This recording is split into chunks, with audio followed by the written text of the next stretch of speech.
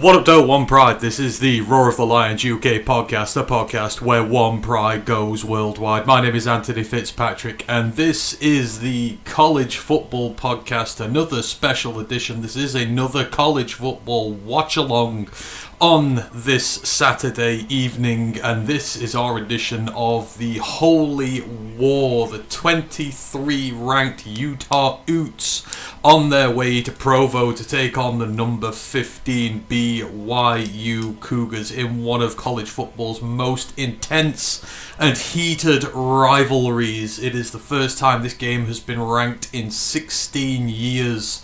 The Cougars are undefeated on the season so far, looking to preserve that unbeaten status as other unbeaten teams around them fall all over the show in a year where no team apparently wants to be ranked in college football because they all keep on losing. Of course, Utah would love to play the spoilers for that one, and what an incredible day of college football we've had so far. The Vanderpimps, the Vanderbilt Commodores, have upset LSU.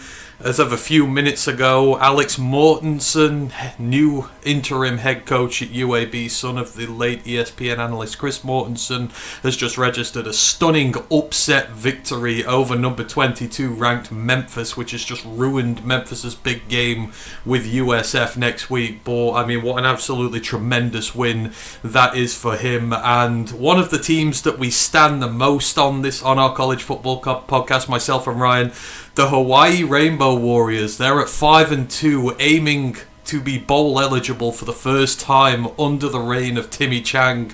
They're 7-0 up early doors on Colorado State. We are going to keep a very close eye on that game. This has been an absolutely tremendous day of college football so far. I've been watching now for about 7 hours.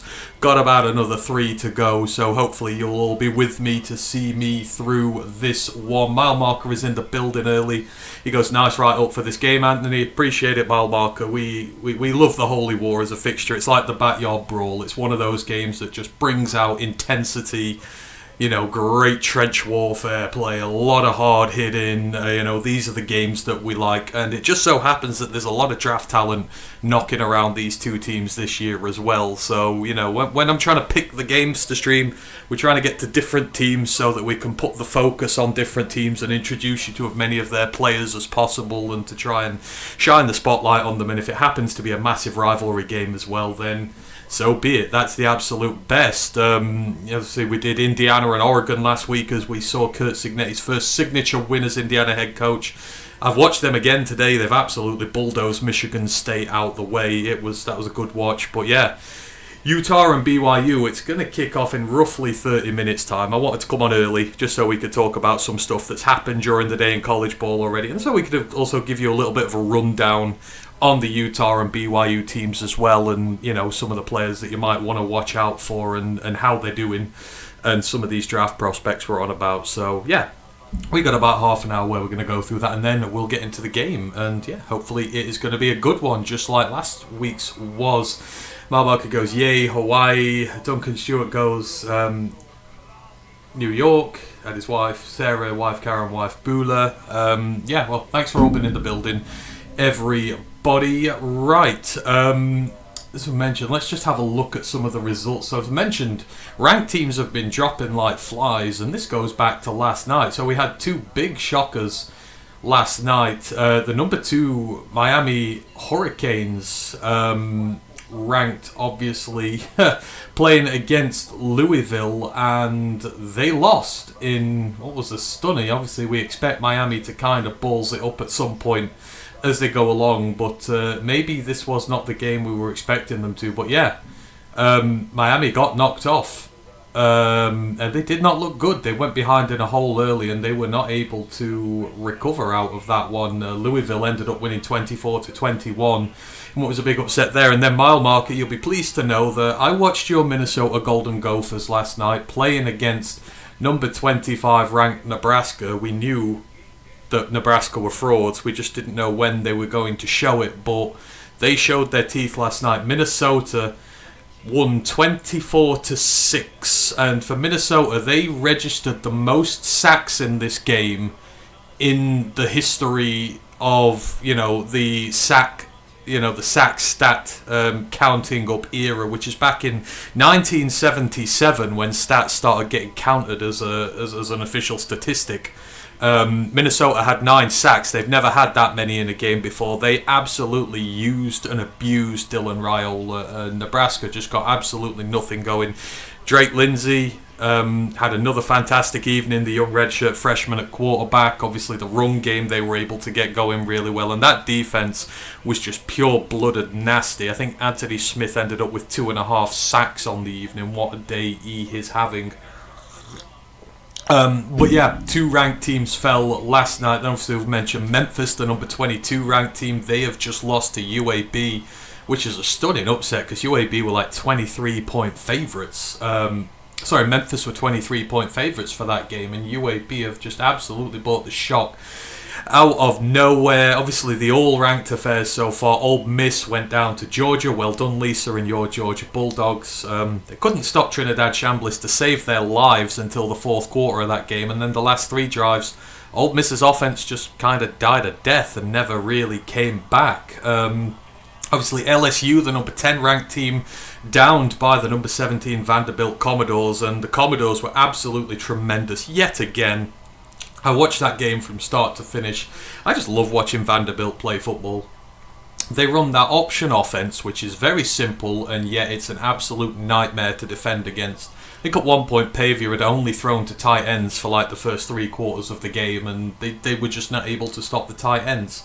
LSU, they were very disappointing, and now Vanderbilt, for the first time since 1950, are 6-1. So we're seeing some major records broken here this year in terms of teams who have been, some teams who have been down in the dumps forever, who are turning themselves around. Indiana, back-to-back seasons at 7-0.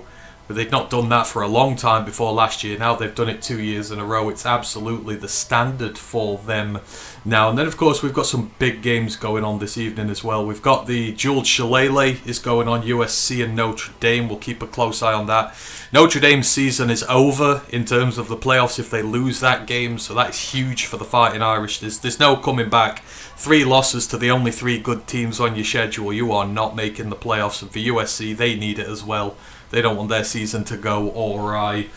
And then, of course, we've got Tennessee and Alabama starting soon. I'm going to watch the early portions of that game before the Holy War gets going. We'll see what's going on in that one. And, got a few others. Texas playing, South Florida playing as well. So we'll keep an eye on as many as we can. Obviously, Missouri on the road to Auburn. That starts soon as well. And, Tennessee, Alabama is the big one.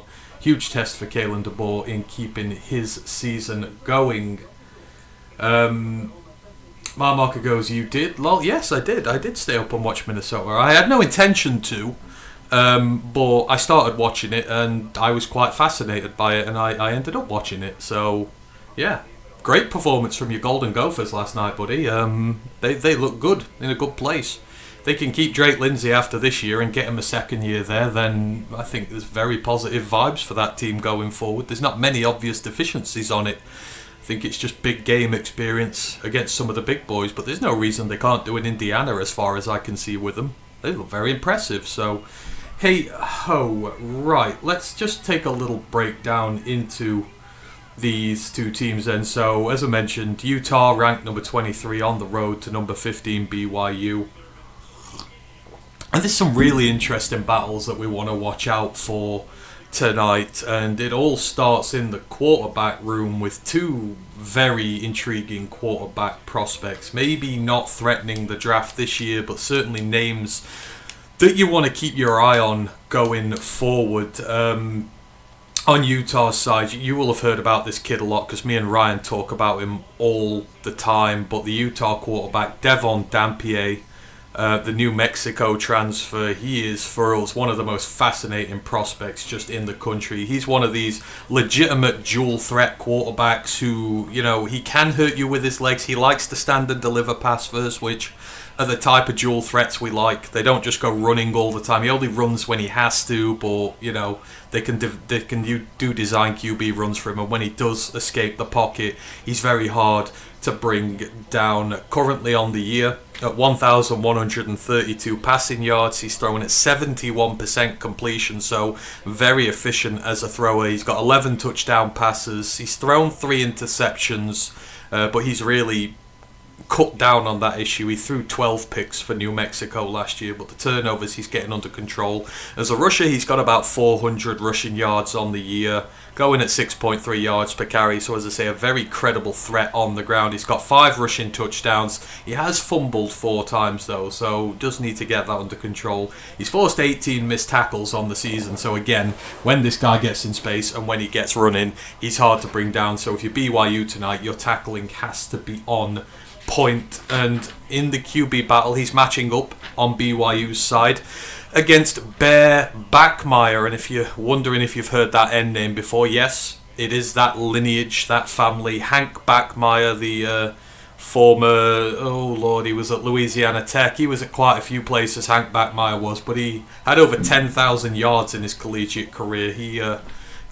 He did a lot of good in the league, but Bear is one of his younger brothers, one of many younger brothers he has. He's a true freshman this year, was originally committed to Stanford, but then he, when obviously they had a coaching change, he decided to flip his commitment, came to BYU, was not meant to be the starter this year. They had that big problem with Jake, what's his last name? Their original QB got done up for abusing the moral code, or whatever BYU described it as. Basically, he was having relations outside of marriage, which you're not allowed to do.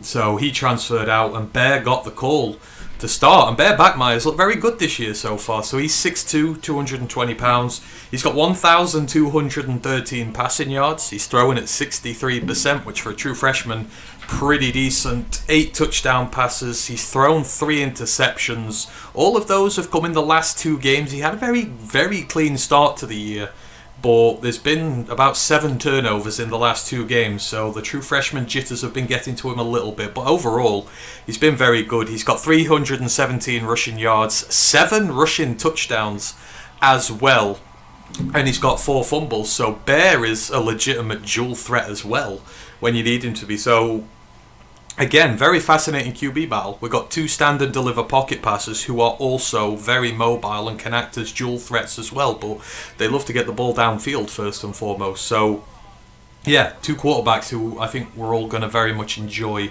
watching this evening. And yeah, I'm intrigued just to see which one comes out on top. But Devon Dampier, I absolutely love. I think he's a tremendous quarterback. He's in the Diego Pavia mold. Obviously Pavia went to New Mexico State. Dampier was at New Mexico, but these are shorter guys, not the tallest in the world, but they've got a lot of great mobility. They've got a great arm. They can hit everywhere on the field they want to. And Dampier's probably going to follow a similar career trajectory. Certainly he's done really well with Utah so far, and they are right in the Big 12 mix, providing they can knock BYU off tonight, so he may have a bigger stage to show himself this year. In terms of the running back rooms, on Utah's side, a little bit more committee-ish so far. They've got 2 standout rushers apart from their quarterback, obviously. The running backs are Wayshawn Parker. He's a transfer from Washington State. He's a true sophomore. Started as a true freshman for the Cougars last year. He's 5'10", 205 pounds. He's at 335 rushing yards on the year, going at about 6.7 yards per carry with 3 rushing touchdowns. He also has 2 receiving touchdowns, so he's got 5 total on the year. He's a dual threat running back. And then their secondary guy is Naquari Rogers. He's a transfer from New Mexico, came along with Dampier. He's at 300 rushing yards, going at 4 yards per carry, a little bit more modest, but he's got 6 rushing touchdowns. He's got 1,500 rushing yards during his career so far. He's very experienced. 21 total touchdowns. He's only fumbled the ball once in his entire collegiate career. These running backs are very good when it comes to safety with the football. And then on BYU's side, obviously Bear is again a dual threat quarterback. He's the second leading rusher on the team, but BYU focus themselves around one singular star running back as opposed to a committee method.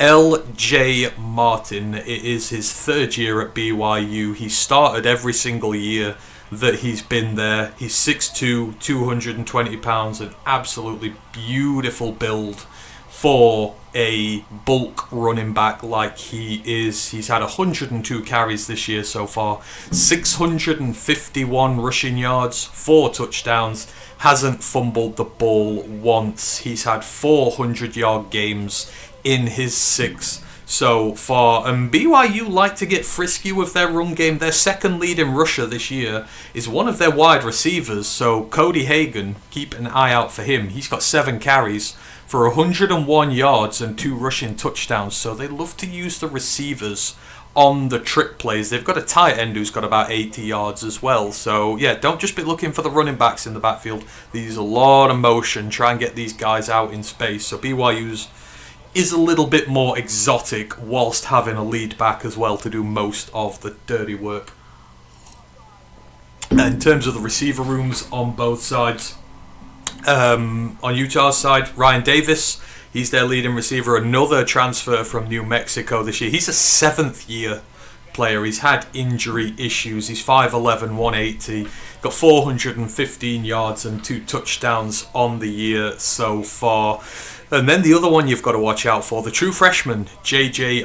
Buchanan. He's only got 78 yards and 2 touchdowns this year, but they're feeding him ever more into this offense. His production's been going up. He's 6'3", 225 pounds. The Utes there's a lot of hype behind this guy there, so, expect maybe him to have an impact on this game. And also keep an eye out for two-way player, Smith Snowden. He's a cornerback for the Utes. You'll have heard Ryan talk about him on the Made podcast a lot.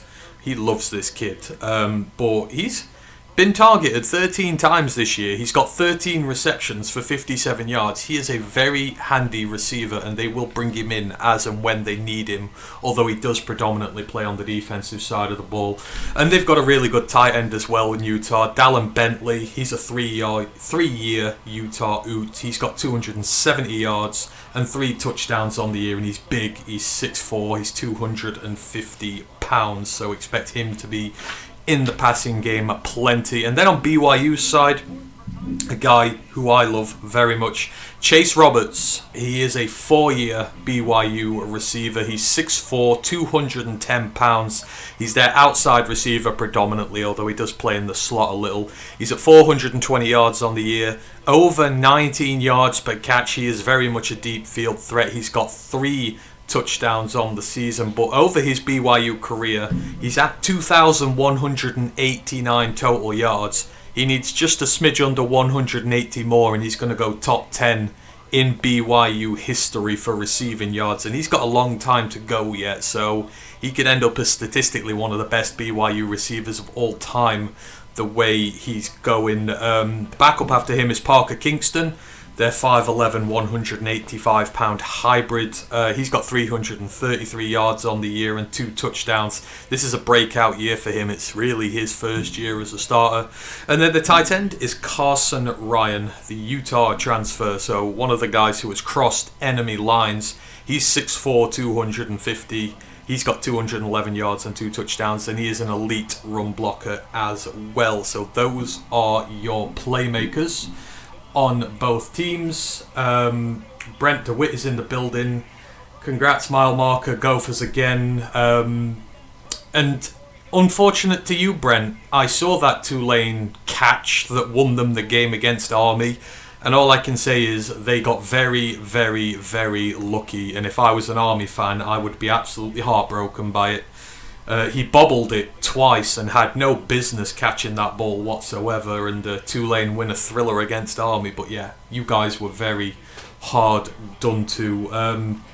Offensive lines tonight, Utah's made up entirely of all their own players. Not one of these 5 who starts for them has ever played anywhere but at Utah. The Utes like to build and develop their own. They don't like to transfer in guys on the offensive line, and you're going to hear some of these names in the upcoming draft. So at the left tackle, you've got Caleb Lomu. Ryan had him in his mock draft the other day for the Detroit Lions.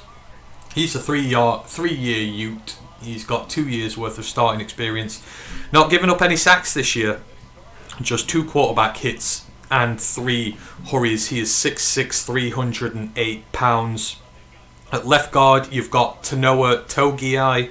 He's a 5-year Utah player. He's got 2.5 seasons of starting behind him. He's also 6'6" and 321 pounds. He's given up 1 quarterback hurry all season, and that was in week 1. So over the last 6 weeks, and this was even against Texas Tech, who have one of the deadliest defensive lines in the country, he's not given up a single pressure at all. So Tanoa Togiai is one to watch at left guard. The centre is Jaron Kump. He is a 6-year Ute. He's got 2,500 career snaps. Another 6'6", 315 pounder. He's only given up 4 hurries all season. The right guard is Michael Mokafisi. He is a 5-year Ute, 4 years as a starter there. He's 6'4", 315 pounds. He's only given up 3 hurries all season. No sacks, no quarterback hits. And then the right tackle, Spencer Farnu. And he's the one who you might hear with top 10 draft pick contention. The right tackle, he's played left tackle as well for the Utes. He's been there 3 years. He started ever since he arrived on campus. He has never not been on the field. He is 6'6" and 308 pounds. He has given up 3 hurries all season. So 4 of Utah's offensive linemen are 6'6", or a little bit bigger. They like these guys big, they like these guys nasty, and they're an absolute nightmare. And with a dual threat quarterback behind them, it's very difficult to sack their quarterback. I think they're responsible for about 2 sacks this year, and that was on the running backs and the tight ends, not the offensive line. Their 6th man is Solatoa Moiai. He's a 3-year Ute. He's given up 1 hurry all season as well. So that's your Utah offensive line. The BYU one, your left tackle is Isaiah Jatta. He's in his 2nd year at BYU. It's his first as a starter. Again, another 6'6", 315 pounder. He's given up 2 hits and 4 hurries this year, although he is an elite run blocker. The left guard is Waylon Lapuahu. He's a 3-year BYU player, has started every year. 6'4", 310. Just 1 hit and 3 hurries given up by him. Bruce Mitchell is your centre. He is also a 3-year BYU player, 6'4", 305. He's given up 1 sack and 3 hurries, but that is it in terms of pass protection. He's a great all-round centre. And then your right guard is Austin Lieusa. He's a 5-year player, spent 3 years at Southern Utah, spent the last 2 at BYU. He's 6'5", 315 pounds. He's given up a hit and a hurry all season, that's it. And then the right tackle will be known to Michigan fans, Andrew Gentry. He's the only transfer on either of these teams from this year. He's 6'8", 315 pounds. It's his first year in Provo. He's only given up 4 hurries all season. He has not allowed a single hit on the quarterback at all. He has settled in there very well. BYU have had some rotation at guard, so you might see Sonny Macassini or Kyle Sarsic in there, but those are your starting lines. Those are your offenses. I will give it a couple of minutes and then we'll go on to the defenses. Game should be starting not too long away. Matt Walker says, big boys they are. That Utah line is big and it's nasty. It's just not the best run blocking, but certainly when it comes to pass protection, trying to get hold of Devon Dampier is damn near impossible. Arizona State going crazy happy against Texas Tech. Yeah, Texas Tech had taken the lead in that one, but I think Arizona State got it back again. Has it ended now? I would be shocked. Ryan bet against Arizona State again this week. Yes, Arizona State take down Texas Tech. That is another ranked team to fall. That must be about 6 or 7 by now. Texas A&M are getting pushed by Arkansas. Virginia are losing to Washington State. We could have a record number of ranked teams losing this week because we're going to get losses in the USC game, the Tennessee game, in this game as well. So we could have potentially 9 or 10 ranked teams losing, as I'm just going to switch over to the game that we want to be watching. Oh, hello. Utah BYU, there we go. Want to make sure we're up with the Utes. There we go. Right, game shall be starting shortly. Don't think I've missed any chatter so far. Brent DeWitt goes, my dark horse linebacker Cole Sullivan with another interception, LOLA. You called it, Brent.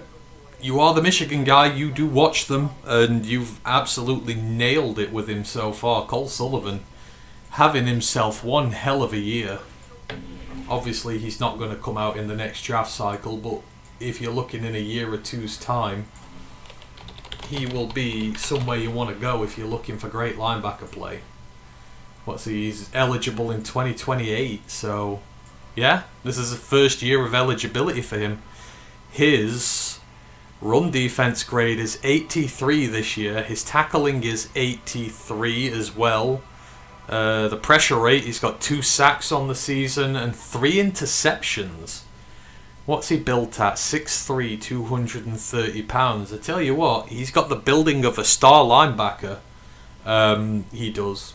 I love my star linebackers. The guys who can play safety, linebacker, and edge rolled into one. If you've got 3 interceptions on the year, you've got a couple of sacks, and you are a master tackler as well and good against the run.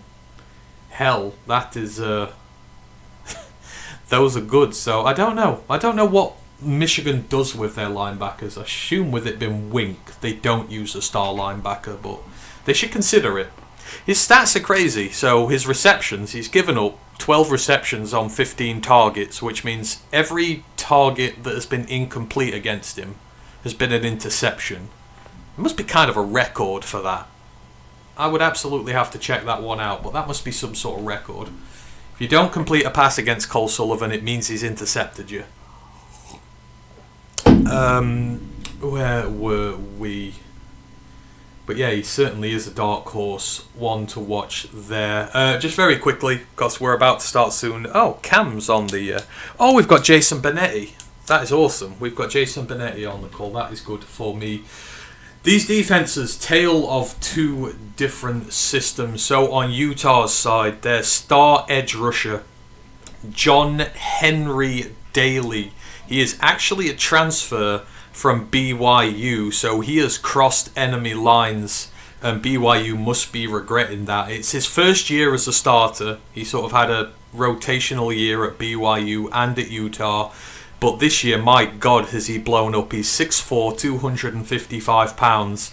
He's got 9 sacks, 4 quarterback hits, and 2 forced fumbles already, with 28 total pressures overall. He's got a sack in every single game this season. Been an absolute superstar for this Utah defense, and he's needed to be, because only one other player on that team has more than 10 pressures on a quarterback this year. And that is the edge, Logan Farno, the brother of right tackle Spencer Farno. So you've got brothers on the same team on opposite sides of the line. He's a 3-year Utah player. He's 6'5", 260 pounds. He's got a couple of sacks to his name and 12 pressures on the year. But yeah, no other player on this BYU team has more than 10 pressures. So they rely on John Henry Daly a lot for their QB stats. The linebacker room is very good against the run, so you've got Jonathan Hall and Lander Barton in that room especially. They'll be the 2 you'll see most, providing all is said and done. But yeah, they're great at defending the run.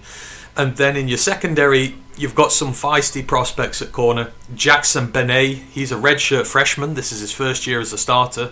He's got 3 interceptions and 2 pass breakups on the season already. He's 6'2", 190 pounds. And then we've got the aforementioned Smith Snowden, the 2-way player. He's been at Utah for 3 years now.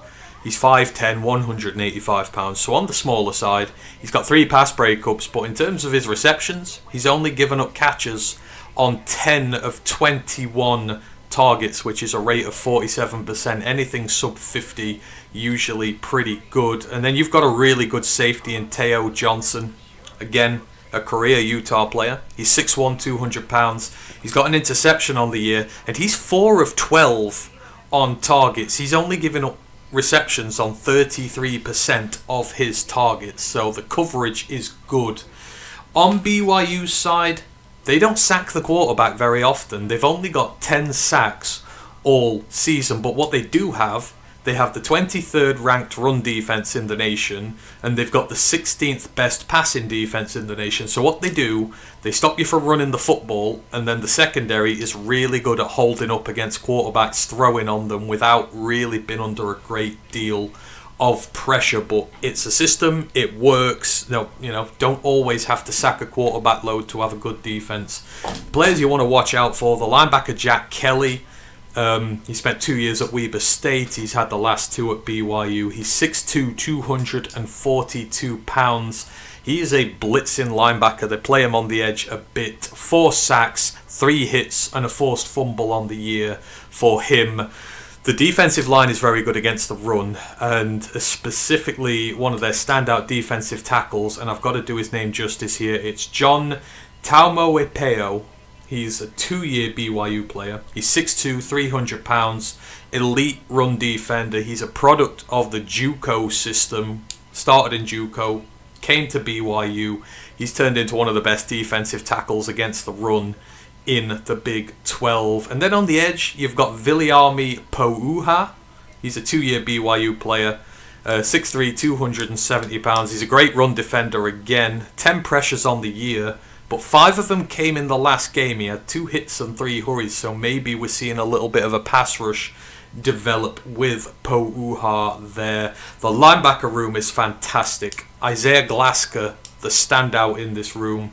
3 years at BYU. He's 6'5", 240 pounds. What a frame. He's got 2 sacks, a forced fumble, 2 interceptions, and a pass breakup. He is one of the best pass rushing linebackers potentially in the country. He was in the preseason all-star team, Isaiah Glasker was, but him and Siali Isera are in there as the kickoff is done, and BYU are going to take the field first. Just very quickly, this BYU secondary is amazing. So you've got cornerback Evan Johnson. He's got 2 interceptions and 2 pass breakups, only gives up 51% on throws. Terrion Alexander III, he's a redshirt freshman. He's got an interception, 3 pass breakups. He's only given up 41% on throws against him. And then the big safety, Falateu Satuala. He's a 2-year BYU player. He's 6'4", 210 pounds. He's got a sack, an interception, only 50% on passes against him. He's got a batted pass, and he's got a 6% missed tackle rate as BYU start this game with a run for 7, and I think that is an early call for Bear Bachmeier. So they are getting the quarterback running early. I believe it was him. No, it was not. It will have been LJ Martin then. Number 4. Yes, LJ Martin for 7 to start this one off. He is the next great running back to come out of BYU. You think Tyler Algier, guys like that. This guy's on a trajectory to be the next.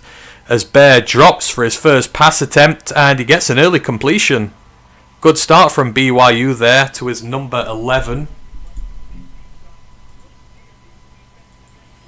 Your number 11 there is Parker Kingston. So he's second on the team in terms of receiving yardage right now. As you can see the team names going through. You guys are probably a little bit in front of me, so, bear with. But yeah, BYU moving the ball well early on their own 44. Handoff to LJ Martin, who again, he looked like he was going to get a good chunk, but they rattled him up. He gets about 3.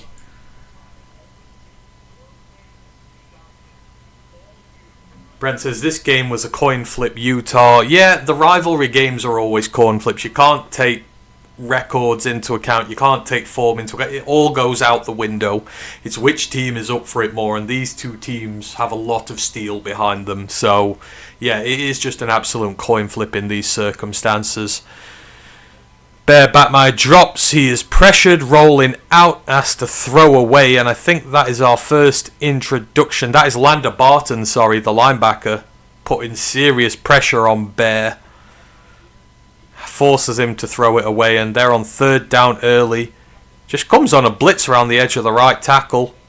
Really good play from the linebacker there, and the Utah defense potentially going to make an early stand. It's 3rd and 7.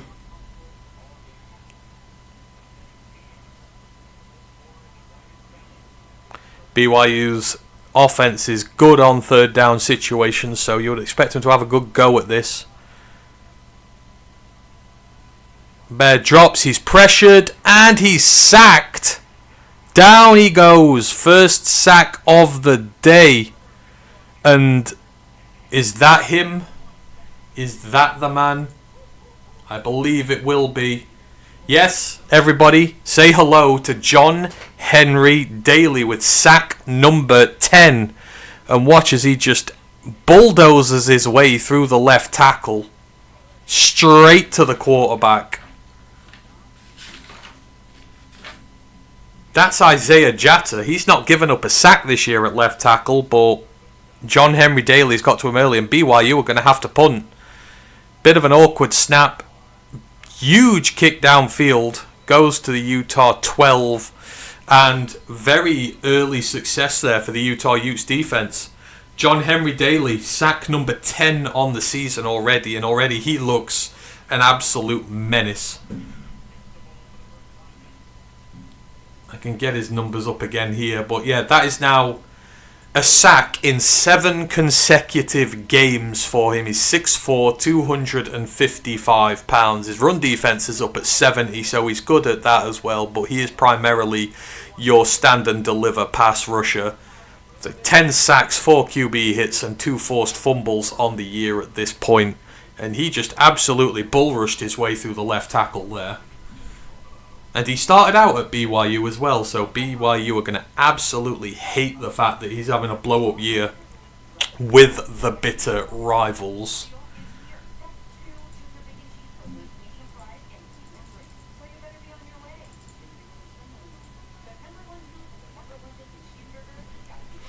Just in a commercial break at this moment in time. We'll have a little look around the other scores going on so far. Alabama took an early lead on Tennessee. Isaiah Horton, again, the Miami transfer, is having himself a season and a half there with the Crimson Tide. USC beating Notre Dame 10-7 currently in a game that Notre Dame simply have to win if they want to go to the playoffs. Auburn have struck first against Missouri. They are 7-0 up there. South Florida a 7-3 up against Florida Atlantic. UCLA winning again against Maryland 7-3. Same for Penn State at Iowa. And Hawaii.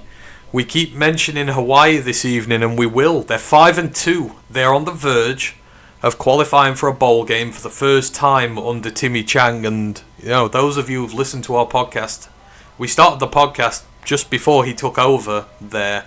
They were a mess when he took over the Rainbow Warriors, and for the turnaround they've had under him, this is an exciting moment for the program. They deserve this more than anything.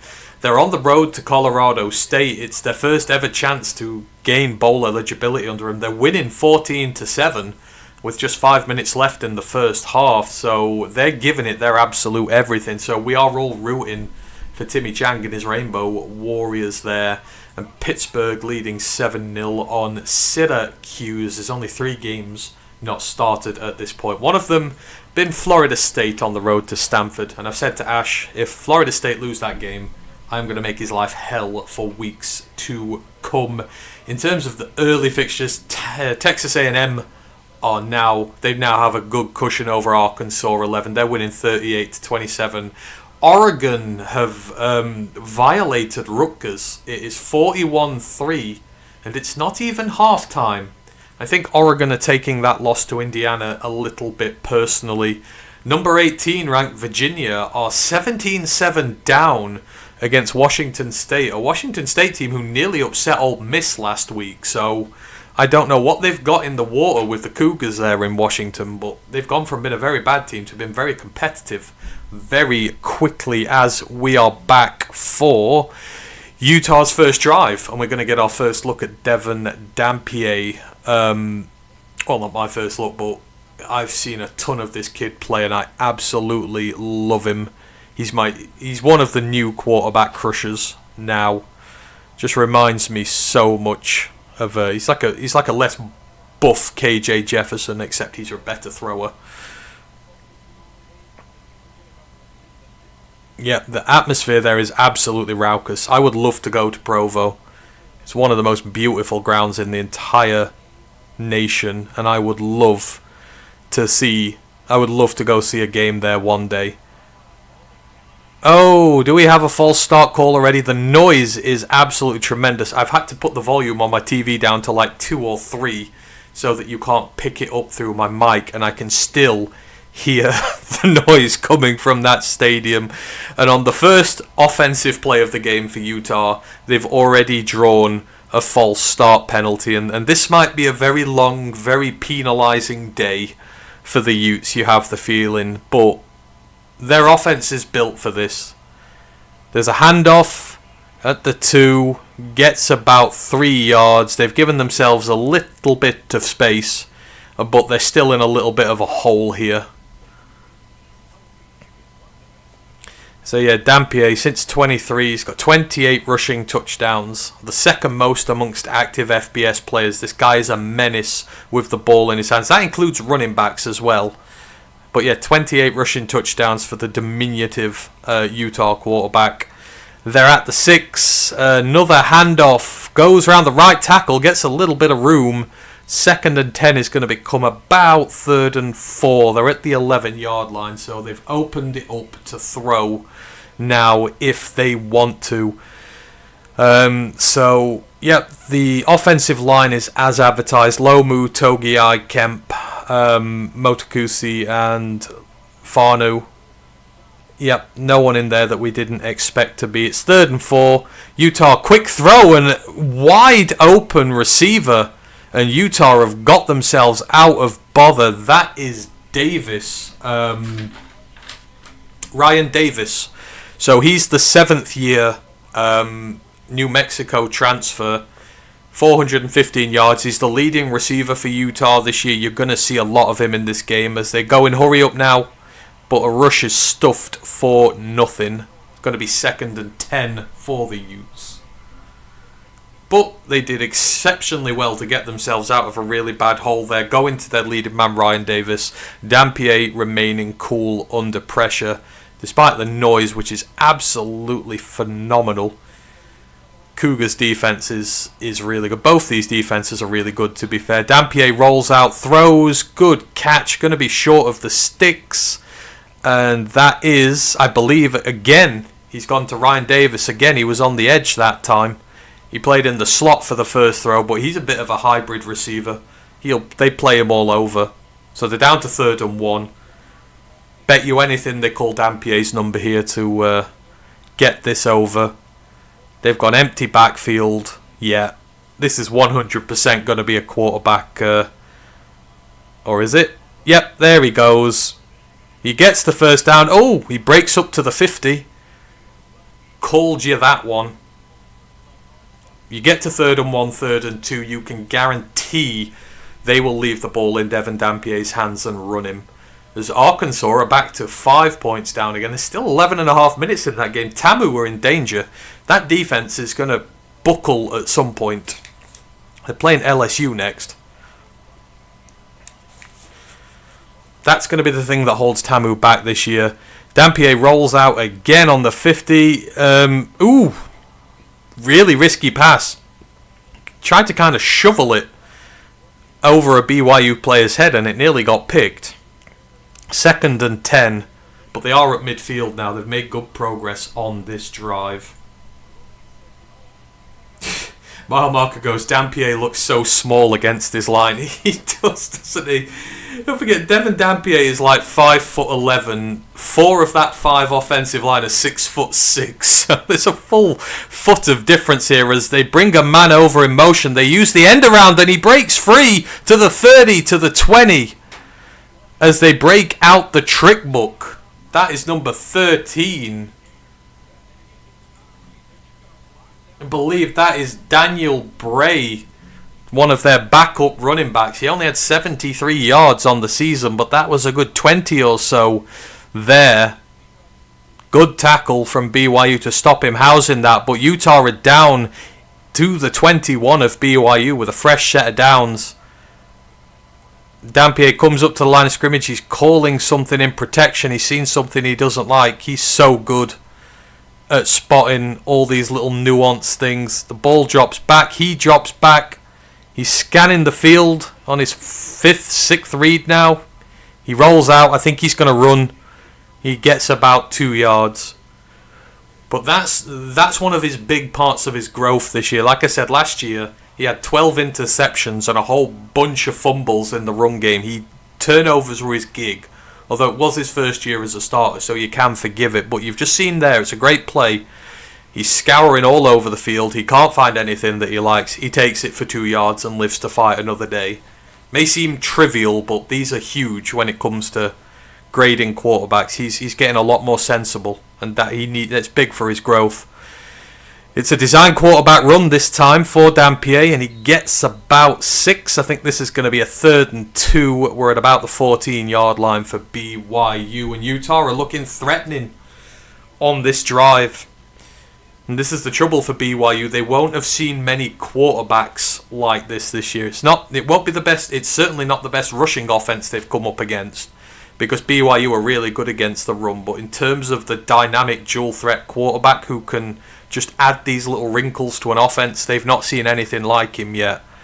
And they're struggling at the moment as Dampier gets the ball again on 3rd down. He is going to be about a yard short. So an early call here for Whittingham. It's going to be 4th and 1. I would assume they're going to go for this, and again they're going to leave the ball with Dampier. If it's got an and 1 by the name, you can guarantee that Dampier is going to have the football in his hands, and they're going to try and run it with him. Although, will they put a running back in the backfield? It looks like Utah are going for it. They're going brave, and you've got to. If you want to go and win in Provo, touchdowns are the only currency that will work for that. 4th and 1, big play early in the game. Oh, it's a handoff. Oh, what a tackle! That is an absolutely fantastic tackle from BYU, and they turn over on downs. That is a massive, massive play early doors, and that is Maury Bamba, the cornerback. They went with the jet motion. Bamba follows his man on the jet motion, breaks through the block, and what a tackle that is, wraps up round the legs. You will not see a better one-on-one tackle this week, and that is a massive stop for the BYU defense right there. They struggled, but when it came to bend, not break, that is absolutely tremendous. Big time defensive stop there for the Cougs. As I say, Maury Bamba, the big lanky corner, did so well tracking his man there in coverage and then busting the play open as and when he needed to.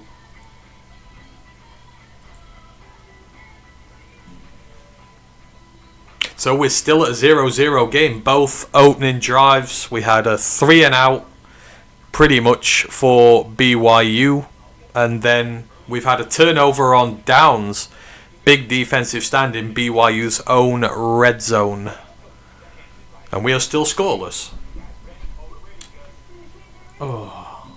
So if you're in the comments and the chat this evening, if you've got anything you want to ask or comment on about what's happened during the day's college football play, just whack it in there and we will discuss whatever you want, because we will have a lot of time on our hands in between commercial breaks and at halftime, etc. So, you know, this is why we do these shows, to give you more of an opportunity to quiz us over things that we might not always be able to get round to on the main podcast. Other scores currently: Arkansas just 3 down on Tamu currently still. Oregon have gone into the half 42-3 up on Rutgers. I think that game is pretty much over. The starters might get withdrawn soon. Washington State still 10 up on Virginia in the third quarter in that one, so potential of a big upset there. Not much else has changed so far. South Florida 14-3 up on Florida Atlantic, one of the few ranked teams who seem to actually be holding their own at this moment in time. And on Hawaii watch, the Rainbow Warriors are still in front. There's about 2 minutes left before the half in that one. And Mika Alejado already thrown for 200 yards and 2 touchdowns, although he's thrown for an interception as well. Colorado State have 61 yards of offense before the half. That's crazy. Absolutely crazy. And Colorado State got their points through a punt return touchdown, so their offense hasn't scored any points in this game yet, which is even more fun. It was a great story in the week for Matt Suzawa, who's the Hawaii kicker. The Heisman program came to town to do an interview with him. You don't often get kickers featured on Heisman propaganda there, but he's had an insanely good year for Hawaii. So there's now a Matt Suzawa for Heisman campaign running, and I am 100% behind that as BYU start their second drive. Good run from LJ Martin, picks up a first down. He's had a good start to the game. He's finding some success early on against the interior of this Utah defense. Yeah, he had a big week last week against Arizona. Went 25 for 162 and a touchdown. He was the big offensive player of the week. LJ Martin will be coming to an NFL team near you soon, probably this year, depending on what the class is like. Although he gets absolutely stuffed on this one. Maybe got half a yard. Going to be 2nd and 9 for BYU. Get the feeling this might be a low scorer. After the Indiana one last week, we had some good points in this, but I think this Utah-BYU game is going to be a low scorer, but a fun low scorer. I think there's going to be tons of good defense in this, so we'll wait and see with that one. 2nd and 9. Bears got 2 in the backfield with him, 1 in motion. He drops, surveys the field, throws the screen to his running back, who's all the room in the world. He hits the edge. He's going. He's up to the 50. Goes to the Utah 40. And what a great play design that was. 2 running backs in the backfield. They motioned one out to the left. Utah only had 1 defender out there against 1 blocker. And the receiver, I don't know who it is. We'll highlight him in a minute. The receiver out on that perimeter was a tremendous block. Or was it a receiver? Number 4 for BYU. Let me check who that is in their receiver room. I think that might be Chase Roberts. I will have to take a look. Number 4. No, that's LJ Martin. The running back with the block. Good for him. I don't know who busted out the run then, but LJ Martin can run block as well. So if you're wanting a lead running back who can do the blocking stuff, then BYU is a good bet. If you want a running back in the NFL, BYU is one of those systems you would trust to do it. It's a tackle for loss there, though. It's 2nd and 12 for BYU. They're on the Utah 43, but they're behind the sticks. Don't want to be there against this Utah defense. Bring a lot of pressure off the edge, and another tackle for a loss. Huge pressure on Bear Bachmeier. He had to dump it off. But Utah were all over that. All over that.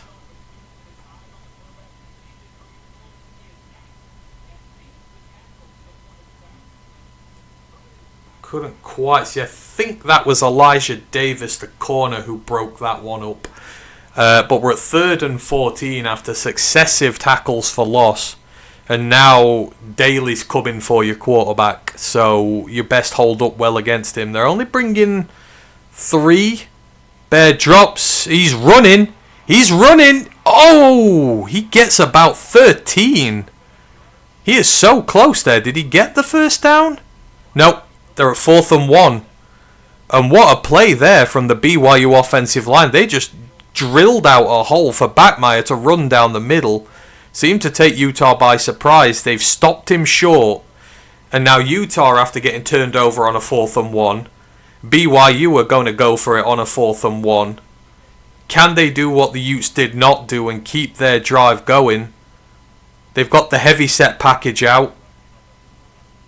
It's snapped. It's handed off. He's not made it. We've got another turnover on downs. I think LJ Martin tried to burrow his way under the pile, but in the process, his knee went down very early, and he didn't make it. They're spotting it, but this is short, and yet we've had successive turnovers on downs on a 4th and 1. We're seeing some tremendous defense here. There's some big splash plays happening, but this was weird. He tried to burrow underneath and he ran into the back of one of his own offensive linemen who stopped his progress. So technically that's not a Utah stop so much as a BYU stopping themselves.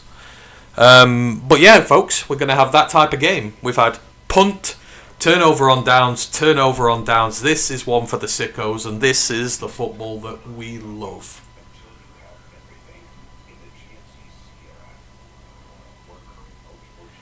Did you see that Arizona State won out? Yeah, they did. That was a shocker. But Texas Tech, obviously, there's no Baron Morton, and there's no Taj Brooks either. Is it Taj Brooks? I think it's Taj Brooks. They've lost their two biggest playmakers on offense, and only that defensive line can only do so much. But I saw David Bailey had like another 2 sacks on the day.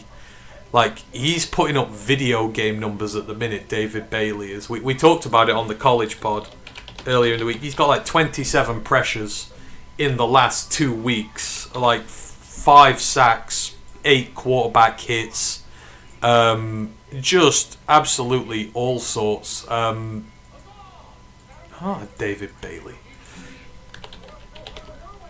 But of course, there's only so much your defense can do. But that's a massive hammer blow for Texas Tech, and that blows the Big 12 wide open, because I think everyone was expecting them to run away with it a little bit, but they're not now. They've got a loss, and I think, if I remember rightly, who is on the top on the Big 12 now? The Big 12 is just such a competitive conference this year. Big 12, BYU are on their own. No, they're not. So Texas Tech have gone to 3-1 in conference now. BYU and Cincinnati are both 3-0, but they are both playing currently. So this is now a huge opportunity. BYU and Cincinnati of all teams have come from nowhere. Utah are at 2-1, so if Utah win this, they'll level up with Texas Tech. Then BYU will be at 3-1 as well. Arizona State are 3-1 in conference, so you're going to have, if Utah win this game, you're going to have at least 4 teams that are 3-1 in the Big 12. If Cincinnati lose as well, that's 5. Only 16 teams in there. You got 5 of them at 3-1 at the top. It is an absolute cluster. Trying to call that conference is just a pain in the. You just have no clue whatsoever. Did I see BYU's backup running back? Their backup is Sione Moa. I don't see him on that one. He's got 90 yards and a touchdown this year. I think it's Sione Moa is the backup there. Where are we?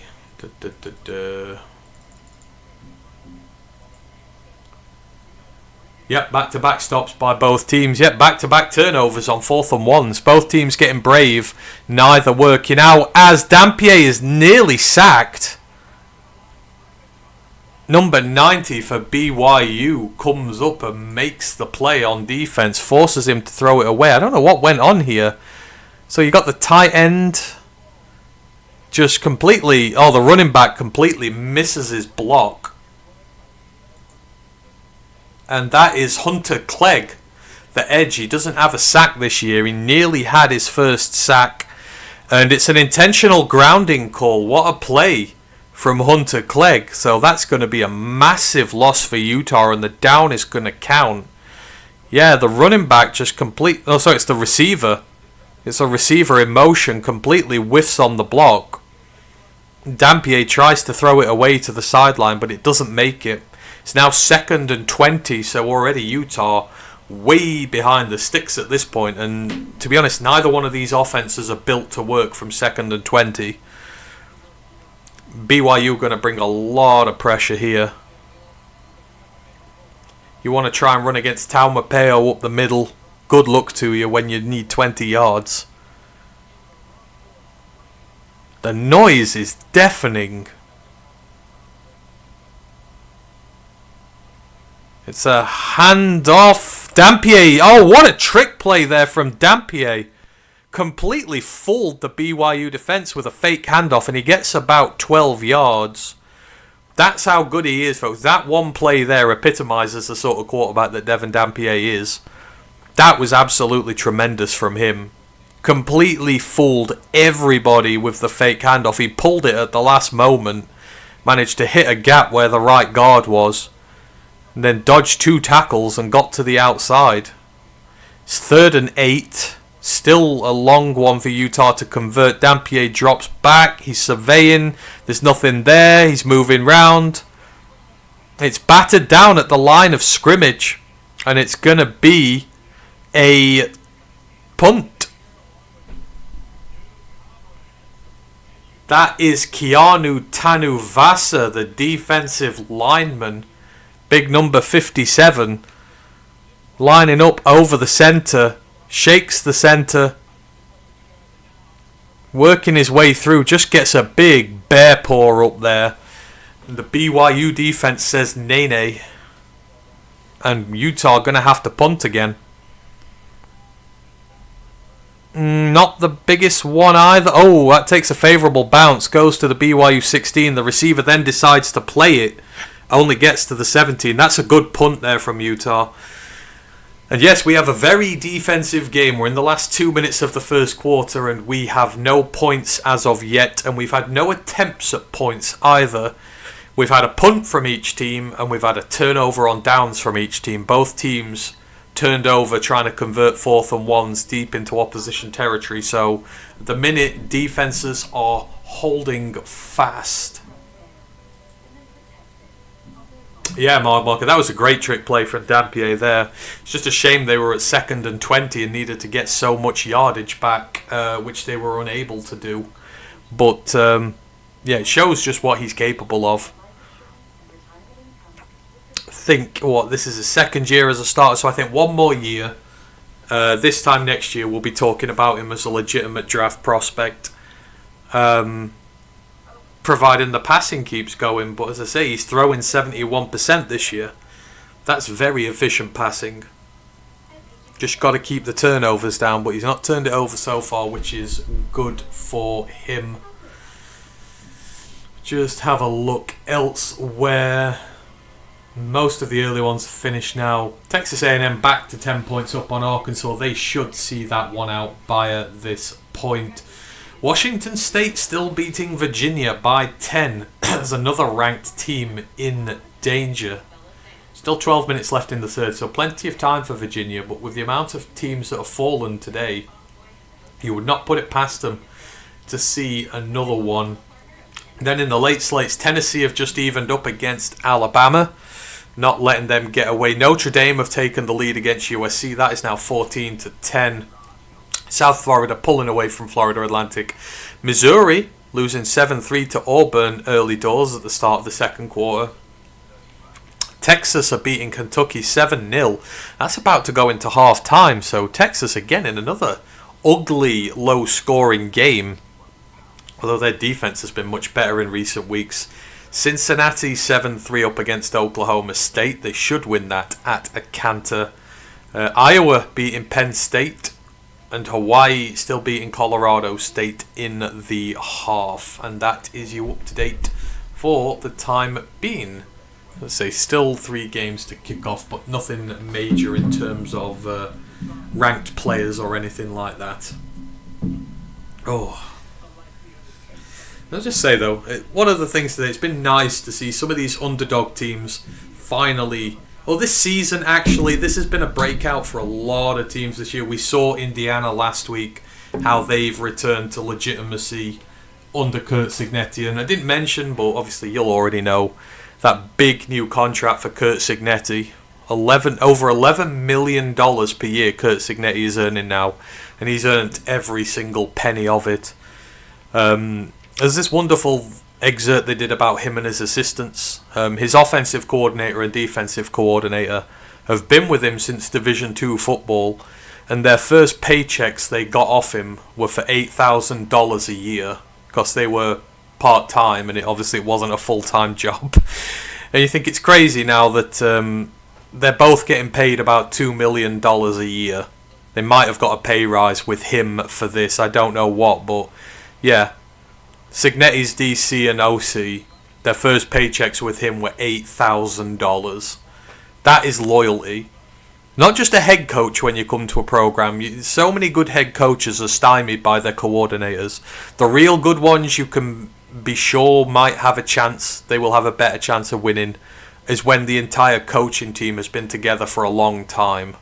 Because they know each other, they know how each other works, they're all building the same program, there's no philosophical differences whatsoever. As BYU's next drive starts, hurdle from Bear Bachmeier, he converts a 2nd and 10. Who said bears can fly? Well, apparently this one can. Fake handoff, jukes the linebacker, corner or safety comes up and completely misses him before the corner gets him. Who's that? 23 on Utah's defense. Who's on? That is Jackson Benet, the star corner. He's got 3 interceptions on this year, but apparently cannot stop a hurdling quarterback, a hurdling true freshman quarterback. 1st and 10 at BYU zone 33. Handoff to Martin, hits a crease in the middle. Oh, he nearly breaks. He gets 14 in the end. Nearly broke 3 entirely and could have housed one there potentially, but took a few too many knocks from players and eventually got bundled over. But positive start to the drive for BYU, back-to-back first down plays from Bear Bachmeier and LJ Martin, and that brings us to the end of the first quarter, folks. It is Utah 0, BYU 0. The Holy War is as advertised. It is physical, it is a battle. Both teams have been aggressive, but so far super aggressive defenses are keeping this thing quiet, but it is good fun in a low scoring game, and we are at the ad break now.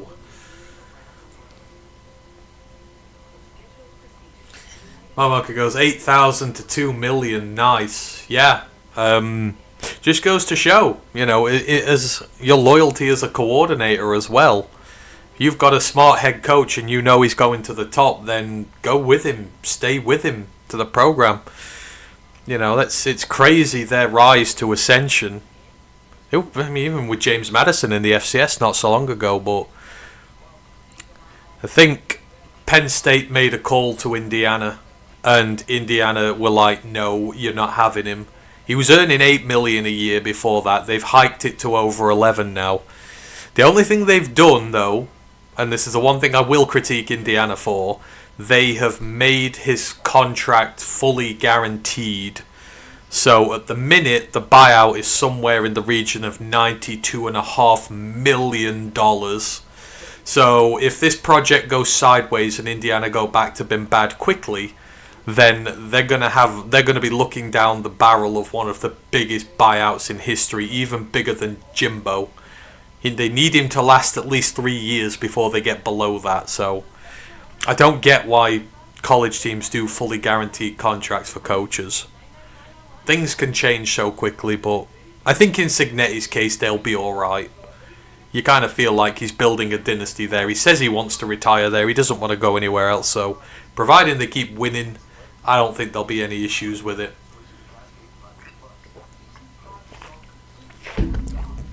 Oh.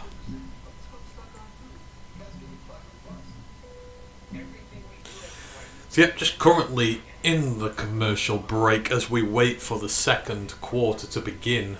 That went very quickly, it felt like, as well. It's taken about 40 minutes, so I guess that is about usual time. It just feels like it's gone really quickly. No change in the early games scores there.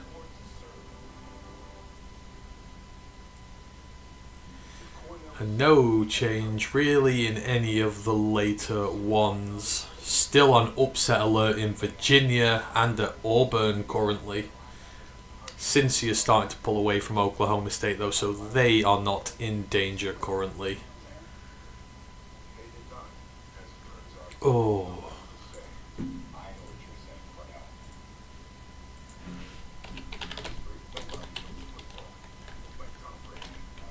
Oop. North Dakota. What state? Oh yeah.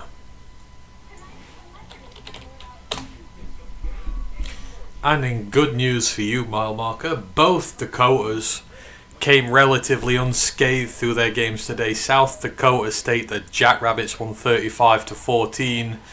North Dakota State won 38-7, which means the Dakota marker is in 7 days' time. Number 1 versus number 2 in the FCS. The Bison versus the Jackrabbits. They are both unbeaten.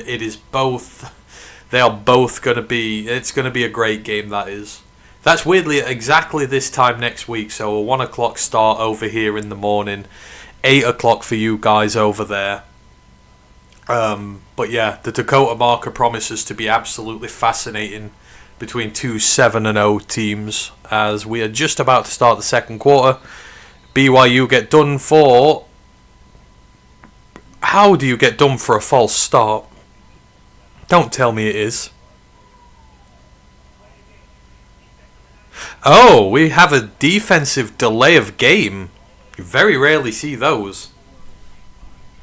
So, not good from Utah to start the second quarter. Defensive delay of game penalty will be 5 yards. It is 1st and 5 for BYU.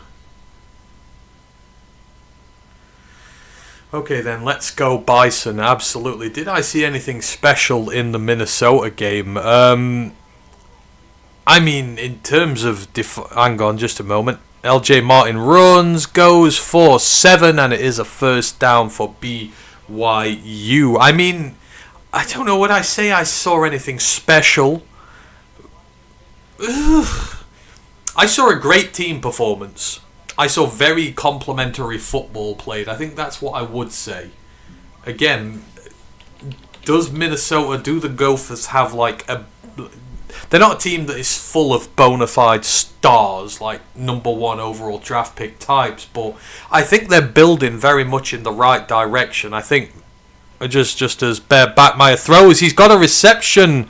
This is a big one. That is Chase Roberts. I believe it's his first catch of the day. It is. I want Chase Roberts for the Lions. He's one of those guys. Lining up on the perimeter there, just runs a simple in route. Nice catch. Works his way back across the left-hand side of the field. Gets down into the Utah end zone.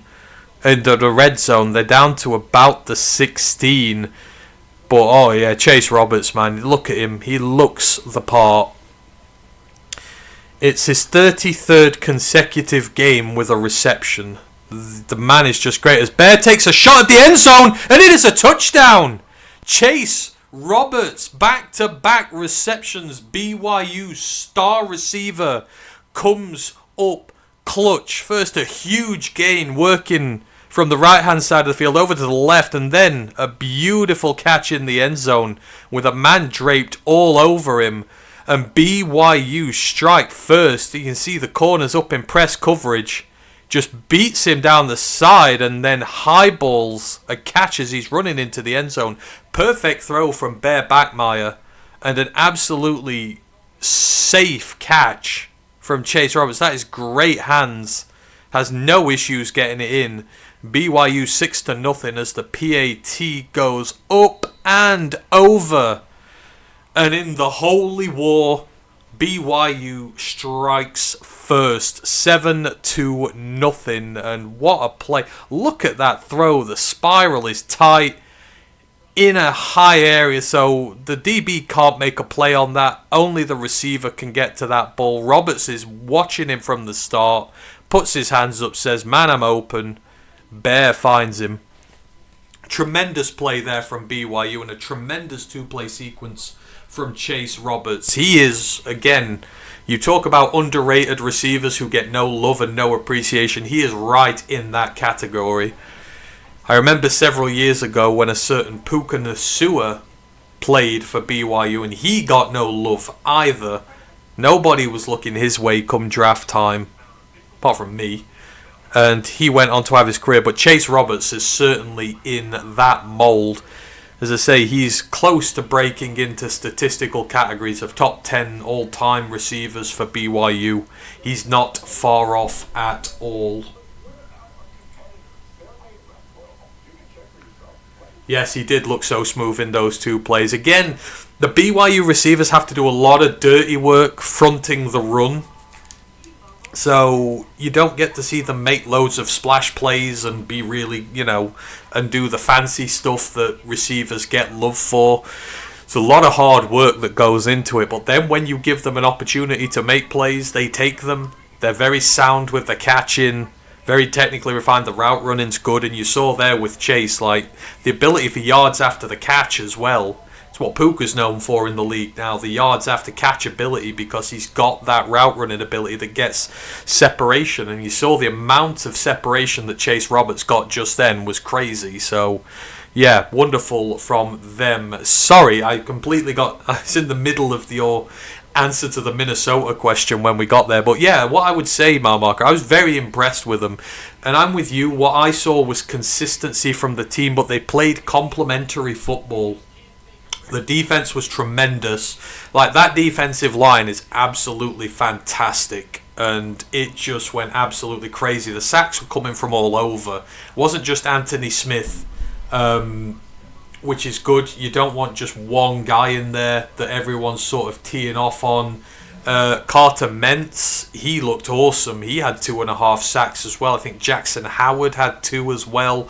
And they were just bringing pressure from all over the field. But they just didn't give Dylan Raiola anything. There were some big chunk plays in there, but between the 20s, they were happy to give up the plays, and then they just held them to field goals. Every time it came to punching the ball in, they didn't give them anything. And offensively, I thought they were perfect, because you had this great marriage. Darius Taylor, he looked back to his old self again. What did he have? About 150 yards. He had a touchdown.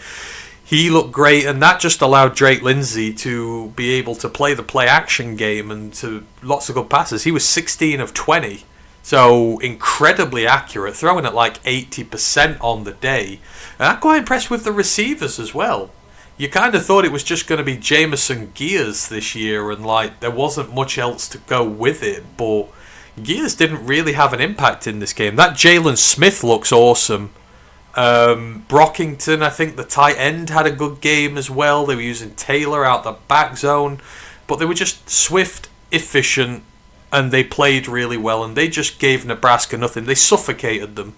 They played a suffocating brand of football with the run game and with a dominating pass rush. That was what I was most impressed with. And again, they're doing it without bona fide superstars, so I'll give them that.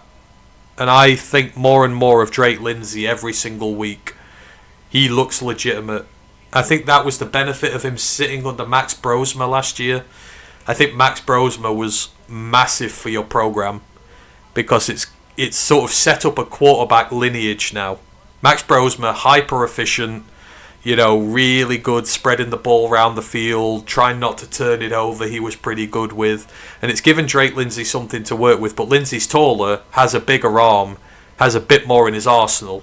So they can evolve that offense a little bit as well. So, yeah, colour me very impressed with a mile marker.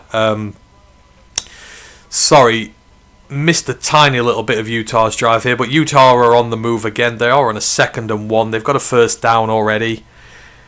Dampier's not been asked to throw much at the minute. They're trying to run this ball a lot, which, considering that BYU have the 16th best rush defense in the nation, seems a little ill-advised, but good throw there from Dampier to, again, his favourite target, Ryan Davis.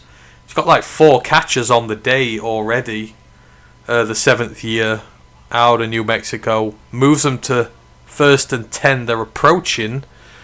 Oh, they're just in BYU territory now. They're at the BYU 41. So Utah threatening to strike back right away. Dampier pulls it on the end around again. He gets about 9 or 10, and they're using that a lot. Utah are using a lot of men in motion. They're always faking the end around, but 9 times out of 10, Dampier's keeping it. But that's the danger you've got with this style of quarterback. You can't ignore the end around, but at the same point, you've got to be able to put a man on the quarterback. He got 8, and Utah run for the other 2, so they've got a first down. I think that was Wayshawn Parker they used. As you can see there, Utah run about 50% of their plays with 6 offensive linemen. So as I mentioned, Solatoa Moie, I think it's Moie. He's the 6th lineman. You'll see him in there quite a lot, along with Lomu, Togiai, Kump, Mokafisi and Fanu. They're at the BYU 31. Utah send trips to the bottom of the field. They've gone spread, which is an odd one. And what the hell was that? I don't know what it is. How have they made a play out of that? That was a completely busted play. They had 2 receivers at the top of the field. They got trips at the bottom. The snap seemed to catch Dampier by surprise. And then BYU just blew it up. There were 3 free blitzers who didn't get picked up. Thankfully for Dampier, he was able to throw it away, but he threw it to an offensive lineman. That was a weird play. It was a loss of 7, so they're at 2nd and 17. It could have been a lot worse. A really weird play design there. Dampier stands in the pocket, and it's incomplete down the sideline. It's going to be 3rd and 17. And Utah, from being in a very promising position, are now probably going to try and get 9 or 10 yards to make the field goal easier. Because at this point, it's going to be very tough to convert a 3rd and 17 against this team. Don't know which lucky big man on the offense there for Utah. 99 is Semi Tawalanga. Oh, he's a tight end. God, he was built like an offensive line. I could have sworn that was an offensive lineman. Dampier drops. Good protection. He's running down the middle. And he's going to get about 10 before he gets completely clocked. He gets absolutely clocked there by Tawasili Akana. I think it is Akana, the edge player. He drops into coverage. Really good gap burrowed out during the middle there. But yeah, Akana just absolutely pile drives him. But it'll be a better field goal position for Utah, and they're going to try and put their first points on the board. It's 4th and 7. They got 10. It's a 46-yarder, but it's from the left. It's not easy. And he gets iced, and he misses the kick by a mile. It's a good job they iced him. That field goal went wide by about 20 yards. And BYU are going to be regretting that timeout majorly now. As we're in the 30-second commercial break whilst it happens.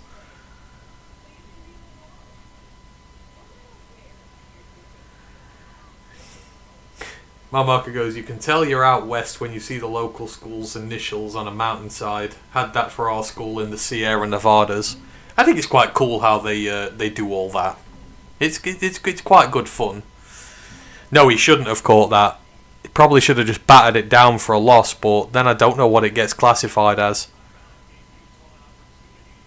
The kickers come off the field. They're going for it. So after the kicker has been iced by BYU, Utah are now going out on the field. This feels like a big FU move and a very dangerous move. If Utah convert this now, BYU are going to absolutely kick themselves. Dampier's going up to change the protection, whatever it is. He's just spoken to his entire offensive line. There's 10 seconds left. I don't know what they've got planned here. He drops back, throws. Is that a catch? Or is that a turnover? That's a turnover on downs. That was a very strange decision there from Utah. Oh, it goes straight through the receiver's hands. That is a great throw from Dampier to the sideline. That should have been a first down. The receiver lets it right through his hands. And just like that, BYU have their second turnover on downs of the game. And yeah, Utah didn't like what they saw. Their kicker missed by so much that they decided, actually, we're going to go for it instead of taking the 3 points. This is a big opportunity for BYU now to stretch to a 2-score lead. But yeah, that was... Kyle Whittingham's been very, very aggressive in this game. You can tell that, you need touchdowns to win there, but sometimes you've got to be smart and take some points as well. Oh, wow. Yeah, that one's going to confuse me for a little while. We Lions fans like a good fourth down. Too bad he dropped it. We do love a good fourth down. I will never have a go at a guy for taking fourth down opportunities. That's just what I'd rather. I'd rather do or die. I'm like Dan. I want to leave it in our hands. I don't want to give the ball away and have to hope that another team bowls it up for us. So, but yeah, 4th and 7, maybe a little bit. I don't know what's the word. A little bit too aggressive. But yeah, there we go. So BYU still 7-0 to the good. They've got the ball back now. We're just in commercial break currently. Oop. Let's have a little look through the other scores whilst we are here. Arkansas have brought it back to a 3-point game against Tamu, but I think they have ran out of time. And there's 10 seconds left. Have they just scored with 10 seconds to go? They have, so they're going to need a onside kick recovery. But what a crazy game that is. There's been 87 points in the Tamu game, and it looks like the Aggies are going to escape 7-0, but you can't keep playing defense like that. You just can't. Some team's going to get your number eventually. Like I say, you've got like LSU and Alabama in the next couple of weeks. Let me just check their schedule. It is not easy. LSU and Missouri, so you've got to be careful. And then it's South Carolina. And then you finish off with Texas. I mean, yeah, well, that's eminently runnable. You beat LSU next week. Yeah, that's tough. Tamu are definitely smelling fraudulent in terms of an unbeaten season. But I love Mike Elko and the job he does there. I would never, ever call him a fraud. So, there we go. Oregon still dominating Rutgers. It's 49-3 now. They are very angry. Oregon are very, very angry, and Rutgers are taking the blame. As BYU start their latest drive, LJ Martin with about 7. He's having a very good game so far. Washington State still 10 up on Virginia. That is 20-10. Only about 17 minutes left in that game as well, so Virginia need to get a move on. Alabama 16-7 up on Tennessee. USC are 1 behind against Notre Dame. It's 14-13. Missouri have now taken the lead against Auburn, and all is right with the world again. Another run from BYU, but that only goes for about 2, so they're going to be in about a 3rd and 2, 3rd and 3. Utah could really do with a stop here at this point.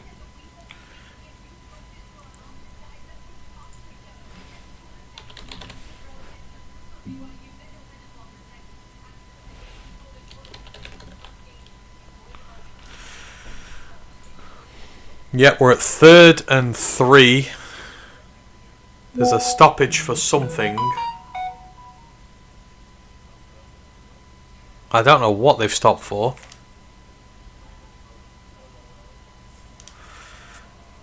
Oh well, we're back underway. Daly's hand is in the ground. He's going for the QB. 3rd and 3. Can BYU convert? Bear's going to run, but he is sacked in the backfield. Number 95. That is Vimahi.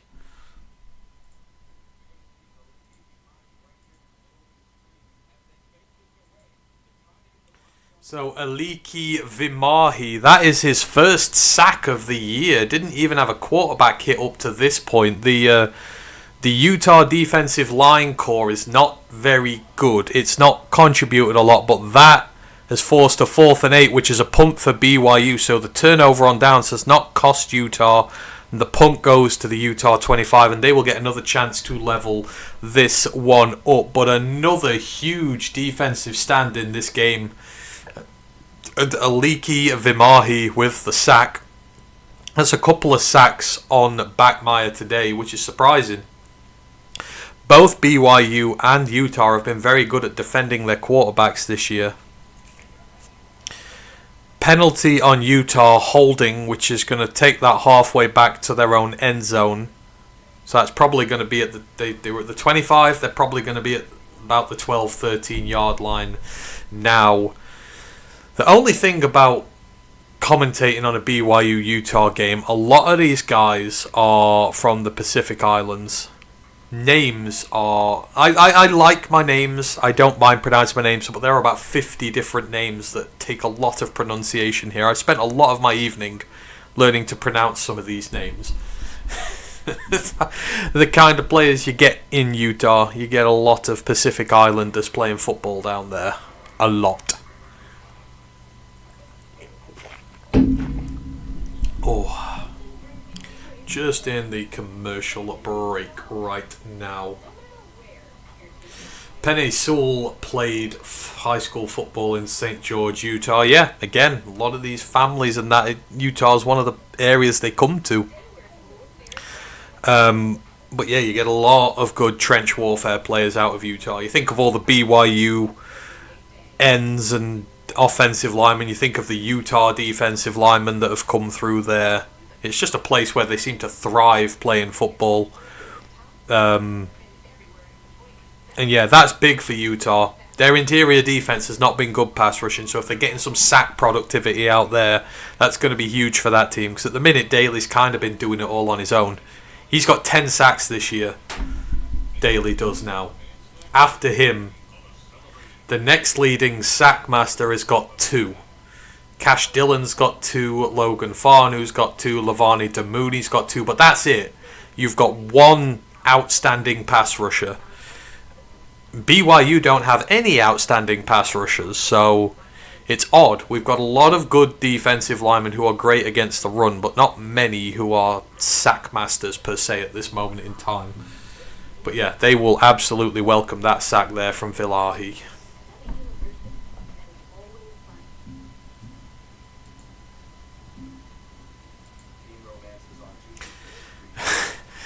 Marlocker goes, wow, a sack, a soft, slow sack. Yes, that was a true freshman's sack.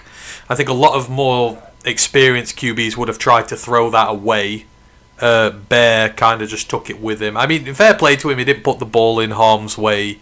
But a more experienced QB would probably have tried to throw that. Didn't really matter in the end, it was going to be a punt anyhow. But, you know, just these little things that you see quarterbacks do. And yet the physical environment is so dang different than a Pacific Island. I would assume so, yes. I would feel like Utah is very dry and very hot. Not too humid. Certainly it's landlocked, I believe Utah is, if I've got my American geography right. There's no oceans there or anything like that. So, yeah. Very different, but sometimes it's just the schools as well. Certain schools know how to utilize guys. As Utah, there's a play blown up in the backfield, and once again Utah are finding themselves behind the sticks on first downs or second downs so many times. Here you've got Bray in the backfield, it's handed off and 2 players just come and blow that thing into oblivion. 11 and 18. That is Falateu Satuala and Tawasili Akana have just a safety and an edge. The combo's just blown the run play up. Dampier now with a short pass. Oh, much bigger than it should have been.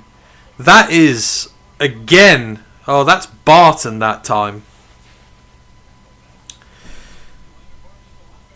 BYU should have stopped that. The linebacker completely misses his tackle. And Utah are able to convert that 2nd and 13. Lander Barton's the linebacker. Have they got 2 wide receivers in this? Have they got 2 defensive players playing on offense? Okay, so that 2nd and long was converted by a linebacker. Lander Barton is definitely a linebacker for them. I know I'm not going crazy. Yes, he is. So Lander Barton and Smith Snowden are apparently both playing offense tonight. But yeah, that should have been stopped by BYU. That was a bad miss. I think it was Sialia Sarah who missed that. Should have had Utah in 3rd and long. Instead, Utah now at their own 42 with a 2nd and 9. Dampier is looking, escapes pressure again and then throws it away. How do you sack him? I think most of this BYU defense have had hands on him by this point and not one of them has been able to tackle him. He is one of the most elusive quarterback runners in college football. But BYU have a chance to make another stop here. It's a 3rd and 9. Utah still in their own half, so they won't be going for this if they don't get it. Or at least if they don't get it down to a and 1. Empty backfield. There is a man in motion. Dampier again. He keeps having to come up to his offensive line to utter instructions because they can't hear him. Snap is back. He sits. He surveys. Throws deep. Oh, what a catch! That is a beautiful catch. What a throw. What a catch. I'm just trying to see who that is. That looks like 12. I think that's Larry Simmons. Oh, does he get that? Oh, I'm not sure. They're going quick. Snap it. They've snapped it. They're at the 39 of BYU now. Dampier goes running, forces a missed tackle. He's in open field. He's got a blocker. He's down to the 10. He comes inside, down to the 8. Oh, big plays just when it matters. And Sialia Sarah's going to be absolutely pig sick from missing that tackle on Lander Barton earlier. I would have put Utah in 3rd and long. Instead, he missed it. They converted 2 big plays. They're down the field, and there is a flag. And Utah probably going to get penalised for a delay of game or a false start. It's going to be on Utah regardless. False start. Not what you want. You're in the 10-yard line, you false start, you put yourself back to the 15, but it's still 1st down. Utah in good position here to go get 7. But what a good run that was from Devon Dampier. Broke a tackle and then that was it. He just had green field in front of him and he's rapid. For a quarterback, he's rapid. So they're now at the 13. It's a handoff up the gut. Gets about a yard or 2. They're about at the BYU 11. And it is 2nd down. And I would assume they're going to go for all 4 downs here. At some point, they'll give Dampier a designed quarterback run. Whether they'll try and throw it or not, though, I don't know.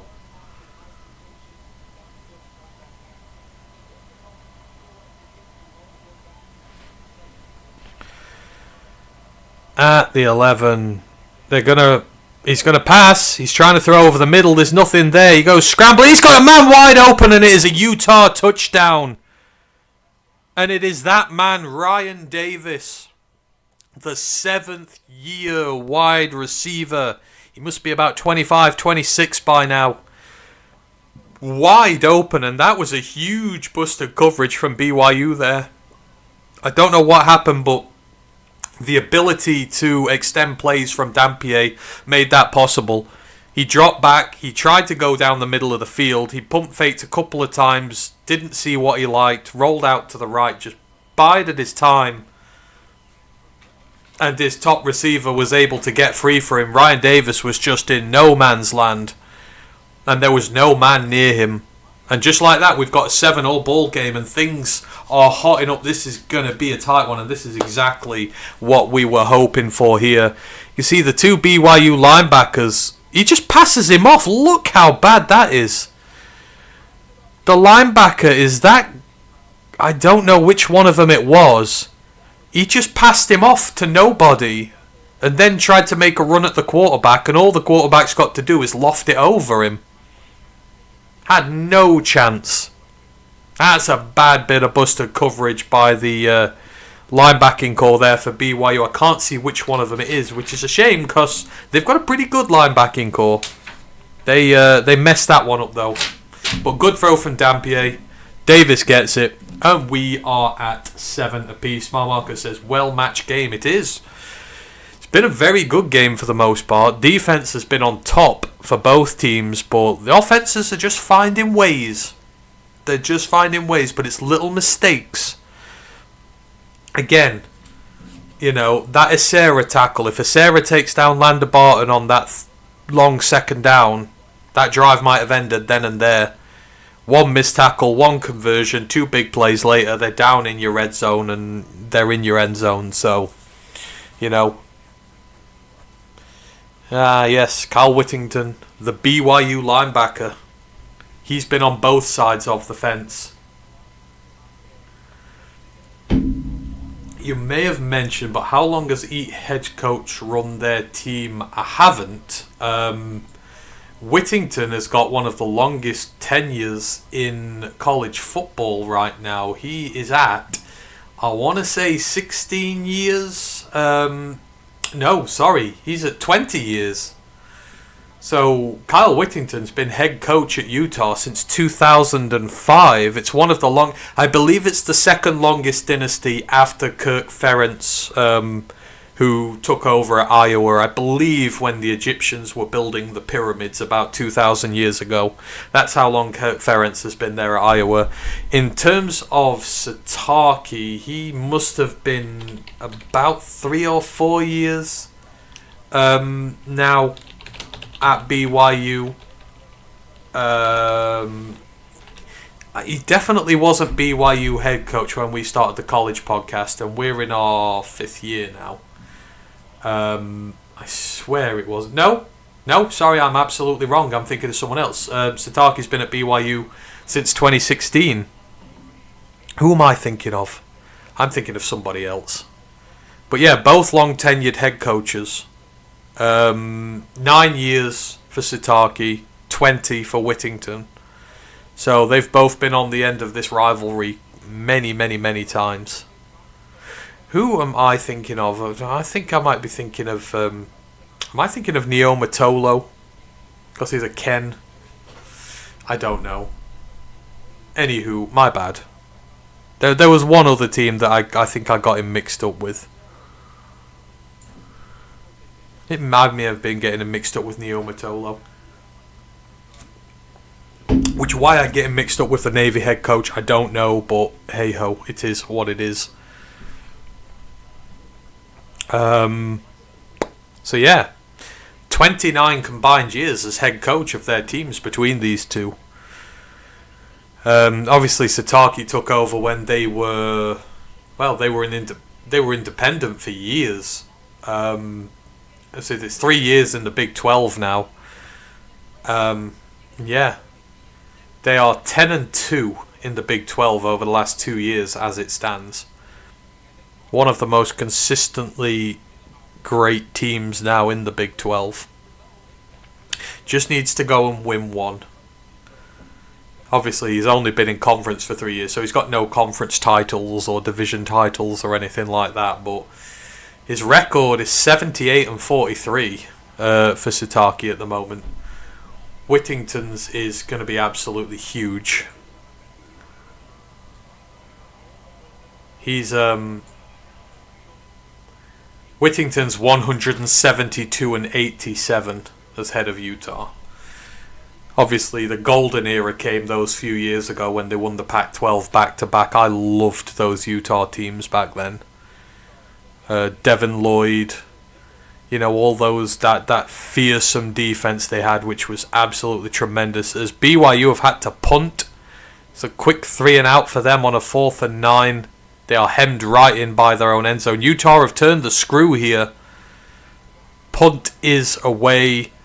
And it's not a good one. Oh, it's dropped! It's muffed! Unbelievable! I think BYU have recovered. That was a terrible punt. They've got it back. Special teams, y'all. That was an awful punt. It only got to about the Utah 35. But whoever was catching that thing ran forward. It was way too far in front of them, and they just muffed it. That's number 28 for Utah. Who's the unlucky man? I am finding you out. Your number is not going to save you.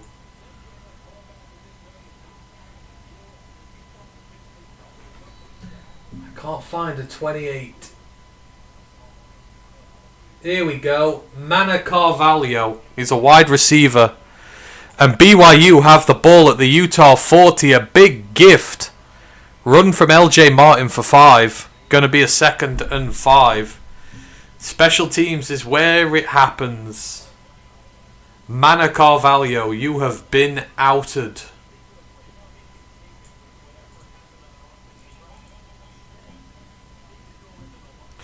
He just shouldn't have gone for that. That kick was too short of him. He wasn't in position. He was leaning forward trying to catch it. He should have let it bounce. Utah would have got it back. Even if it bounced favourably, Utah would have got it back probably at their own 30. Ooh, massive mistake there from the Utes. Massive mistake. Fumble right before the half. Oh. They're the kind that make you pig sick. And you've done it right in the home of your most hated rivals. Those fans are going to be giving you so much jip. And you're going to see that clip about 1 million times at school this week. Especially if Utah lose. Or if there's a touchdown off this possession.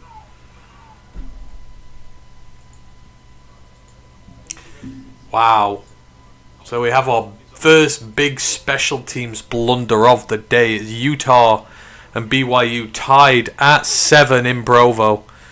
And it's a low scorer, but it's a very entertaining low scorer. Very entertaining.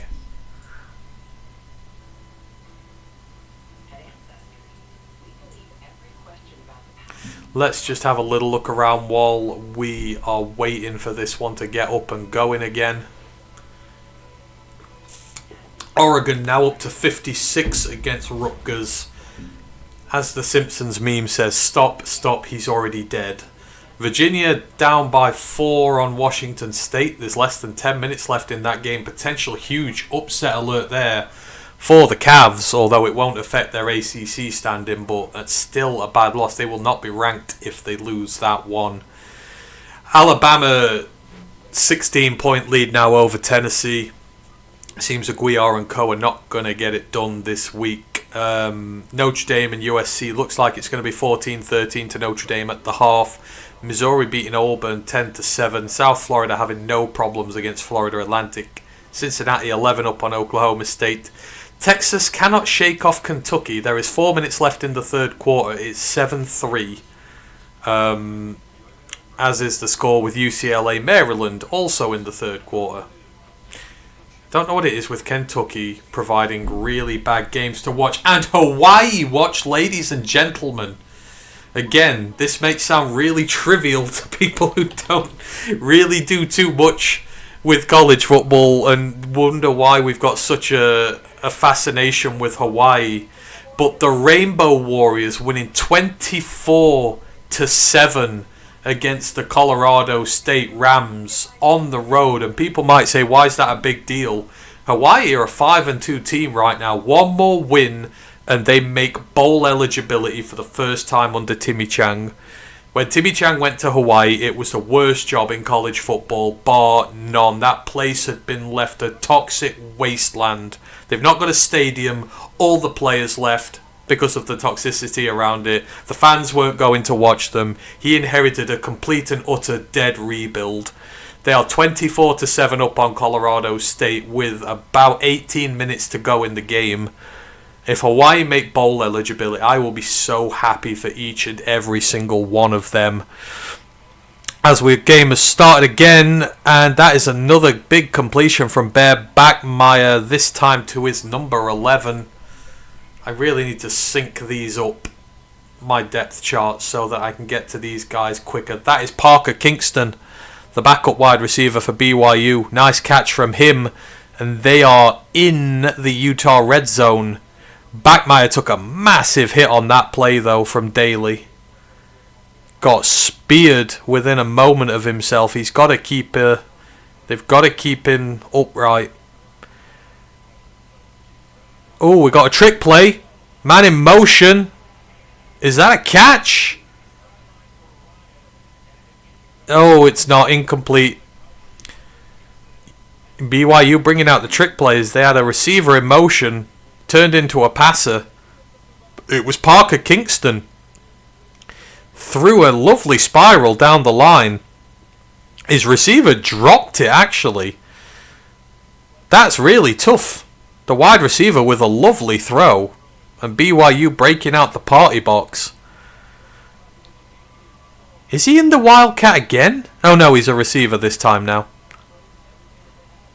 Bear Bachmeier design QB run. Great tackle there to stop him getting the first down. It's number 3 on Utah's defense. That is Lavani Damouni, one of their linebackers. That saved a first down. It's 3rd and 2 now. And if they don't convert this, then Damouni's stop there will be a big part of the reason why. Bear looked like he was. Bear looked like he could have got into the end zone at that point. Utah have taken a timeout. There's a minute 6 left of the half, so Utah are trying to preserve clock here to get some points back. Cause they're going to give up a field goal at this point, so they're trying to conserve clock for their own offense. Excellent from Hawaii. It is. And again, it may seem very trivial. No one really cares about Hawaii, but we do. We appreciate good rebuilds. Brian Vincent at ULM, we appreciate you.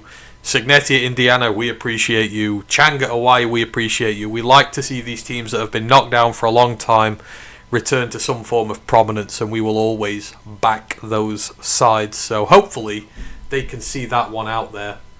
Let's say there's 2 minutes left in the third quarter left of that Hawaii game. Mika Alejado. Man, the dude is legit at quarterback for a freshman. You may be seeing him at a bigger school near you soon. They're going to have a hell of a fight on their hands to keep him on that roster. And Jackson Harris, the Stanford transfer, has another 2 touchdown passes. Pafele Ashlock is one of the... Weirdly enough, Hawaii have one of the best receiver corps in the nation. Sounds silly to them to say they have that, as Utah stop them! What a stop! 3rd and 2 becomes 4th and 1. That is big man number 95 again. Aliki Vimahi. He's the guy who got the sack earlier in the drive. And if there's one thing the Utah defensive line do well, it's stop the run. 2 major plays there. 2 major plays. First from Lavani Damouni to stop the quarterback getting the first down. And then you've got your big man, Vimahi, making the stop on 3rd and 2. And Utah look like they're going for it. There's a minute 3 left. Utah have burned all their timeouts. So if BYU get a first down here, they can kill the rest of the clock for the half and still score points. So this is a big play. If Utah can turn them over here, they've got a chance to take the lead at the half. And Utah get the ball for the second half so they can double up. So this is a big risk from BYU. They're 0 for 2 on 4th downs. They've not converted one yet. It looks like they're going for the QB sneak. They're trying to draw off. No, they've gone timeout. BYU used their final timeout. They were trying to draw Utah offsides. It doesn't work. We'll see if he brings the offense out again. I think this is a little bit risky if you are... But again, if you want to win the rivalry game, you've got to go big or go home. Utah would have to drive the length of the field in just over a minute. So the kicker's on the side of the field. They've not decided to bring him on yet. They're still making their mind up.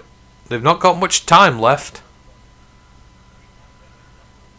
Ah yes, number 15 BYU versus Iowa State next week. My hopes and dreams with the Spectacle have been crushed over these last few weeks. But if they've got an unbeaten BYU come to town, they've got a chance to redeem themselves a little and end the streak. It looks like BYU are going to go for it. Bear is in. He looks so young. I know he is, but he looks like he's 12. Hand off. Bear's going to take it, and he gets it. Ballsy call from BYU. They convert the 4th and 1. They're at the Utah 10. So this is all a matter of what BYU want to do from here.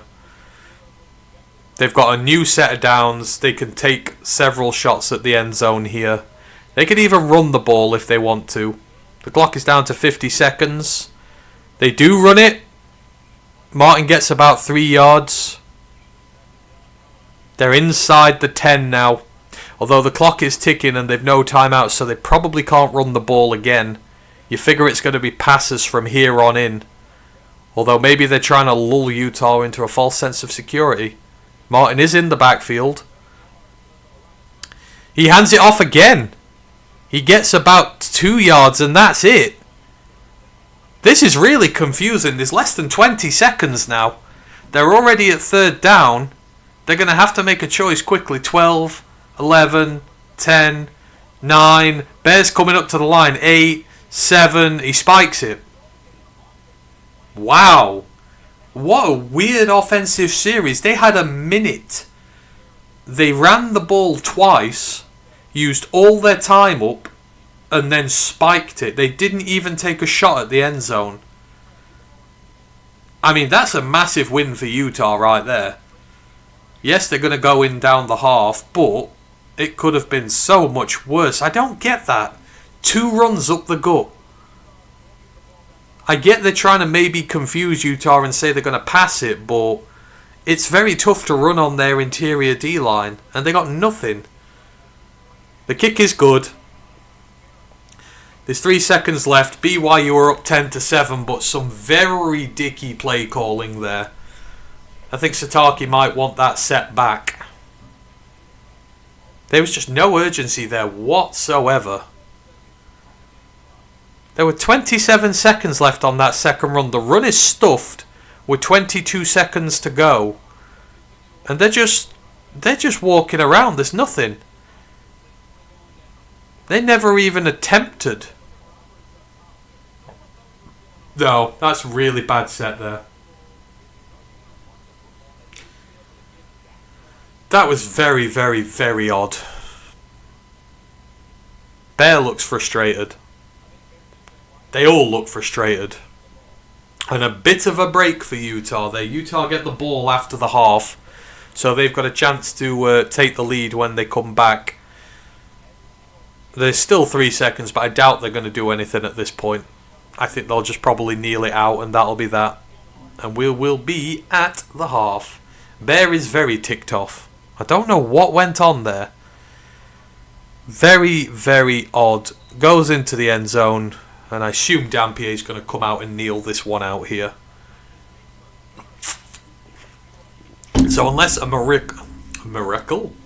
miracle happens, your score at the half, BYU 10, Utah 7, and the Holy War, whilst not explosive in terms of scoreline, it's been very damn good so far. It's close, it's tight, it's nitty gritty. There are a lot of bad decisions been made. There are a lot of good defensive stops been made. This is good football, this is. Very, very, very, very good football. Yep, they're going to kneel it. They are going to kneel it. Oh, what are they doing? What's this? Okay, no, they did try something. So, Dampier rolled out to the left. His entire offense then rolled out to the right, and they tried a massive screen train down the field. That's all I can describe it as, a screen train. That was really, really weird. It went for about 20 yards, and they all got run out of bounds. Oh, college football, you've got to love it. I think that was an attempt at a trick play that went a little bit wrong, so yes. BYU 10, Utah 7. Some of your halftime stats for this one. Let me just get to them.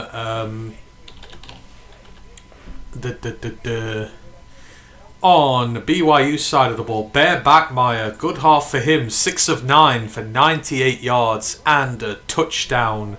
In terms of the receivers, Chase Roberts, his star receiver, 2 receptions, 43 yards and a touchdown. They were on back-to-back plays to get the only BYU touchdown of the game so far. Preston Rex has 1 reception for 32 yards. Parker Kingston has 2 for 25. He has an uncompleted pass as well, which should have been converted. And then Carson Ryan has 1 reception for -2 yards. In terms of the rushing game, LJ Martin has 15 carries already by the half. He's got 57 yards at 3.8 yards per carry, so they've kept him in check. He's had a couple of decent runs, but for the most part that Utah line has kept the star running back in check. Bear Bachmeier has 7 rushes for 25 yards at 3.6 yards per carry. On defense, Falateu Satuala, the star safety, he has 8 tackles, leading the way on the day. Then you've got Tanner Wall with 6. In terms of sacks, Hunter Clegg has the only sack for the Utah defense on the BYU defense on the day. So far, there's been no interceptions. There's been no turnovers in this game apart from the turnovers on downs, but for some reason they're not counted as turnovers. On Utah's side, Devon Dampier, 8 of 13 for 96 yards and a touchdown, so efficient from both quarterbacks. Ryan Davis, the star receiver, has 4 catches for 52 yards and a touchdown. Larry Simmons has 1 for 24. The linebacker, Lander Barton, has 1 for 17. Semi Tawalanga has 2 for 3. And that is that. In terms of the rushing game, Dampier's the leading rusher. 11 carries, 67 yards, going at 6.1 yards per carry. So he's been good in both facets. Daniel Bray has 4 carries for 37 yards. Naquari Rogers has 2 for 21. So both running backs are going at 9 yards per carry currently. And Wayshawn Parker has 5 for 21 on defense. Jackson Benet, the corner, he leads with 5 tackles so far. And Jonah Leaea, he has the 1 sack on the day. And John Henry Daly has his 10th sack of the season for his Utah team. He's got 10 sacks on his own. No one else on that Utah defense has more than 2. So Daly is playing the big moments like the star on that defense that he is. And that is where we are at. Currently, we've had no misses. We've had a muffed punt. In fact, yes, we have had a turnover. We've had a muffed punt. Courtesy of Mana Carvalho from Utah. But BYU ended up punting off that drive, so it didn't really cost them. And that is you at the half. So, again, very entertaining game so far. And no clear-cut winner in sight. This one, I feel, is going to go down to the last drive of the game.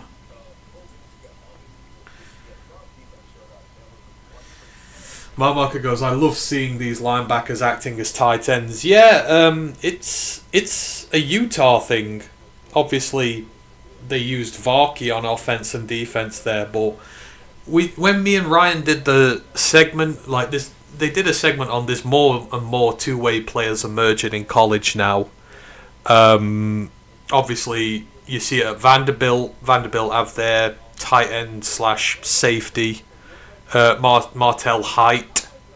more of a defensive player. But then Utah, Smith Snowden was mentioned. They say he's 13 for 13 on receptions this year. He's perfect as a receiver, but he's also their star corner. But Landon is one of those as well. Utah, more than most teams, use two-way players. Not too often, but they find schematic matchups for these guys and they will bring them in.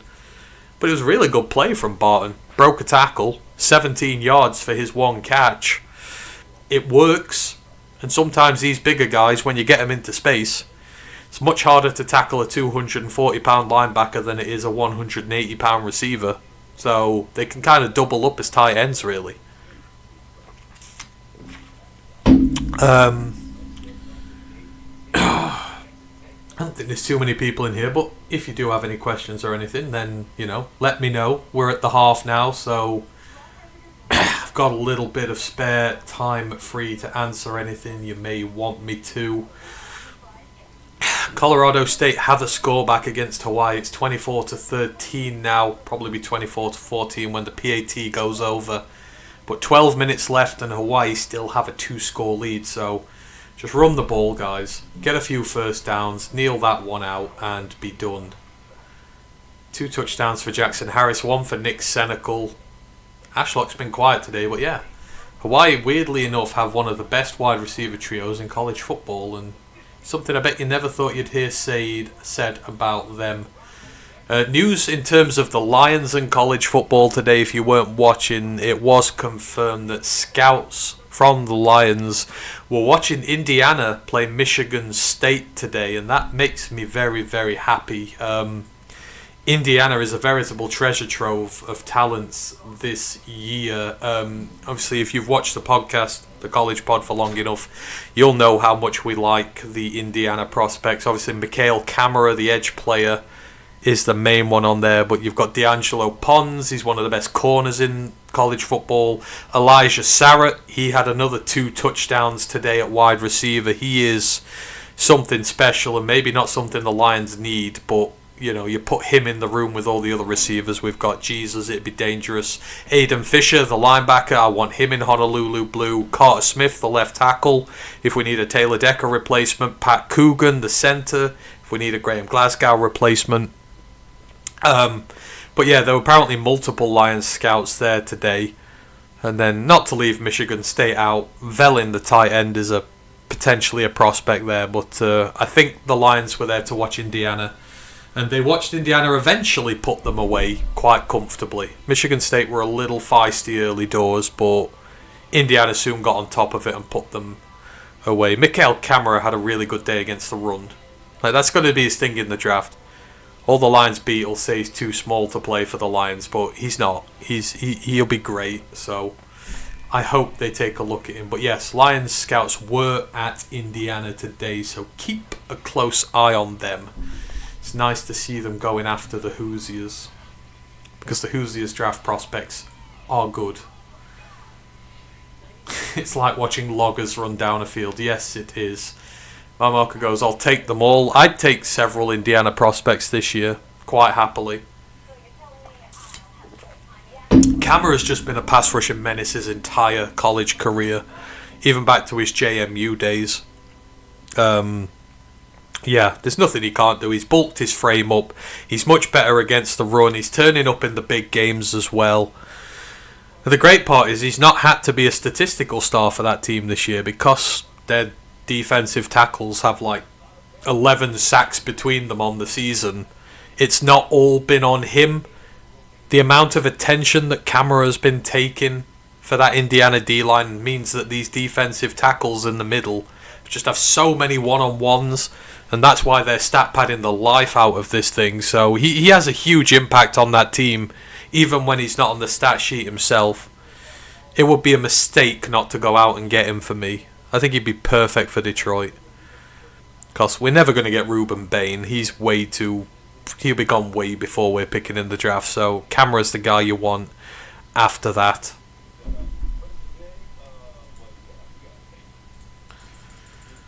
Let's just have a look in elsewhere. Texas still within a score of Kentucky. We're going to have to check in and see what's going on there. 13 minutes left. Kentucky have got a 1st and 10 at the Texas 15, and they're only 7 behind. Cutter Bowley, who's their young quarterback, he's 24 of 30 for 174 yards, although he has thrown a pick. Seth McGowan, oh my god, I love him. Seth McGowan is candidate for probably the most he'll be the most overlooked player in the draft, period, because of his history. But the kid's a bona fide playmaker with absolutely unbelievable potential. Arch is 8 of 20 for 101 yards, so he's throwing at about 45% today. His inaccuracy woes continue. And yeah, it's just this Texas team just does not look good this year at all. They can't run the football. Quintravian Wiesner might be one of the biggest disappointments at running back in the entirety of college football this year. It might be his line. I've not watched Texas that much, but he's been bad. When you've got a young guy in at quarterback, you need to take the pressure off him, and Texas just have not done that in the slightest. Looks like Hawaii went 3 and out very quickly, so nervous times for the Rainbow Warriors. 11 minutes left in that. It's only an 11-point game. Come on, Hawaii, see it out. You know you can do it.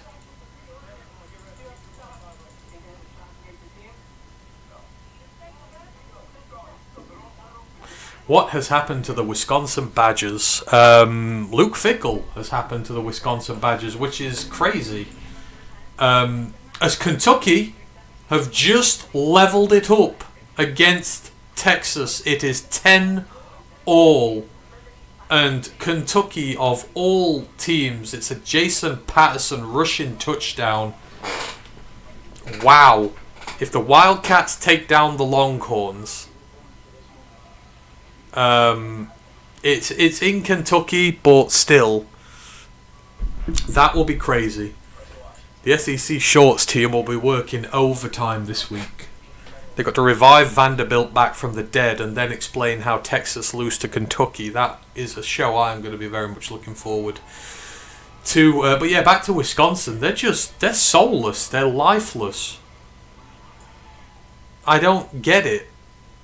I mean, the obvious thing that sticks out is they've just not had a good quarterback in some time now. You know, you thought that when he first went there and he got Tyler Van Dyke, that might be the moment. Like he could be the quarterback for them. But it's just not happened.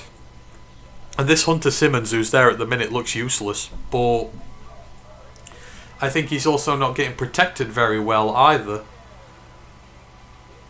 I know the Ohio State defense teed off on him. Caden Curry got another sack. His stat line's going to be stupid by the end of the year. Sonny Styles got another interception at linebacker.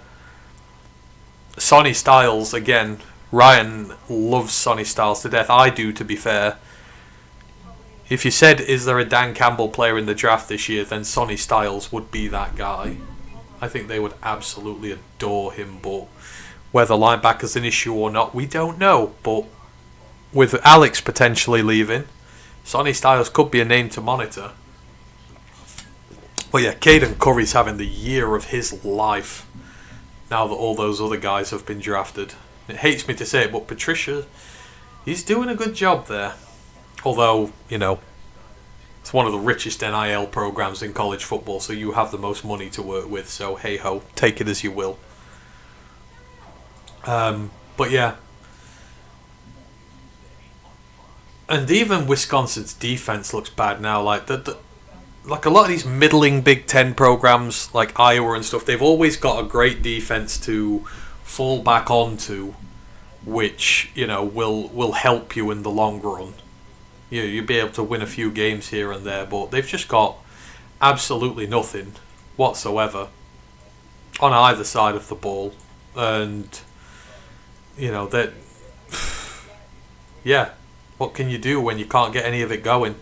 Wisconsin currently, I've just had a look, they, in total offense in the nation, they rank 128th. There are 136 FBS teams.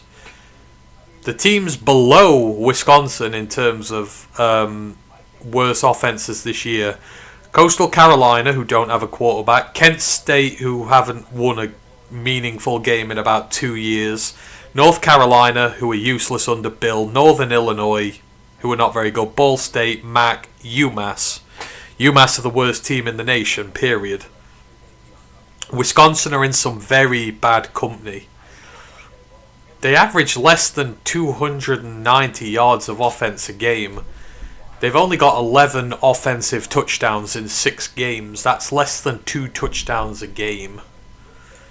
It's like that is really, really holding back. I think what it does, because the offense is so bad, the defense is just getting no time whatsoever to try and regroup. It's just getting gassed out every game. You know, the crazy thing is they've got the 34th ranked defense in the nation in total defense.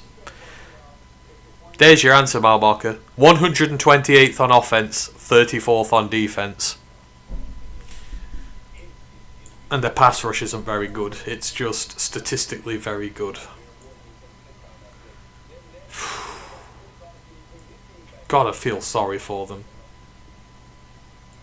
God, I feel sorry for them.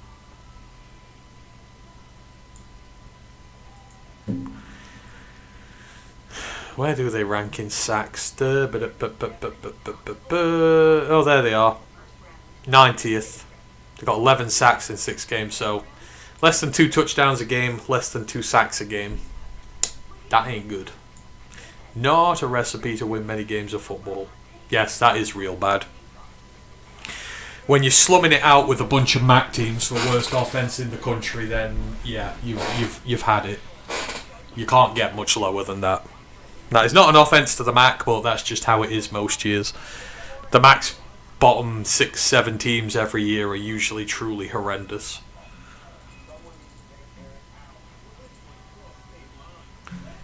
Can't say I feel sorry for them, but for each individual player, sure. I mean, the way I look at it, it just feels like the Big Ten has been saturated by the same teams for so long now.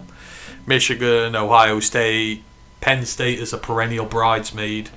Like, you want to see one of these powers come back to the core. Like, they've got some very good fan bases, some potentially very intimidating atmospheres. Your Nebraskas, your Wisconsins, you know, even teams like Minnesota, Iowa.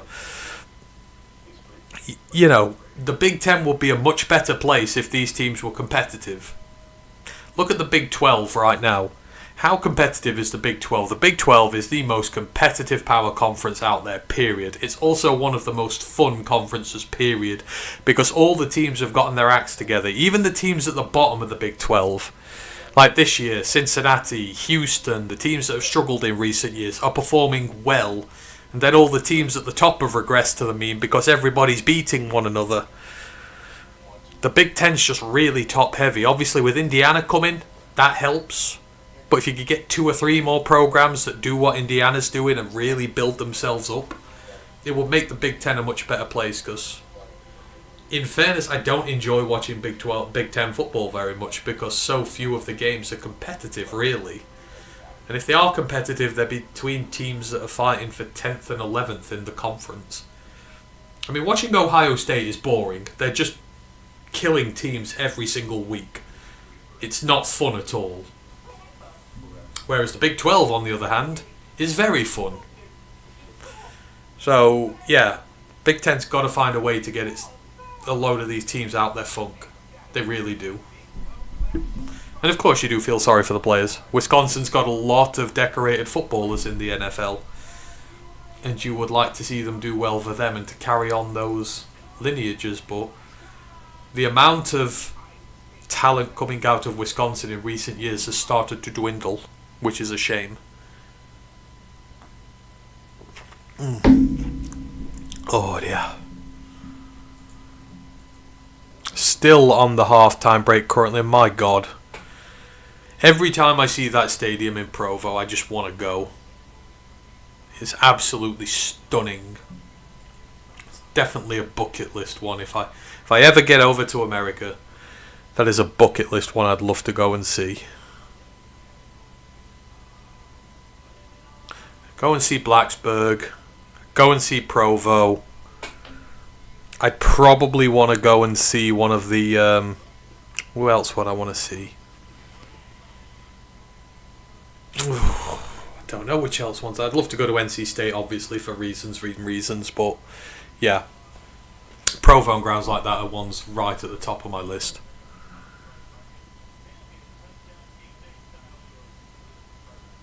I'd love to go to Mile High as well. Technically, I think Colorado State play at Mile High. I think they might do. But I'd love to go to Mile High. I'd love to go to Colorado in general. That's my type of weather and my type of climate.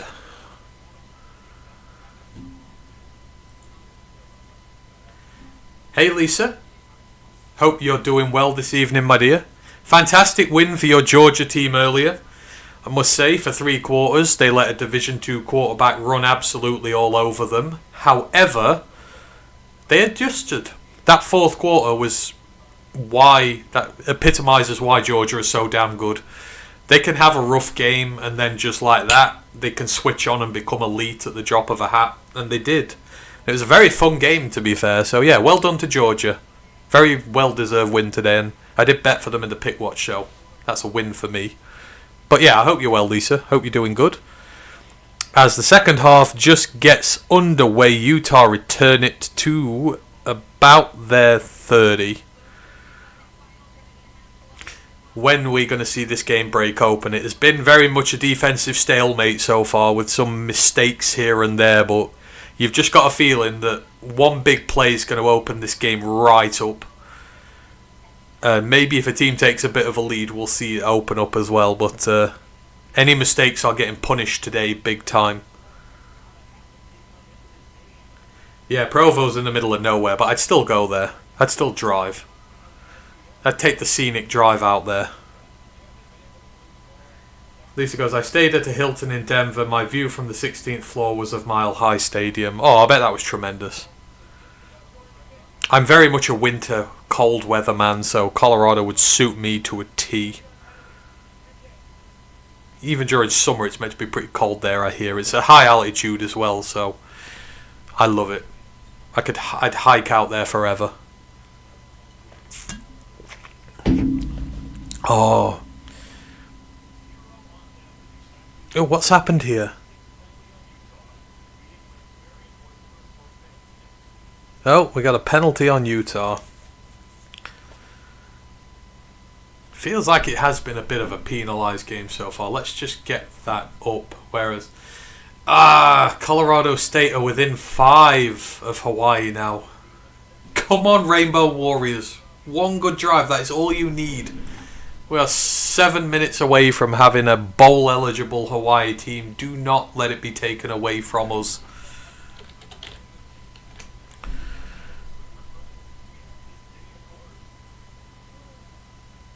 Oh, are they taking the kick again? Okay, so there was a penalty on Utah, and they're taking the kick again because Utah did return it to about their own 30. So we're going to do this again, y'all. We lost 4 seconds of the half for a kick that will no longer exist in the history books. Are they going to try and return it again? Nope. They let it bounce into the end zone. So we're going to start off from the usual position. Oh wow, so penalties so far. Utah have 7 penalties for 39 yards. BYU have 0 penalties for 0 yards. So BYU went through a whole half of the Holy War without drawing a single flag. That is actually quite impressive. And weirdly enough, the teams are separated time of possession of 8 seconds. BYU had 15:04. Utah had 14:56. So they're about even with time of possession. And they've had the same total number of offensive plays as well. So, you know, offensively you couldn't be more balanced in this game. Just BYU have a 3-point lead. 2nd and 8 for Utah. Run for a short gain. They are at their own 27. Dampier drops, surveys, pump fakes, and he's... Oh! How did he get out of that sack? He rolls to the sideline. He throws it away. He's incredible. Devon Dampier is absolutely incredible. He was sacked and dead to rights. He got hit full on there. Every other quarterback in the world would have gone down. It's a wonderful rush from the defensive tackle. Is that 48? How did he get out of that sack? Incredible. That was Bodie Schoonover who missed that one. Or Schoonover. Bodie Schoonover. That is a missed tackle for you, Sunshine. He doesn't have a sack this year. And that's the reason why. Dampier throws away and it is a 4th and 8. And BYU force a very quick 3rd and out within 50 seconds. Kyle Whittington looks like he's going to have a heart attack any moment. It's just how he... I think it's just his demeanour.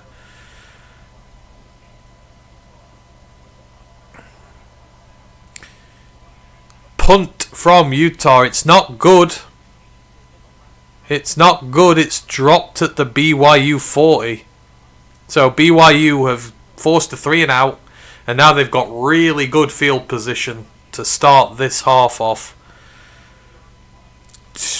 There's a reason Dampier's only been sacked twice this year, and that there is your reason why. They cannot get hands on him at all. Does the intentional grounding rule vary in college from NFL? No, it does not. It's the same. All the same.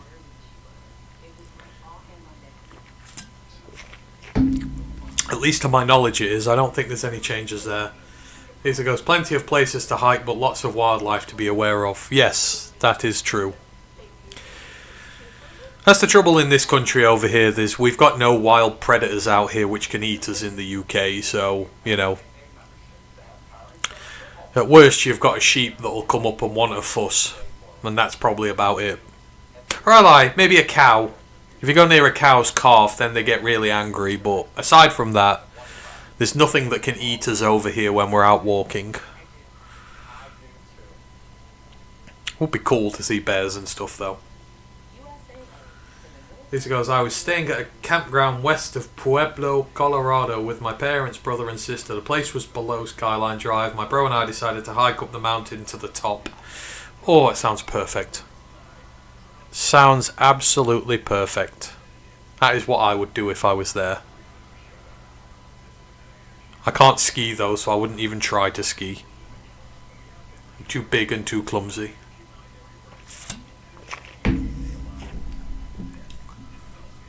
Oh dear.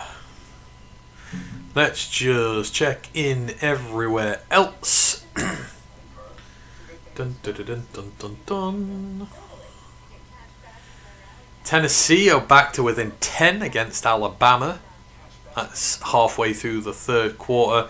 Notre Dame stretched their lead to 5 over USC with about a similar amount in the third quarter left there. Missouri still 10-7 up on Auburn, but there's not been any points in that game for a while. South Florida 11 up on Florida Atlantic. Texas and Kentucky still 10 apiece. And the Thunderdome of Kroger Field is apparently stopping Texas from playing football. Cincinnati 12 up on Oklahoma State. Penn State are losing to Iowa by a point with 4 minutes to go. Penn State staring down the barrel of a 4th consecutive defeat. Who the hell would have thunk that this time a month ago? Everything was perfect in their little world. Maryland lead UCLA by 3. Pittsburgh dominating Syracuse 20-7. That is your roundup for now. Hawaii, 3 minutes left. They've got a 4th and 1 at the Colorado State 35. Oh, go for it, Timmy. Go for it and convert it. We don't want to hear nothing about failure. You've still got the rest of the season to get to bowl eligibility, but we would like it to happen today. 8 minutes left in the Kentucky-Texas game. They're about to punt, Kentucky are. it looks like, anywho. But it's still a close one as BYU's next drive starts. Shot from Bachmeier and a drop. A bad drop from Parker Kingston. That would have been a huge chunk gain, that would have. He high pointed it. Let's have a look. High point. It's in front of his helmet. He bounces off his helmet. That is a bad drop from Parker Kingston. That could have blown Utah's defense wide open. Instead, it's 2nd and 10. Still at their own 41. Bear drops again. It's a short screen pass and it's blown up. Absolutely blown out the water. That is Jonathan Hall, the linebacker. He identified that very quickly. The right tackle misses his assignment. Goes for the knees. Kirby style. Great tackle there. And again, the Utah defense is holding firm. They've got BYU at 3rd and 13. Utah's defense doing everything it can to keep their team in the holy war. Bear drops for a 3rd time. Lobs one deep, miles away from his intended target. He was going for Chase Roberts, but I think there was a breakdown in communication. Roberts came infield. The throw went to the perimeter. In no danger of being picked. And BYU drive started at their own 41 there. That's some of the best field position they'll get all game. And they've blown it. They didn't even get a fresh set of downs. Ooh, there was maybe a little bit of interference on Chase Roberts there. It was, I don't think it was an uncatchable pass, but I've seen them given. If that was the Lions playing the Chiefs, then it would have been given. Punt return from Utah gets back up to their own 29, and that's a good recovery from Utah. Bad last drive, bad punt, but they've managed to get something out of it, and they will start at their own 30 in a moment. 13 minutes left of the 3rd quarter. I looked to my left and 20 yards from me was a mountain lion. I think he was as scared as I was. Yes, I believe a lot of those big cats they don't really want to deal with humans, so unless they're just scared of bulldogs. Lions might be scared of bulldogs. I quickened my pace and looked back and he was gone. Yes, I think I would have quickened my pace as well if I saw a mountain lion. That would have been crazy. You're only 12 as well. Wow.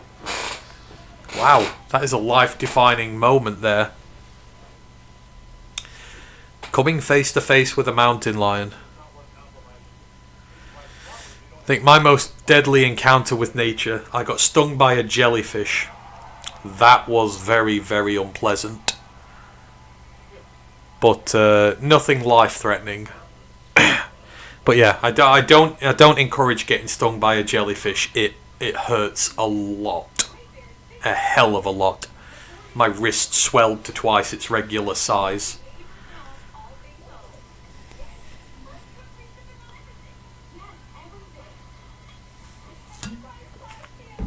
Oh.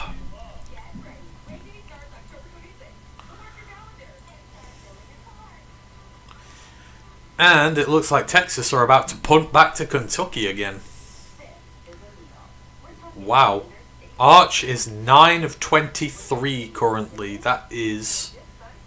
God, is that 40%? 40? That is about 40% completion from Arch today against Kentucky. Man, you know what? He may end up transferring by the time the end of this year is done. I don't know whether the Longhorns are going to accept this.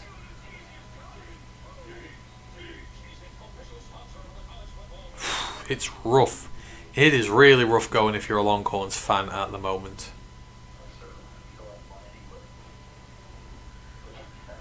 My brother and I hitched a ride down the mountain from some nice people. That's good. Mark goes, nasty. They're common on the West Coast. Gather in marinas. Yeah, so we went to Malta, which is an island just off the... it's a British... Well... It's been owned by the British for a long time. It's just off the south coast of Italy, more specifically Sicily. I I don't often go down into the Mediterranean because I'm not a hot weather guy, but we went there, and I love swimming. And I went out swimming one day, and I had no idea, but there were jellyfish all in the water where I was, and I had no clue, and one wrapped itself round my wrist, and I got hurt. As Devon Dampier is sacked! You do not see that very often. Just the third time this year they eventually get him. It's a sack from behind as well. I think he forgot the man was behind him. There's a drop back. It was a blitz. He avoids the pressure. But then the linebacker just gets back up and gets him again. That is Alford. Hang on. Which one is it?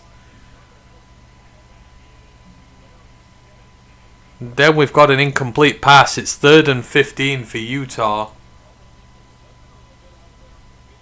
That was Max Alford with the sack.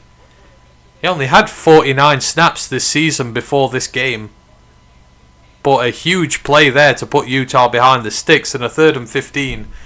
And it looks like Utah are going to have to punt again because they're at their own 22. They are not in a good position here right now.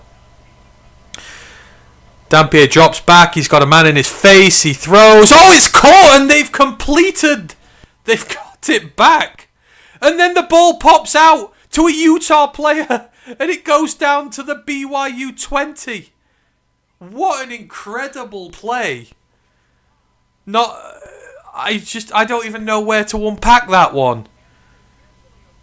Devon Dampier with a man in his face hoiks a ball up to one of his tight ends. They get the first down. He goes running. The ball gets punched out and then drops to Merriweather, one of the Utah wide receivers, and he carries on running with the football down the sideline. And they've gotten to the BYU 25. They snap quick. They're going tempo. A run round the edge. Should have been a tackle for a loss, but he gets about 3. Wow, BYU's defense just went very undisciplined for a couple of plays there. So it's 99 who gets the ball initially. They get the ball out and it just flips to Merriweather. That was incredible. Let me get the actual receivers up here. So it was Otto Tier, the tight end. That was only his 3rd reception of the year. And it just popped out to Tobias Merriweather. BYU's defense ripped it out. They got so lucky. And BYU's defense got so unlucky. Wow. I don't think I'll see a play again like that this year. But yeah, they converted a 3rd and 15 and BYU lost a big opportunity there. Utah are now feeling this. They realise they've got lucky. The tempo's up. They're at 1st and 10. BYU's defense is looking a bit gassed. They're at their own 15 now. Man in motion, man in the backfield, and I think Whittington's taken a timeout. I think he senses how important a part of... Oh no, BYU's taken a timeout. I think Sataki wants to give his defense some rest. And that's an unfortunate few plays for BYU, that is.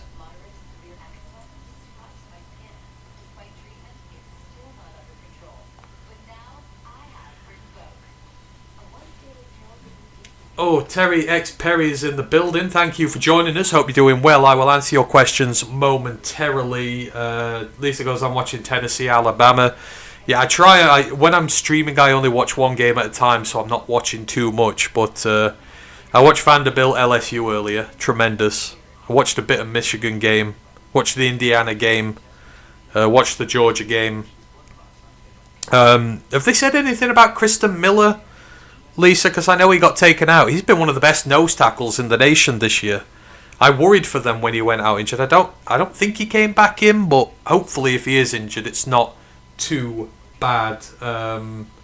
Notre Dame just scored on a kick return. Damn it. I knew Notre Dame were going to win. Every time Notre Dame have their backs up against the wall, because they need to win this game. They cannot afford to lose to USC or the season's over. Every time they find their back up against a wall, they win. Terry Perry goes, hey Anthony, how are you doing tonight? I'm doing good.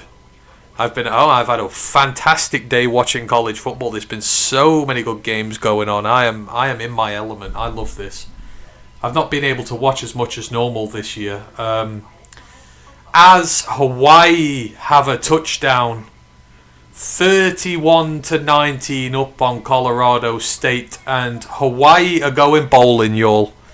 This is a 4-year culmination of a project to get them into a bowl game. We've been desperately waiting for Timmy Chang and his men to make the breakthrough, and they're going to get there. There's 1 minute 37 seconds left. Hawaii are going to a bowl game. Breaking news, y'all. We love that. We are all honorary Rainbow Warriors today. Terry Perry goes, Arch Manning really looking that bad? He is. They're really, really struggling. Kentucky are about to punt back to Texas with 3.5 minutes left. It's still 10-all.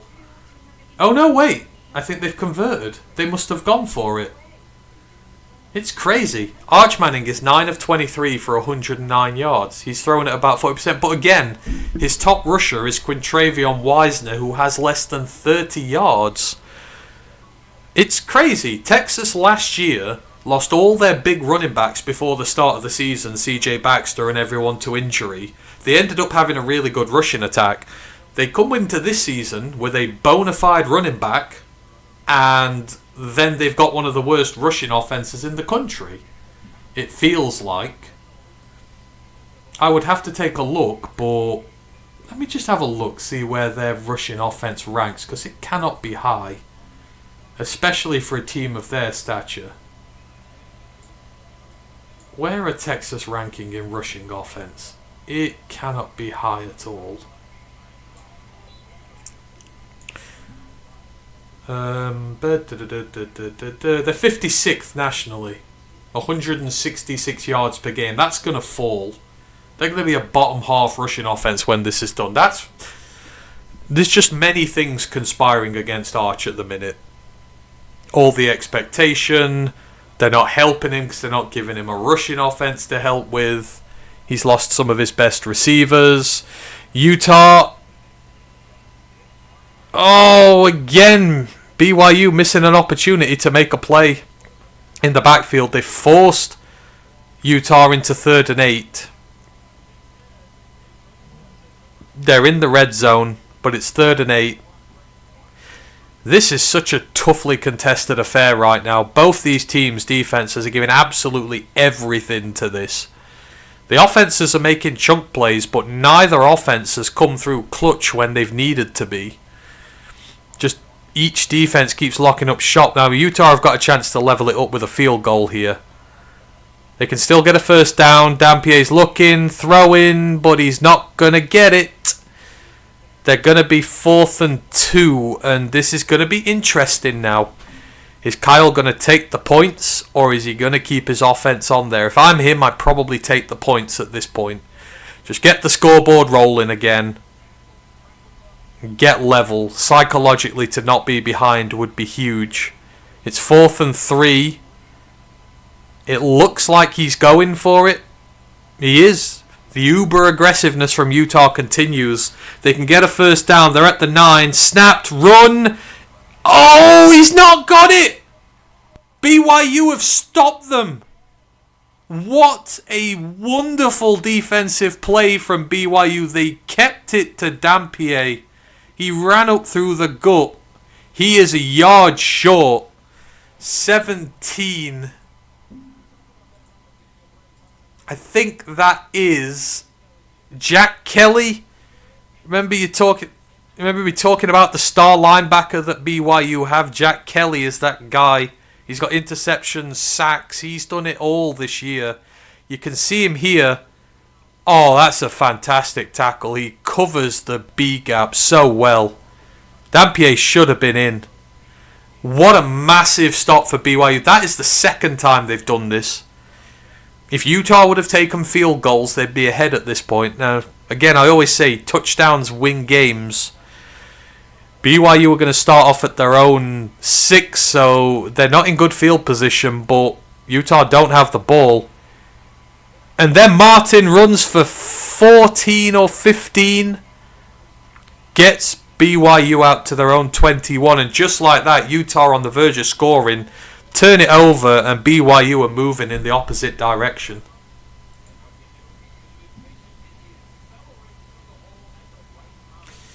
Notre Dame missed the PAT. It's 27-24 to them. Why is Arch so bad? Is it the O-line for Texas? I don't know, but when the rushing game is not doing very well, then there's kind of a theme there. His passing's not so great either. They're saying a lot of the stuff's coming out his hands quick. It's very simplified. There's not many downfield shots. That generally means he's getting pressured quick. If they can't run the football and they can't protect him, I'm willing to believe that their offensive line has some part of that. While I've got a minute, I can take a look actually.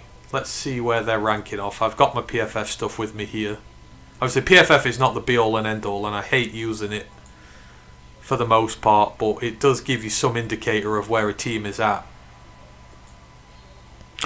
As BYU are now up to nearly their own 40, that feels like it could have been a back-breaking play there for for Utah. Their defense is tired. It's not hanging out very well.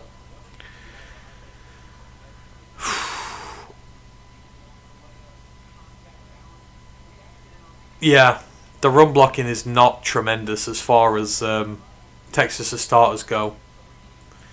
They've had positional changes at left guard, although for the most part everyone else has been healthy, so they've not been affected by injury.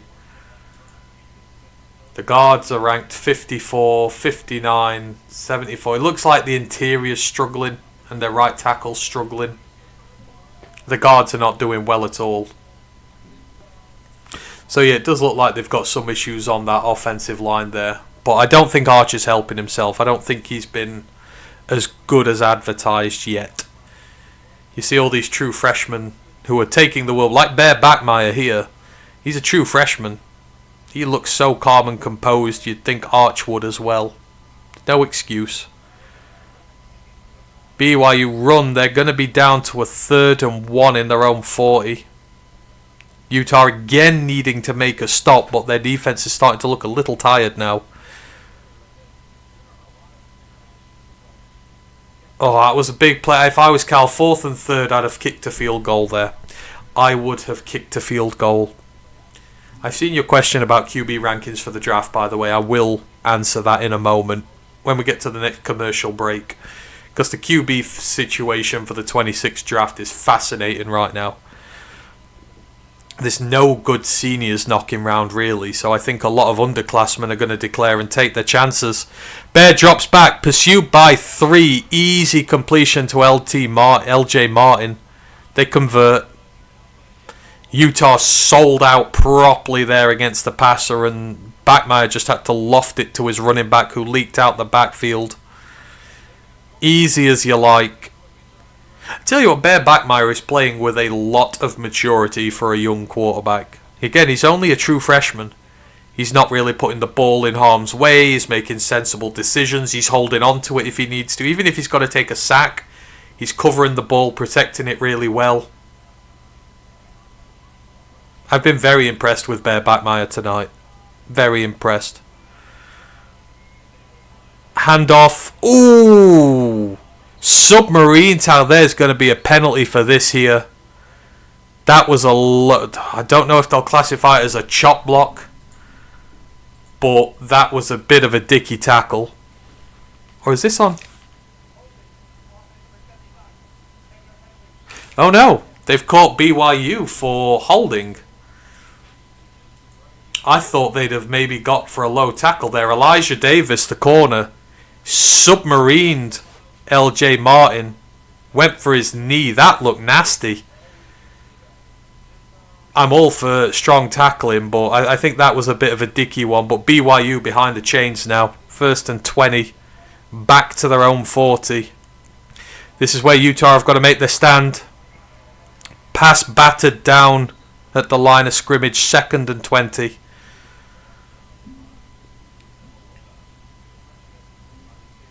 Think that was Pupu Sepuiona. Yes, it was. Hang on. Sepulona. Pupu Sepulona. The defensive tackle. There are a lot of Pacific Islanders on these things. I've tried my best to learn all their names properly, so I apologise if I do butcher any of them. But I would like to think I've done my best. 2nd and 20. Bear throws. Intercepted! Oh, and that is the curse. I've just said how good Bear Bachmeier looks protecting the football, and he is picked, but there is a flag down. There is a flag down. We remain to see what this is.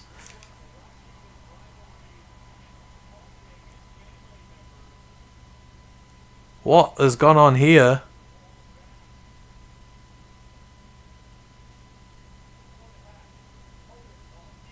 Oh no! A defensive holding call wipes out the interception. What an absolute backbreaker. That is a backbreaking penalty for Utah's defense, but I think that's how the interception occurred. Please don't tell me that's made a first down. That shouldn't wipe out. It has. They've got a fresh set of downs at the 50. Oh man, that's got to sting if you're a Utah fan there. Interception. It was a bad throw from Bachmeier, but it looks like the pull is the reason why the receiver couldn't get to where he was meant to be. So Bear Bachmeier is forgiven. It's a 2nd and 7 just inside the Utah half. This drive is approaching 5 minutes. It's slow, it's clunky, it's not going very fast, but it's the last thing Utah need right now. They need to get off the field quickly. They need to get off quickly.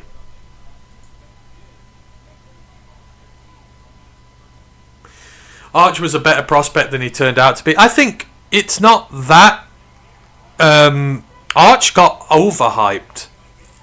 I think sometimes you've just got to let players be players. Like, I think some of these prospects, especially the legacy players, they just get overhyped. Just let them come in and be themselves. Like, all anyone's talked about for the last 2 years is when is Arch Manning going to knock Quinn Ewers out the Texas team, but Quinn Ewers had his own problems.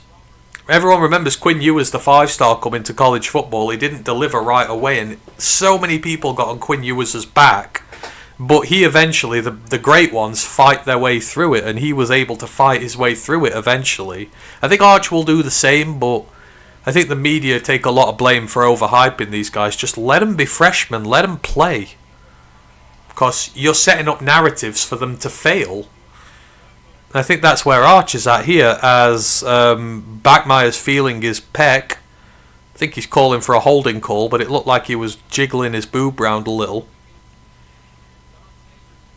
Ooh, there is a little bit of holding there. Little bit of holding.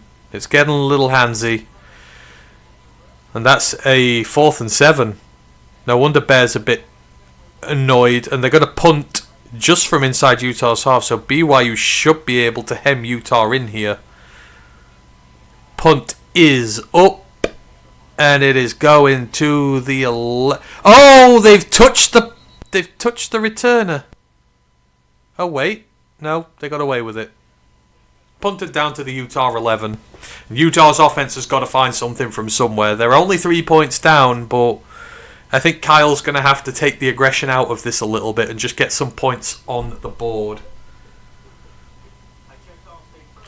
I think maybe he needs a better system or team. I think he's got too much pressure on him. He does. Again, like I said, it's outside pressure.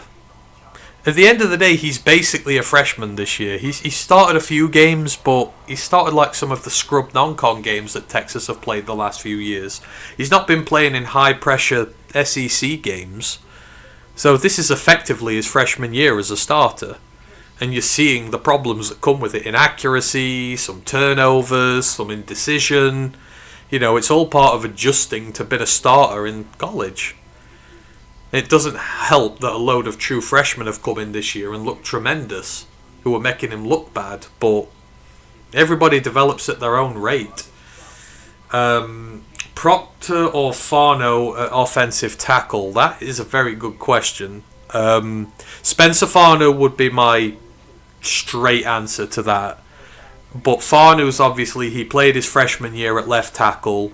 He's played at right tackle since then, but he has experience playing both tackle positions. And I think Farnu's more in the build of what we'd have here in Detroit. That is not to say Proctor is not bad. Caden Proctor's a very good tackle. But Farnu would, for me, suit a bit better. But it's a good question. See, they're going to be looking at guys. Obviously, Lions went to watch Indiana today, and Carter Smith is a prospect not been talked about enough at the left tackle position. He's given up nothing on that blind side this year, protecting Fernando Mendoza. So they're obviously going to be looking through these guys. Caden Proctor's had a good... He just had a really bad game against Florida State, Caden Proctor did, which will bump him. Like, that first week, he looked like he wasn't CFL caliber. But he's not given up a sack since then, and that entire Alabama team looks better now. He would be declaring this year as an underclassman. Although I guess Farnu, they're both only 3-year players. They're both really young. I think Proctor's only going to be 21 when he hits the NFL. I think he's 2005. So yeah, Proctor's only going to be 21. And I think Farnu's going to be even younger, if I remember rightly. So that both of them are only third years right now. But I expect them both to go to the draft. I think Farnu's going to be 20 when he hits the NFL. But I mean, Farnu's given up nothing this year. He's not given up a hit on the quarterback at all. I think he's like 3 pressures or something like that. And Farnu's run blocking is a lot better than Proctor. I think that's where he has the real edge over Proctor. Proctor's more of a pass protector. Farnu is a road mauler. As Utah got nothing in the ground game whatsoever. Not a damn thing. 2nd and 10. Still stuck on their own 10-yard line, and they're going nowhere. This is the trouble with the Utah offense. The run game is there to supplement the passing game, and they can't get the passing game going. And Dampier's just got nothing. He's in the backfield on his own, scouring nobody. He got a very good throw down the middle of the field, though. It's first down. Much needed first down for them.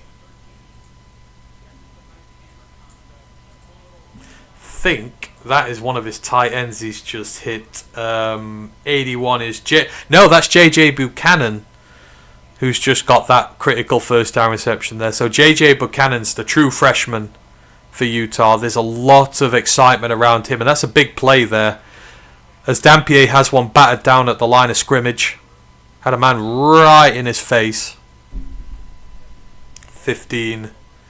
That was Tavian Beasley, the corner, right in his face on the corner blitz. Was that Beasley? No, that's not him. That was Bodie Schoonover, sorry. Right in his face. 2nd and 10. But yeah, you saw JJ Buchanan for the first time there. In a year or two, you'll be hearing a lot about him as a ton of hype behind him. An absolute ton. As a run goes absolutely nowhere, and it's going to be 3rd and 10. But there's afters the play. Is that going to get flagged?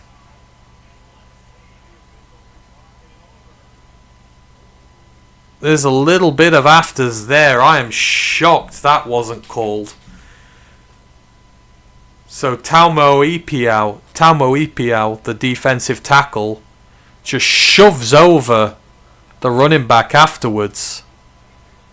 Oh, BYU was so lucky that didn't get called.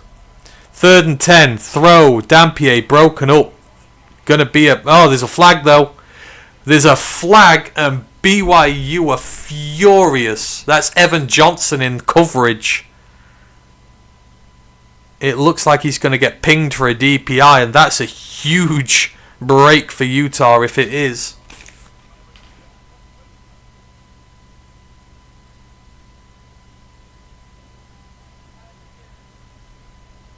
Yep.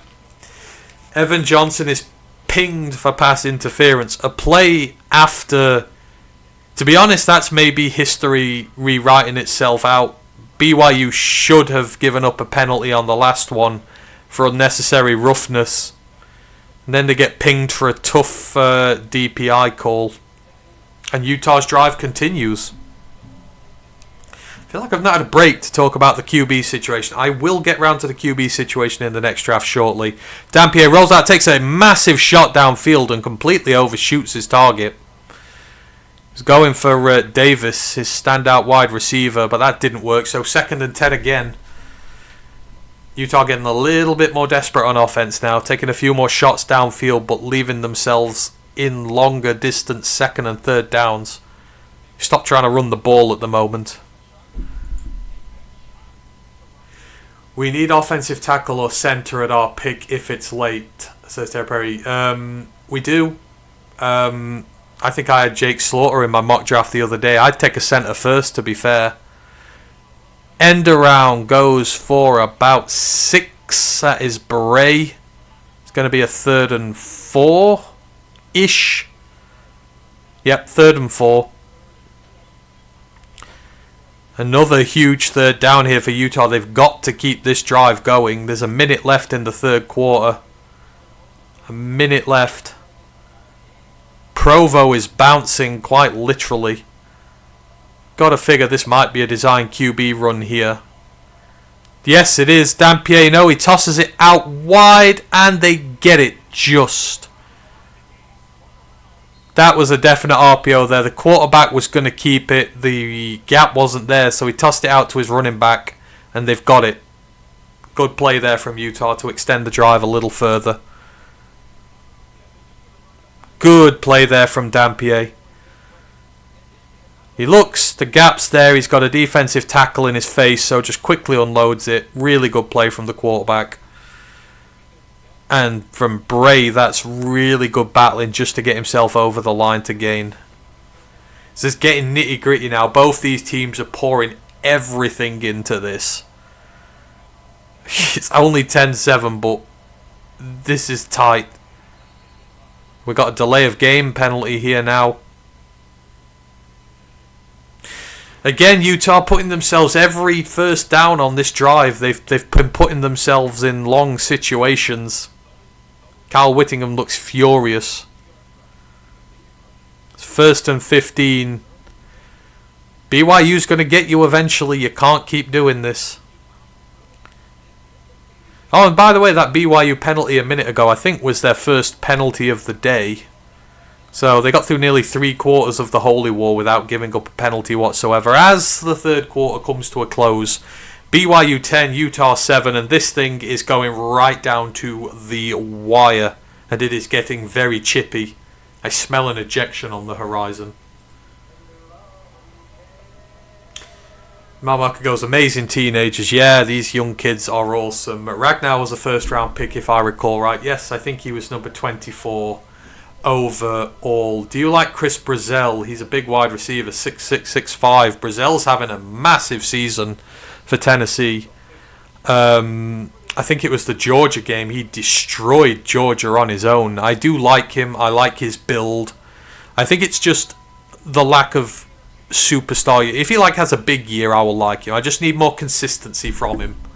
But in terms of him as a player and the fit and everything, he's tremendous. And again, it's the system as well. It doesn't make it too difficult for the receivers. A lot of the Tennessee receivers coming into the league have struggled to adapt to the NFL. So there's just little bits like that. But I mean, like the Arkansas game, he had a very quiet game against Arkansas. But outside of that, he's been pretty decent. What is he at? 536 yards, 7 touchdowns this year. He's having a good season. But that Georgia game was the real glow up for him. But just be more consistent. 5 for 62 against UAB. He had 105 yards against Miss State. But then just one catch for 5 yards against Arkansas last week. So I don't know what he's doing currently in the Bama game. I'll have a look where he's at there. But yeah, in terms of his build, he's absolutely everything that you want. Bama winning by 10 with 11 minutes to go. Brazzell currently he's got 4 catches for 48 yards. So he's doing alright, but again, you'd like to see that consistency and him really knocking down the stats in these games.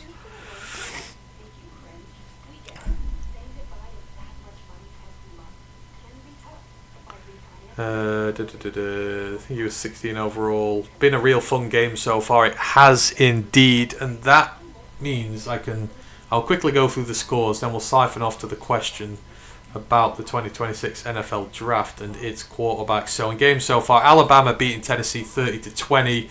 Notre Dame USC, it's 27-24. That's tight with 9 minutes to go.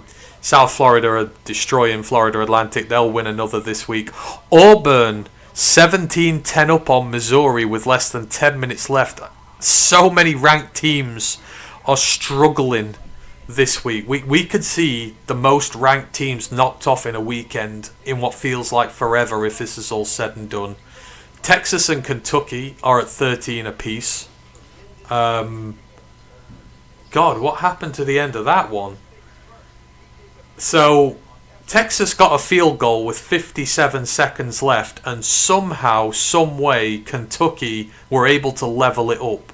It took them 40 seconds to get within 45 yards to get a touchdown. So that's going to overtime. Texas is unreal. This is going to infuriate Kentucky fans. There's the running joke that Mark Stoops loses so many games, but then he always wins that one game which buys him another season. Last year when they beat Ole Miss, he should have been fired that season, but he beats Ole Miss, he gets another season. I guarantee you Kentucky fans don't want to win this game. If he beats Texas, he'll get another year, and that's the last thing that Kentucky fans want. So I think this would be the only time when a team is hoping they don't win a game of football. It's the worst thing that could happen to Kentucky football, beating Texas. They need to get rid of him because they've just got no identity left as a football team anymore.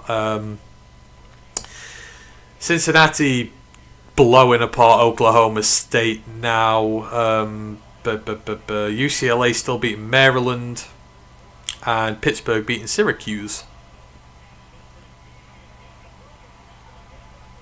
1st and 15, and Utah convert. What an absolutely sensational play that was. Who on earth is 15 who did that? Is that a running back? Need to find where I'm at here. 15, that is Bird Ficklin. He's one of the backup running backs. He went for 15. He took about 5 BYU players with him to convert that. End around. It's gone. Sprung to the 30, to the 20, to the 10. It's going to be a Utah touchdown. And just like that, blown open. That is Daniel Bray. Hits the end around. Hits a gap. And he's gone. And just like that, all of BYU's hard work on defense is undone by 2 monumental plays. Bray's lined up at tight end. Comes across, takes the handoff. And that's just terrible. He's not touched. He's physically not touched getting through. And the Utah players are not really having to even block for him. There's just a massive gaping hole. He's got to take on one safety coming downhill. The safety cannot get an angle on him. He just eases outside. But 2 huge plays from the backups there. So, in fact, Bird Ficklin from before, he's the backup quarterback. But Daniel Bray, that's his first touchdown of the year for the backup running back for Utah. 13 or 14-10 now. And BYU all of a sudden at home, that unbeaten run is under pressure now. Yeah, that was an angry run. Kyle would give him his scepter for that angry run. He's a quarterback as well. And that's it. 2 great plays in a row. That's all it takes. There's been so much good defensive play in here, but the offenses have just found ways to keep digging at it.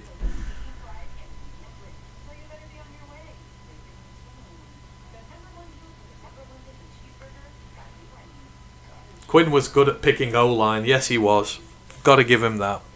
He was. But apart from that, he was useless. He did pick Golladay. I love Kenny. I don't get why Lions fans don't like him so much. He got a big contract offer and he took it. He had 2 1,000-yard seasons. He bet on a third, wanted a mega deal, got hurt. I mean, I can't blame him, but Bob had his moments when it came to drafting. Yeah, I like Kenny. Kenny's one of my favourite Lions players. Like a true contested catch receiver. I know he wasn't the best at it sometimes, but I just thought he gave his all for us. And the way he was treated afterwards, and everyone kind of laughed at him for taking that deal, it's like, come on, let's not be that salty towards a former player. He did nothing but good for us.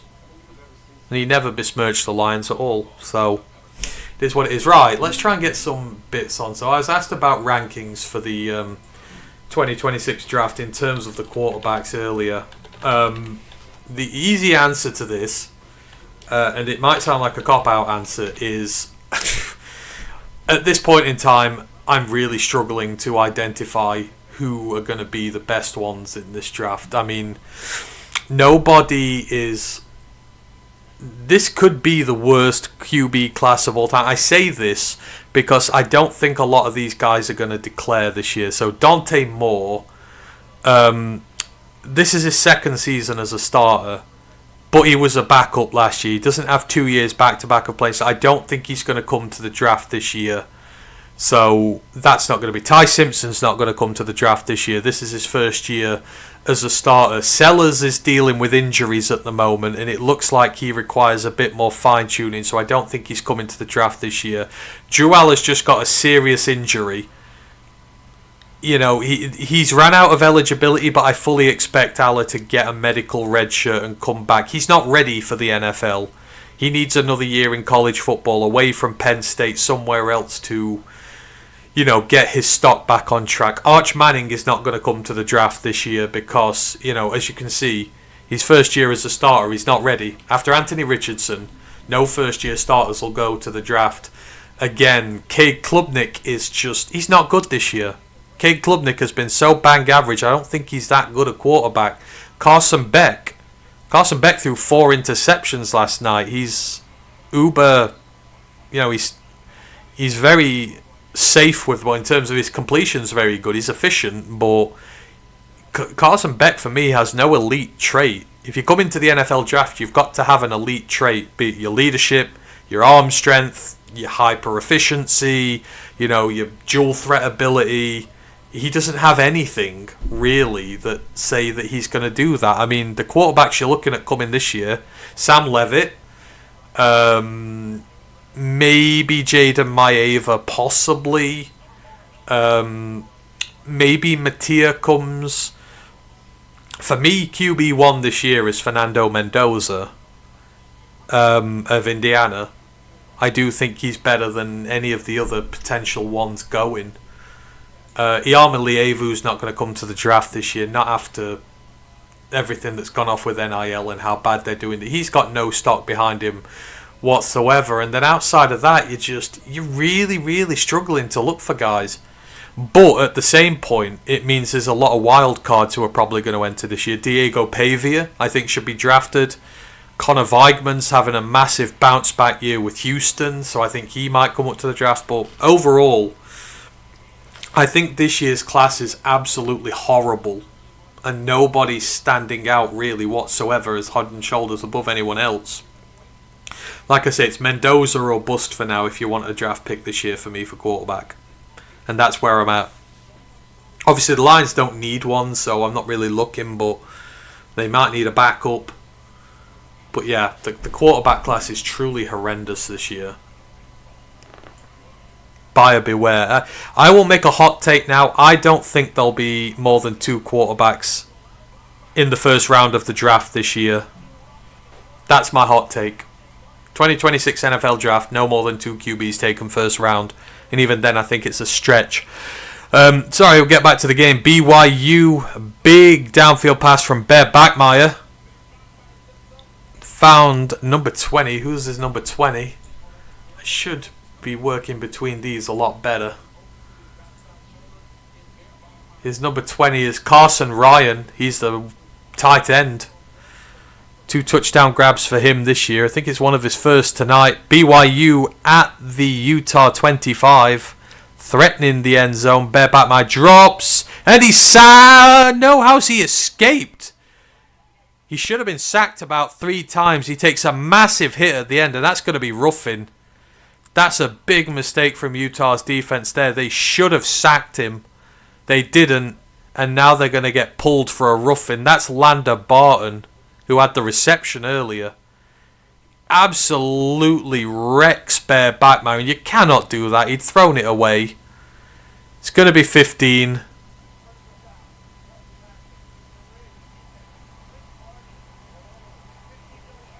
Targeting.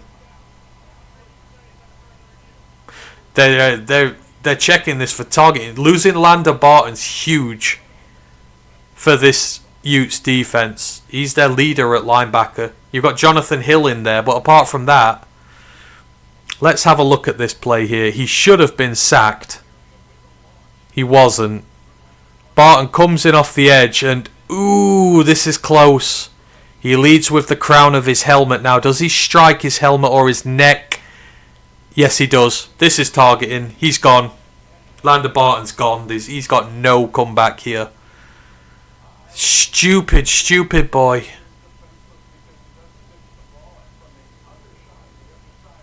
That could have hurt Bear Bachmeier, that. Oh, that is so silly. That's one of the leaders of your defense. You're just on the threat of making a stop. Cannot do that. He's a 4th-year starter as well. He's got nearly 2,000 snaps in college football, Lander Barton. You cannot make a mistake like that. Cannot.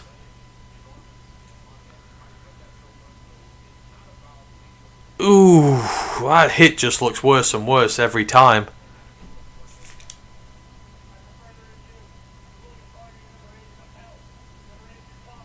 Yep, he's gone. I don't know what Kyle Whittington's arguing about. You cannot do that. Huge mistake there from Lander Barton and the Utah defense, and now BYU are going to have a first down at about the Utah 10. So again, the Utes defense is going to have to make a huge stand. On the draft simulator, I use Mendoza as the first pick. Nussmeier usually. Nussmeier's dealing with injury right now. He did not look good against Vanderbilt today. Nussmeier might come to the draft, but if he's dealing with something, like they were behind for most of the game, so they were having to throw a lot, and he took so many big hits, and every time he got hit, he was hobbling. So I don't know about Nussmeier's health. As an end around from BYU, it's going to the end zone. It's a touchdown. Takes one play. The huge mistake from Lander Barton, getting himself ejected, and Parker Kingston, the wide receiver, comes across on the end around and takes it in. And that's the exact same play that Utah used for their touchdown. End around, hits the gap past the left tackle and just waltzes it into the end zone, although from a lot shorter in. It's a different formation as well, but both teams are using motion to get out wide. They're not going through the interior anymore, and a big missed tackle. That's Daly. The star Utah edge missed a big tackle on the edge. He could have stopped that thing for a loss. And we have another lead change. Another lead change. 17-14 BYU if this pack goes in. There you go. 17-14 BYU. Emotions are getting high here now. Mistakes are being made, and this is where the game's starting to blow open a bit. The scores are coming a bit more freely. Lander Barton is going to be kicking himself. He's ejected out the game, and he's just cost his team a touchdown, which might have cost them the Holy War. Cannot do that as a veteran player on the defense like that. 4 years in college football, you should know better. You should know a lot better. Jets will probably have the number 1 pick. That's why I want Aaron Glenn to lose a lot. Not because I don't like him, but the Jets need a number 1 overall pick to rejuvenate the franchise. Or whether it's a quarterback or not, he's got to have a franchise player to build around. Like Dan's had Penny to build around. That's a franchise player you build around. You've got to have one. It's just not the best year to have one for a quarterback. But yeah, Mendoza is the best quarterback in the draft. Period. I don't think there's any argument about that from anybody. At least I wouldn't. I don't think there's a legitimate argument to say they're not. He's done it at California. He's coming into an Indiana program. That was not an easy assignment for him this year. Indiana had their best season in ever last year. And you're expected to come back in, replace the guy who did it and one up that. And he has. Signature wins now over Oregon. Biggest in the program history. At least for a long while. Like, he's been put in a hell of a position, Mendoza has. And he's come out the other side smiling. And playing really well. Like, he's the one guy who's proven himself. Both D's are tired, yeah. And I think that's why they're doing it. They're using these stretch plays now. Like, both groups of defensive tackles are really good. And they're not getting much purchase up the middle. So, spread it. Get it wide. Get your blockers moving. See, you figure that this shootout fits BYU better. I don't think Utah are built to score quickly and heavily. They'd rather take their time. But time is running out.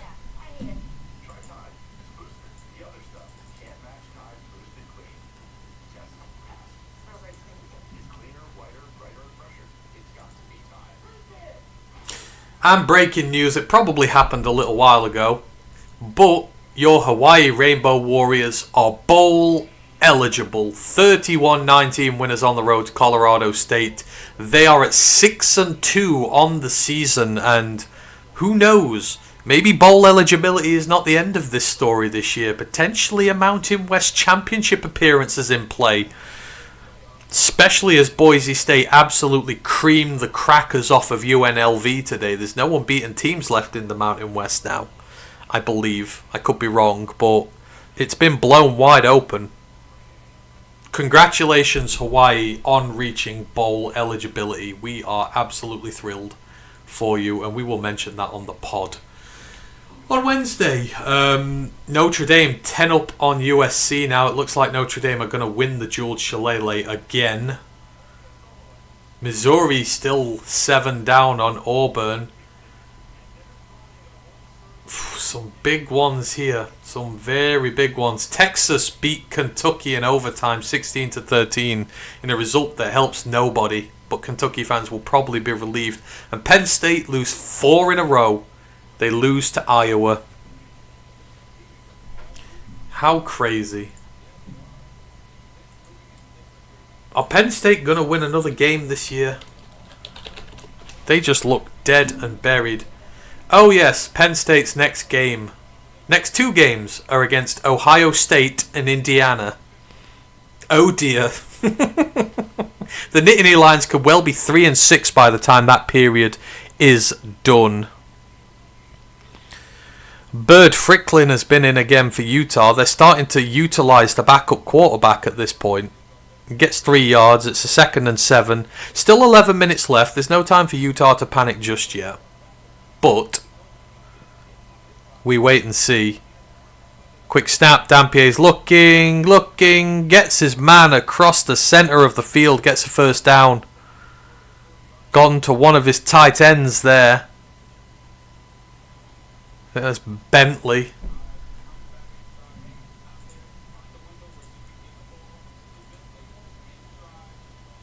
That's Dallin Bentley, his leading tight end.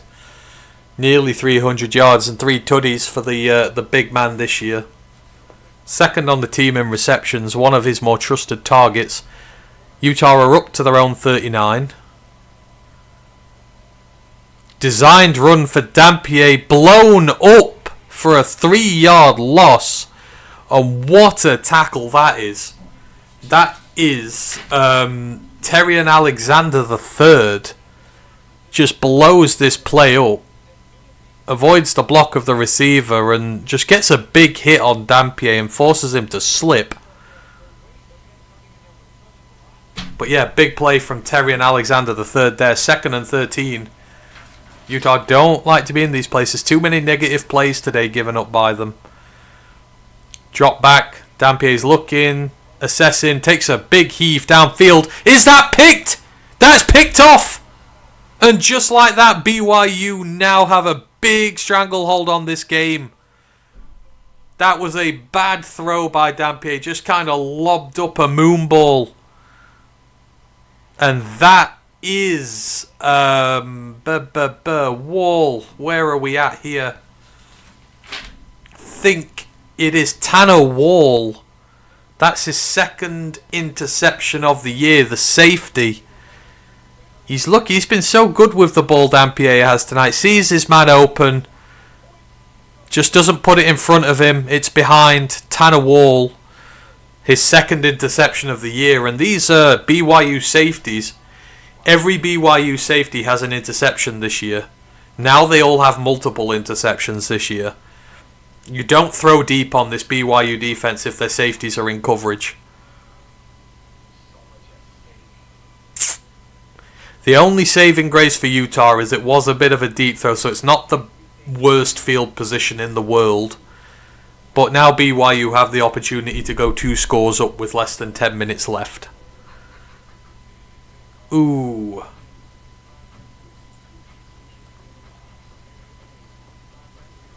Alabama up 37-20. Yeah, Alabama are going to win their game against Tennessee for sure. Aloha Hawaii, absolutely. PSU are horrible this year. Yes, they are indeed. Does Texas need to change their coaches? I'm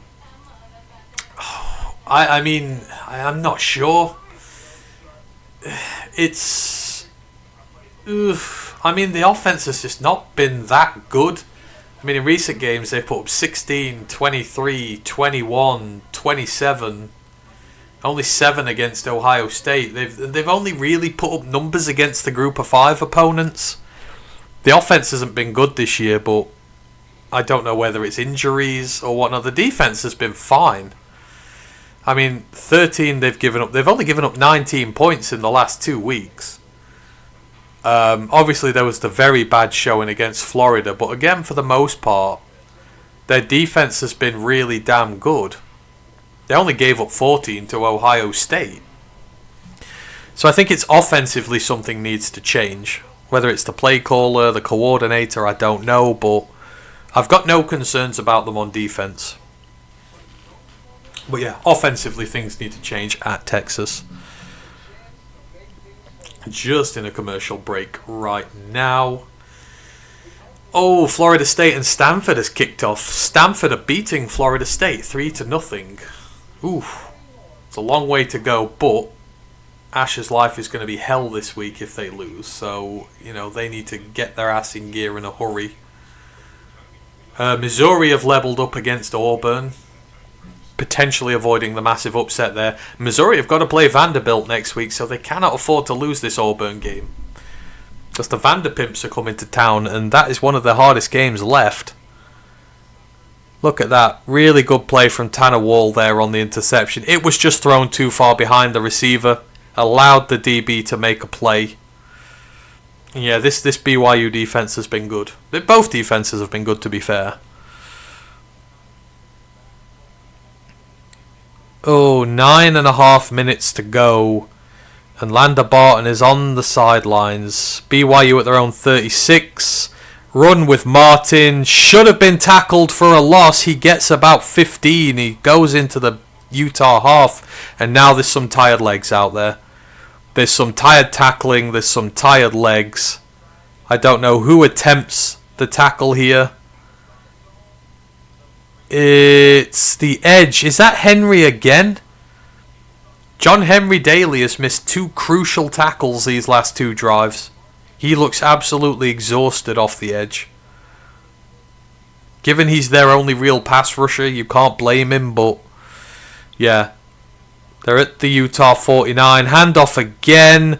Again, should be for a loss. This time there is a tackle, but he gets about 5. But Utah are missing a lot of tackles to make negative or neutral plays here. And Martin is beginning to take over.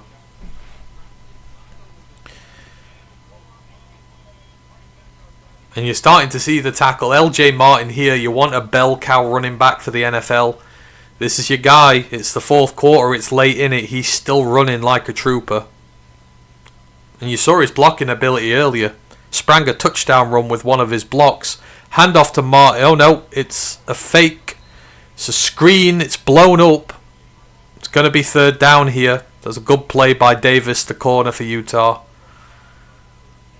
It's going to be about 3rd and 3. Maybe a little less, give or take. This is a massive play for Utah. They've got to get off the field. And they don't want to give up any more points. They want to keep this within a field goal. It's 3rd and 4. Send all your pass rushers, sell out. Put the true freshman under some pressure. Bear has looked unfazed though so far. Snap back to him. Oh, it's a rush pass. He's hand up. They've got it. They've got it. That's a really good play. Really good. BYU convert.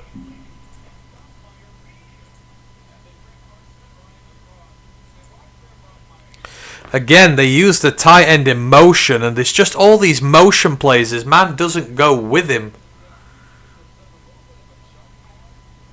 That is Carson Ryan, the tight end, the major tight end for BYU. They're just using motion every single play now.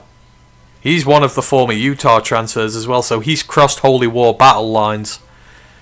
Utah will not like that. It's 1st and 10 at the Utah 33. They're in field goal range now. And we got a flag. Is that a delay of game? False start on the offense. I think it's their only second penalty of the game.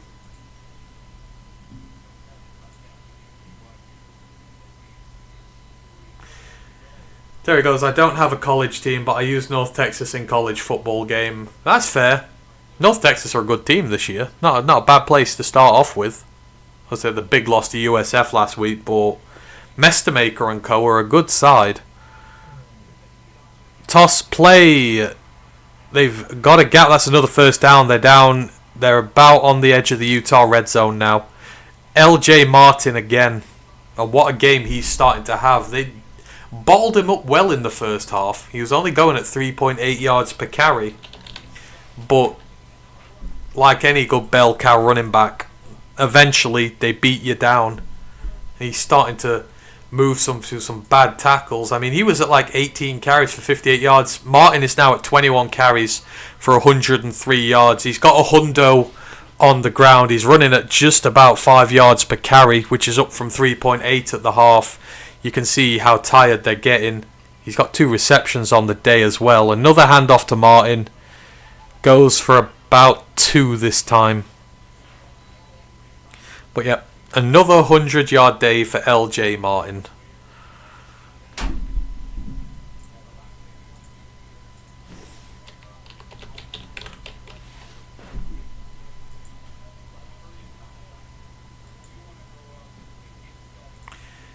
What is he at on the year now? 651 before this game. That's going to put him up. He's at 755 yards this year now.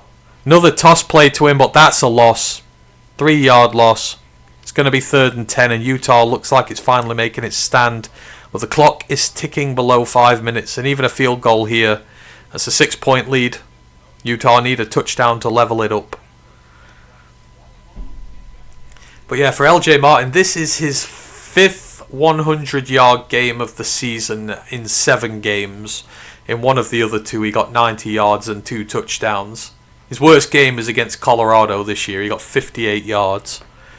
And he's now about 3 yards away from hitting 2,000 in his collegiate career. So, 2,000-yard rusher. Won't go down very well in the BYU annals, but, you know, he'll still be up there.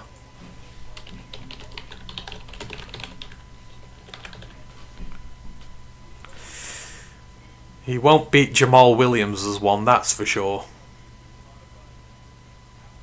Nah, he's way off yet. You've got to get to 2,400 rushing yards to get into the BYU top 10. He's at 2,000. Although the way he's going this year, he might break into that. He might very well break into that.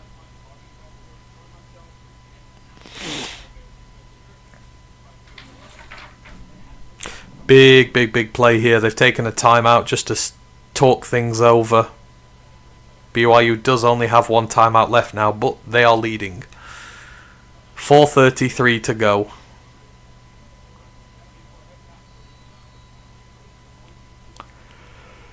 $250 rushing yards for Utah tonight, but it doesn't feel like that. They're at 10 penalties, BYU are at 3. Penalties have been a problem for the Utes today. Undisciplined in the Holy War. That's what it can do to you. Bear drops, he runs, QB scramble, he breaks 1 tackle, 2 tackle, 3 tackle, 4, 5. He's going towards the end zone. It's a touchdown. What an unbelievable play from Bear Bachmeier. He broke 7 tackles to get into the end zone on a 3rd and 10. It looked like Utah were just about to make the stop. That is an absolutely unbelievable play from Bear. Incredible. He's a true freshman, folks. In the biggest rivalry game in the country, one of the biggest rivalry games in the country, he has just pulled off one of the biggest plays he might ever pull off in his career.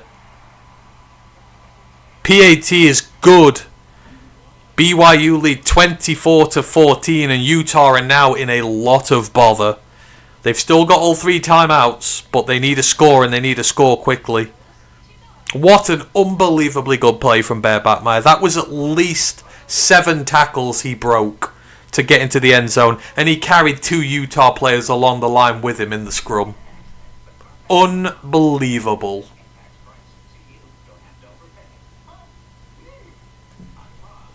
Oh.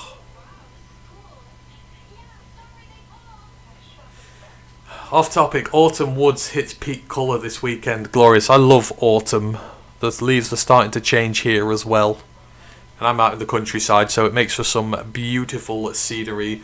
What do you think of Peter Woods, the defensive tackle? I mean, that Clemson team's just really struggling this year, isn't it? And it's in part down to its defensive line not playing at the degree that it should. He's got a rushing touchdown this year as well. I don't know why, but for some reason, Clemson have started using him as a running back. I mean, his season grades are good. Like, he's great against the run. Don't get me wrong. I think he's grading like well over 80 against that. He's got a couple of sacks. He's not played to his top 5 potential. People thought he might be a top 5 pick in the draft. He's not played to that potential this year, but he's still playing damn well. And he is only a 3rd-year player. But he's probably the best defensive tackle in the country. I can't think of many defensive tackles, if any, that are better against the run than him. Will he come to the draft this year? I'm starting to have my doubts. If I was him, I might stay another year. He's only going to be 21 next year. He'll be 22 when he comes to the draft. I don't know if he should declare as an underclassman. Massive throw downfield from Dampier. Is that a catch? No. It's broken up. 3rd and 5 early for Utah, and you've got to figure they're in 4th down territory here now. They're in 4 down territory every play. Deep shot downfield from Dampier. Landed in the breadbasket, but DB was able to help knock it out. They're at their own 30. We're in desperation mode here. What has Dampier got up his sleeve, if anything? Snap, drops back, he's under pressure, throws it away. And that's going to be grounding. Oh, it's not grounding actually. Isera, the linebacker, gets the pressure on him. It's 4th and 5, and they've simply got to go for this. This is the game here. Obviously, BYU are going to score again if they get it at this point. The fat lady is warming up her larynx. The vocals are ready. The tune is set. All she needs to do is open her mouth and start uttering sounds. And this is it for Utah. 4 minutes to go. Dampier drops back. Screen pass. Throws. Is he short of the sticks? They're giving it him. They are giving it them. That is as close a call as you could ever get. That is a really good throw from Dampier. He had to get it into his receiver's body. If he puts it behind the receiver, that doesn't make the line to gain. They're reviewing it. I don't think there's enough to overturn it here. Sataki is arguing like hell that it is, but I don't think you've got enough to overturn the call. Utah live to fight another day just for now. Anyhow, back to Peter Woods. Yeah, he's a fantastic player. He's just not lived up to his lofty heights this year. But he will probably still be a top 5 draft pick if he goes this year. Because of his age, he's so young. And there are so many teams in the league that need great defensive tackles. You've seen what Mason Graham has done. Mason Graham only needed 3 years at Michigan. I think Peter Woods will probably only take 3 years at Clemson.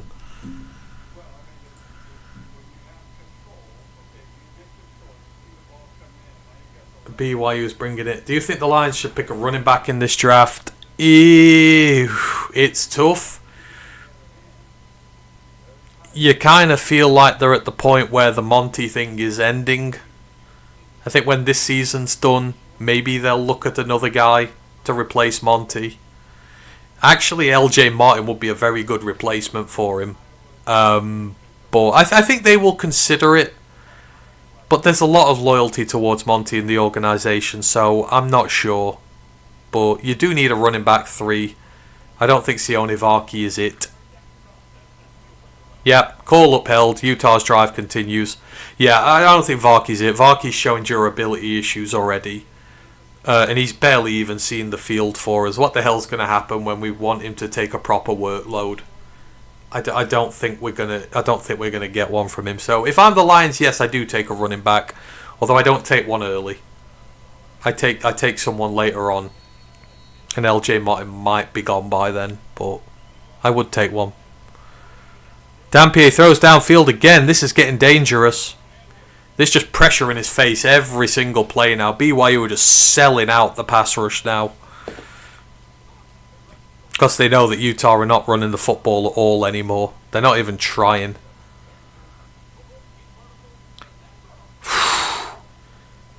God. Right tackle just had a right spin move pulled on him there.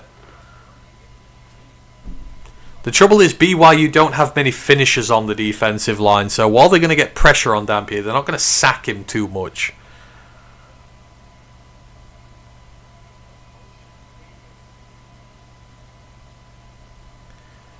Here we go, free blitzer off the edge. Dampier, that's a good throw. Oh, what a hit. Massive hit at the end from Satala, the safety, but oh, it's not a catch. Oh, Utah player is hurt. That looked... He gets the catch. Oh, it's knocked out. That's just a really, really good play.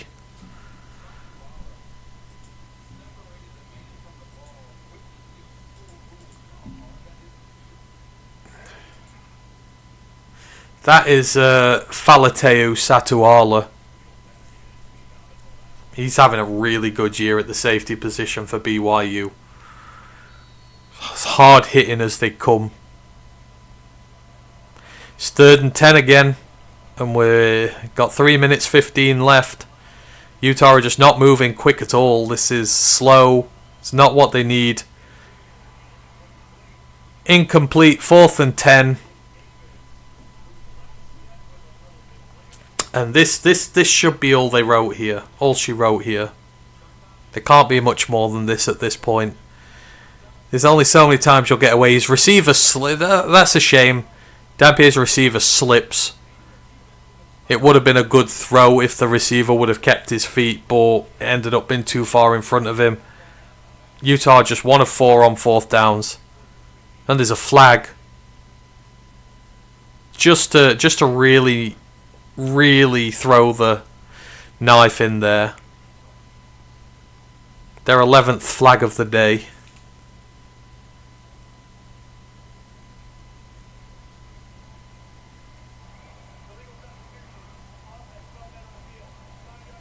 Illegal substitution.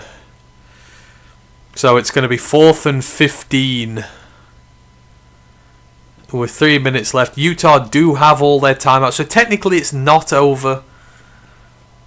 They can force BYU 3 and out and take no time off the clock. But then you've really got to move. So 4th and 15 in what is effectively the end of the game at this point.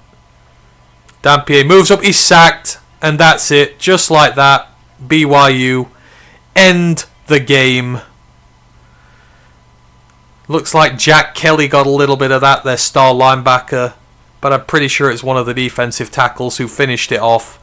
They just swarmed him. He had no time whatsoever. They're bringing up the late blitzers off the edge. Forced into the pocket. No, it is. It's Kelly, the star linebacker.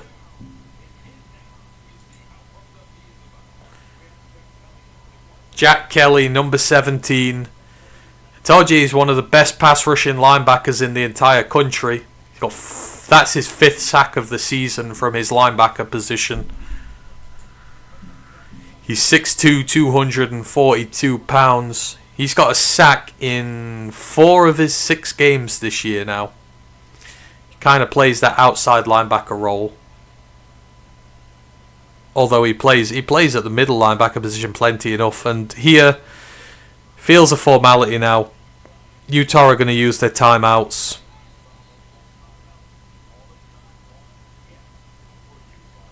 BYU will take a field goal and it'll be a 13-point game with probably 2.5 minutes to go, give or take.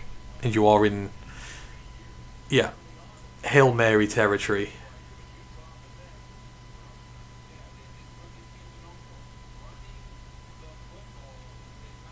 I think we need a safety and a DT in this draft too. We definitely need safety depth for sure, especially with we're going to be paying Branch and Kirby loads soon, so we need good contracts at safety. D tackle, depends. Obviously Reeder's not going to be here next year. His contract's up this year, so you've really only got Aleem, and then you're looking at the rookies. So I agree, defensive tackle will be a need next year. We'll need a new nose tackle. Lopez, they might say, will be the guy. Obviously, they've got Tyleek, so it depends what they want to do with Tyleek. But I would say we need a... I think Tyleek is more of a nose tackle type. He's never going to be a good pass rusher, so... But I would probably invest in... Well, what would I do? No, you know what? Screw it. I want another pass rushing defensive tackle. Tyleek's going to be a run stuffer his entire career, I believe. So we need a pass rushing defensive tackle. We need a safety. We might need a depth linebacker depending on what happens with Malcolm and how fit he is after his injury. And we need an edge. So most defensive points are on the table. 2:55 left. 3rd down for BYU.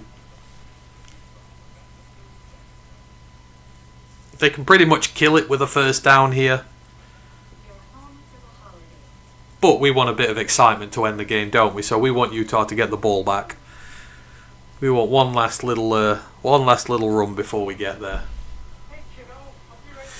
It was a real close, hard-fought game. It was. I mean, it just turned. It turned on a few plays. Obviously, there's been a few missed calls by the refs. The interception was kind of the backbreaker, but Utah have had their chances.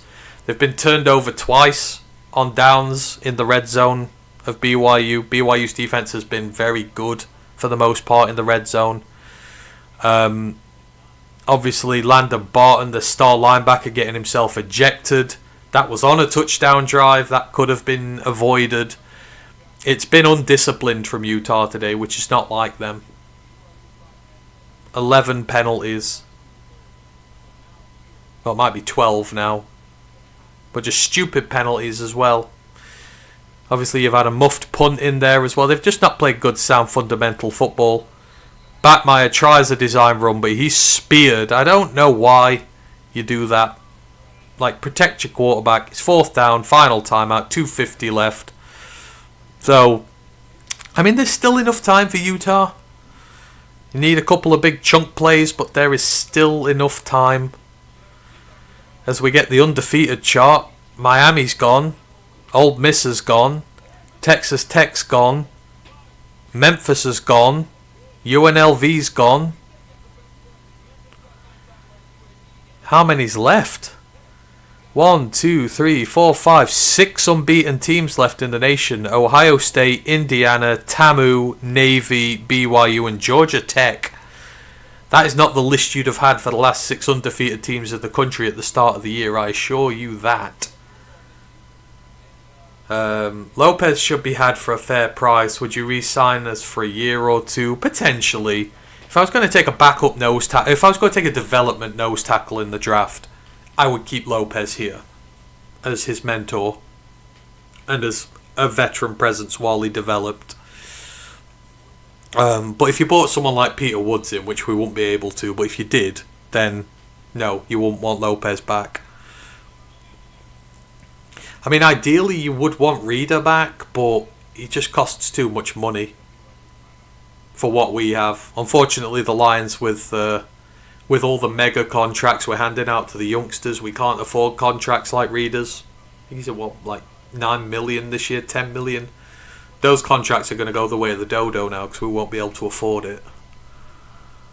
It's like with Alex. In fact, actually thinking about it, Alex won't be back next year, so coverage linebacker should be at the top of your shopping list for the draft.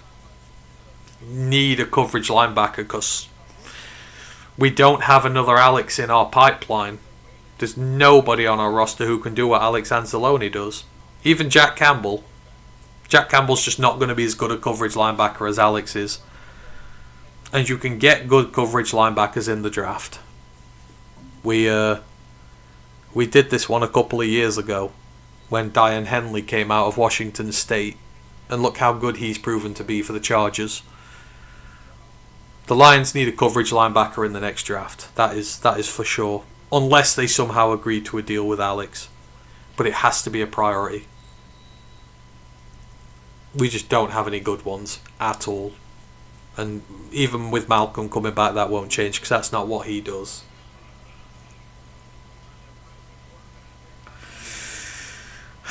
Bears taking a shot.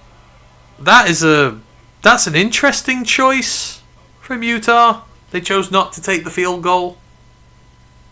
They took a shot at the end zone, so Utah have turned over on downs. But it's still a 10-point game, I guess. They might regret that, though. Now Utah just need a field goal and a touchdown instead of 2 touchdowns. So if you get a quick strike downfield and take a quick field goal here, you can still technically give yourself a chance to even this up. I don't think Sataki should have... I think he should have taken the points and been sensible there. Utah, one last hurrah on their own 24. What can they do? Good pass protection. Dampier throws deep. Who got that? Is that a... What a catch! I thought that had been picked. 81. That is JJ Buchanan. That is the true freshman wide receiver, and what a contested catch that is. He is such a great emerging talent for this Utah team. And again, another completion. 89. That is Otto Tia, one of his other tight ends. He only had 2 catches before today. He's doubled his career. He's doubled his season catches today as Otto Tia. It's the 2-minute warning. Utah are moving.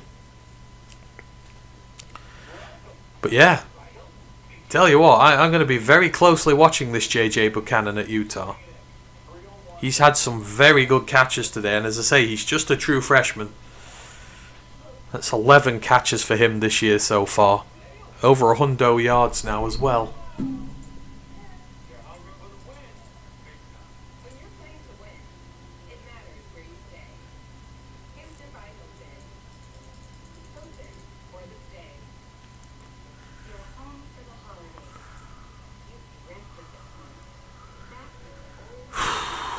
So yeah, we are just nearly about there now.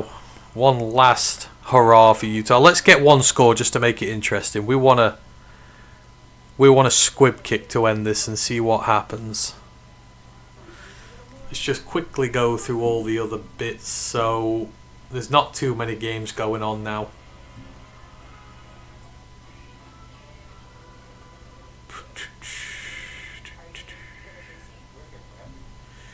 Alabama did away with Tennessee 37-20. Notre Dame keep their season alive, 10-point winners for the Shillelagh. South Florida nearly dropped a 50 burger on Florida Atlantic. Texas sneak with an overtime win from Kroger Field to beat Kentucky. Georgia Southern beat Georgia State in their rivalry game. Cincinnati dropped to 50 nearly on Oklahoma State. UCLA.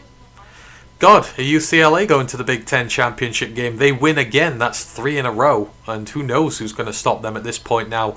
Hawaii going to a bowl game after a win against Colorado State. Iowa beat Penn State for loss number 4 in a row. And Pittsburgh beat Syracuse. In terms of games still going, Missouri and Auburn has gone to overtime. So the Tigers are in a lot of bother. That'd be a massive loss because Missouri have got Vandy next week. You don't want to be going on to that on the back of a loss to Auburn. They will smell blood. New Mexico beating Nevada. Oregon State beating Lafayette. And Stanford are 10-3 up on Florida State with 10 minutes to go in the first half there. The Seminoles struggling early doors with the Cardinal.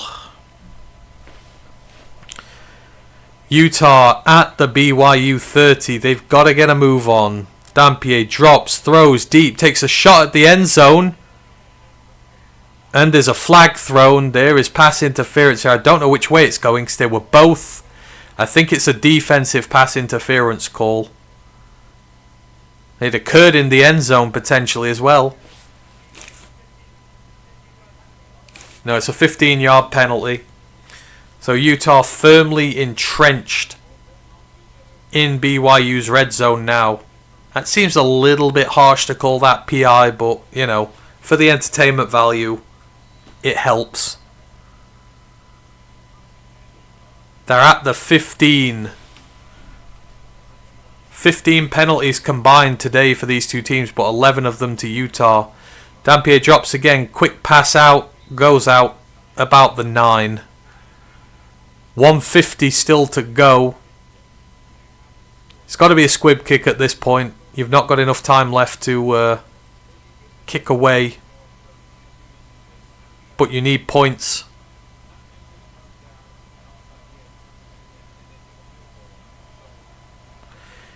At the 10.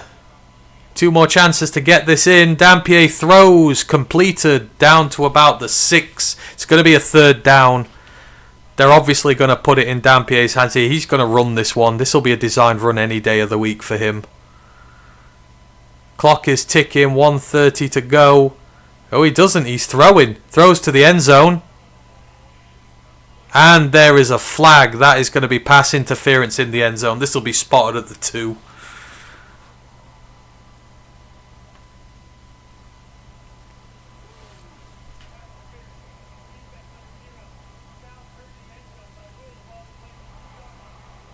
Yep. There we go. Ball's at the 2-yard line. You would assume this is going to be some form of quarterback design play.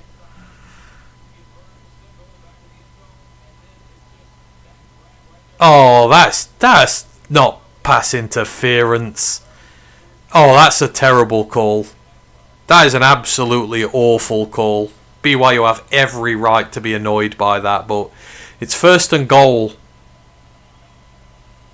Dampier rolls out, looks, easy throw, touchdown Utah, and they've given themselves a chance. Larry Simmons gets his touchdown. That is his second of the year. He only had 55 yards between this one, but his second touchdown at least makes this interesting. I'll hit the PAT. There's a minute 24 left, so this is all going to come down to the onside kick.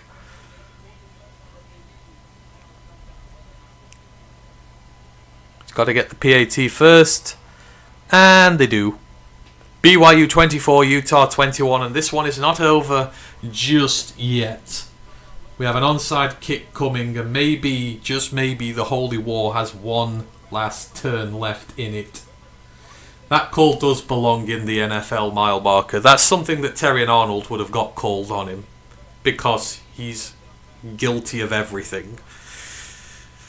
You know, they could call PI on him and there'd be no one near him and they'd still, give it. This is how close the Holy War is. Since 1997, 19 of the 24 games have been decided by one score. Very few teams blow out. Although when they do blow one another out, they really put the pain on them. But for the most part, 5 times out of 6, these games are really, really, really close.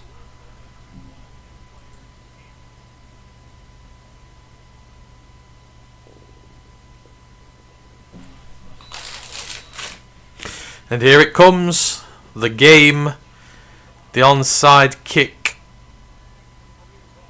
Do what I say, twat it at the nearest guy, it's going, it's going, it's going, it's going. It hits a Utah player. It hits a Utah player. Utah have the ball, but it hits a Utah player.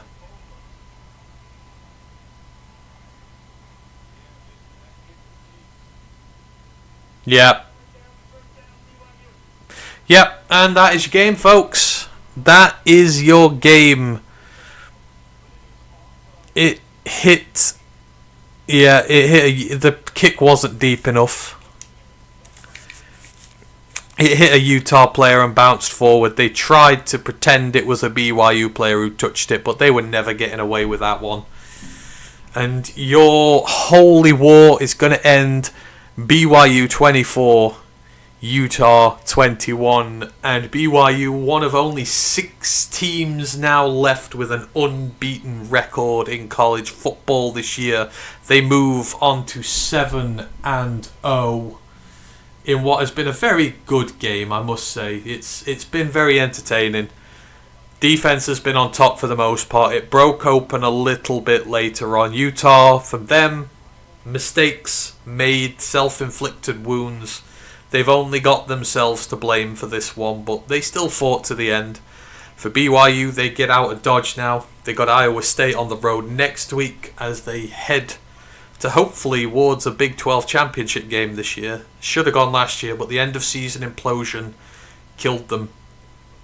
Cannot allow it to happen again this year. Your stats to end this game: Bear Bachmeier, the true freshman at quarterback for BYU, 13 of 22 for 166 yards and a touchdown. He had 11 carries for 64 yards and a touchdown. In his touchdown run, he broke about 7 tackles from Utah players and took a pair of them over the line with him. Truly spectacular play as far as he's concerned. LJ Martin did all the dirty work in the running back room. 26 carries, 122 yards at 4.7 yards per carry. Parker Kingston had 2 for 16 and a touchdown as well, the wide receiver in all his glory. Receiving wise, Parker Kingston 4 for 50. Chase Roberts just the 2 catches for 43 yards and a touchdown. Spent most of the game blocking, but that's what these guys do. When it mattered in the receiving game, he stood and did what he needed to. Carson Ryan 4 for 36. Preston Rex 1 for 32. Defensively, Tanner Wall, the safety, ends up with the only interception of the day for the Utes. Jack Kelly, the star linebacker, another sack to his name and 7 tackles. Falateu Satuala, the safety, ends up with 11 tackles. He leads the team. Max Alford had a sack, as did Hunter Clegg. Kicker was 1 for 1. Will Ferrin, just the one kick for him on the day. On Utah's side, Devon Dampier, 20 of 36, 244 yards, 2 touchdowns and 1 interception. In the running game, Daniel Bray, 10 carries, 121 yards and a touchdown, going at 12.1 yards per carry. Dampier had 15 for 64. Wayshawn Parker, 8 for 23. Bird Ficklin, the backup quarterback, 3 for 17. Receiving wise, Ryan Davis, 7 for 66 and a touchdown.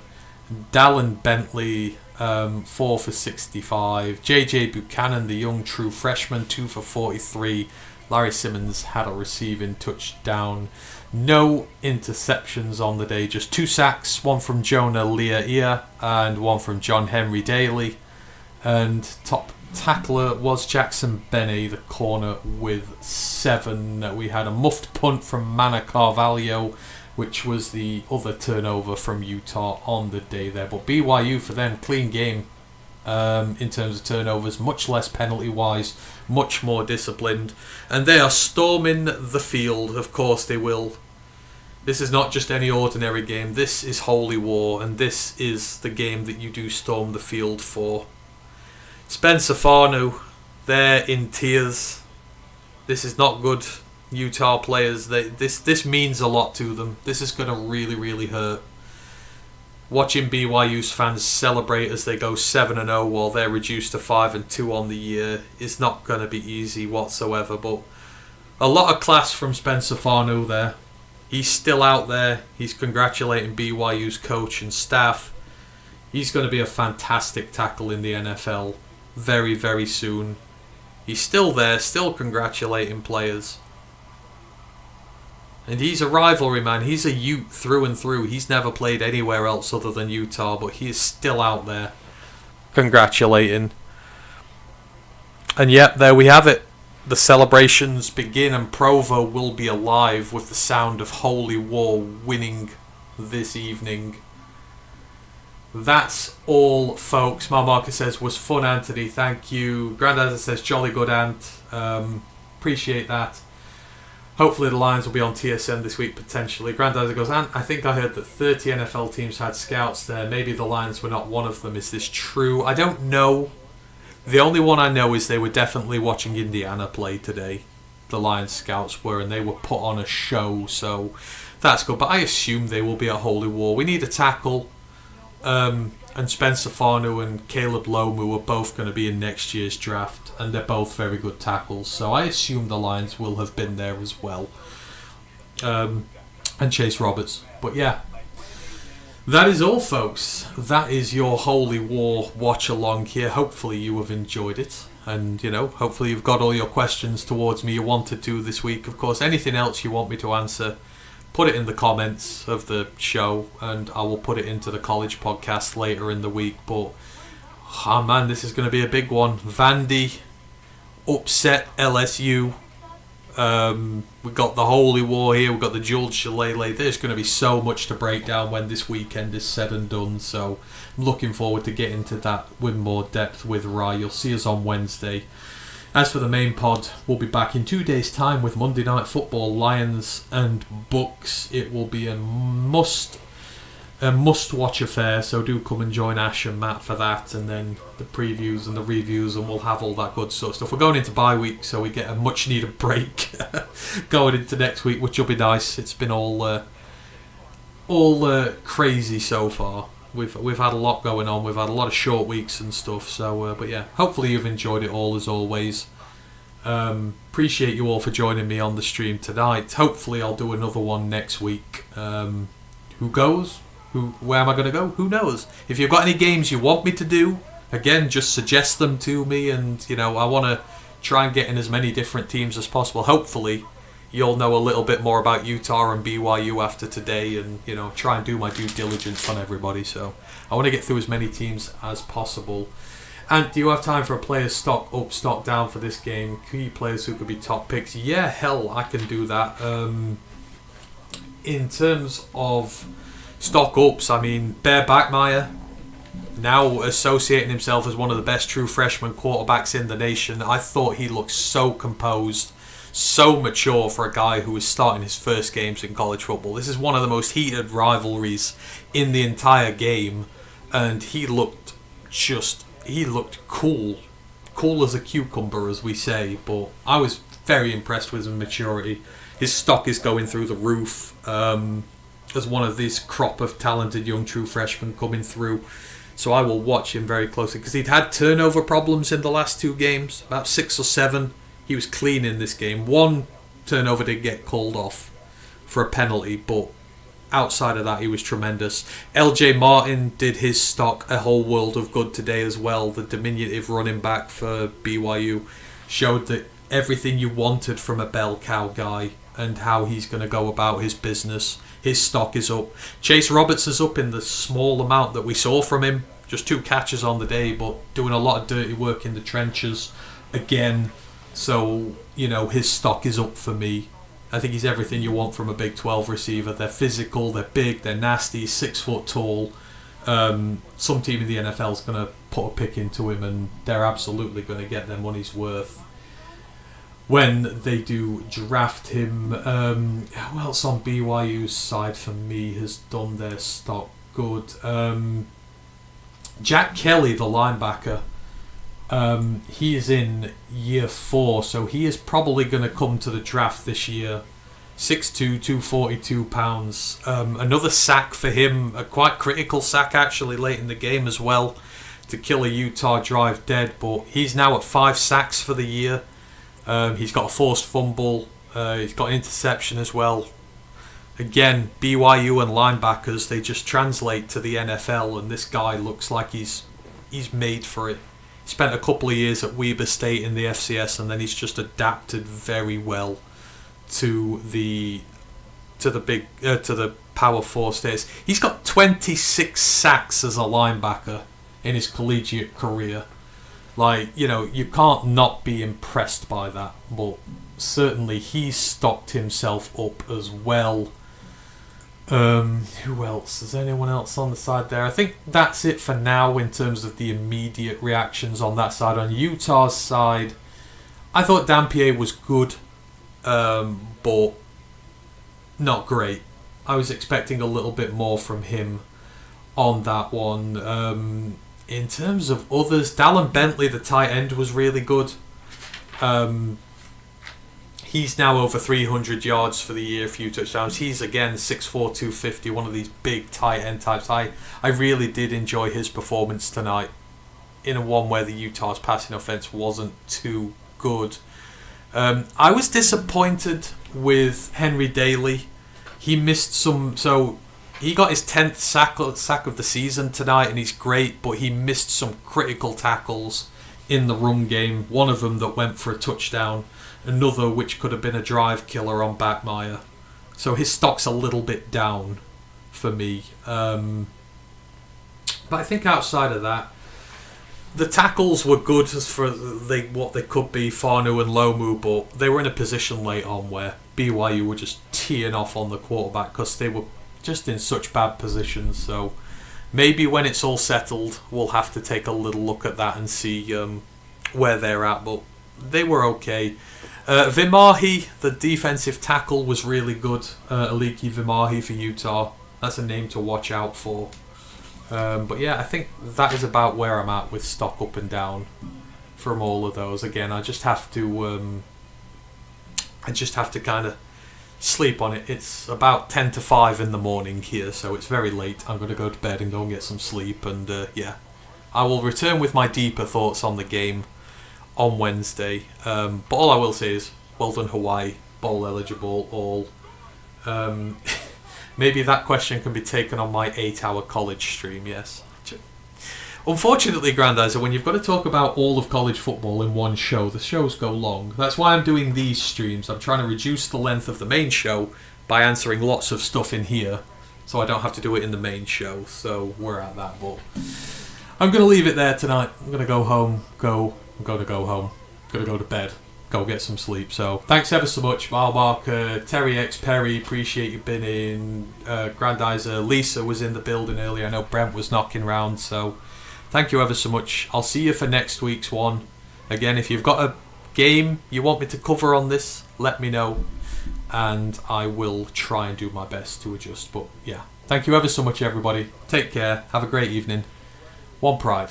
We'll see you for the Bucks game.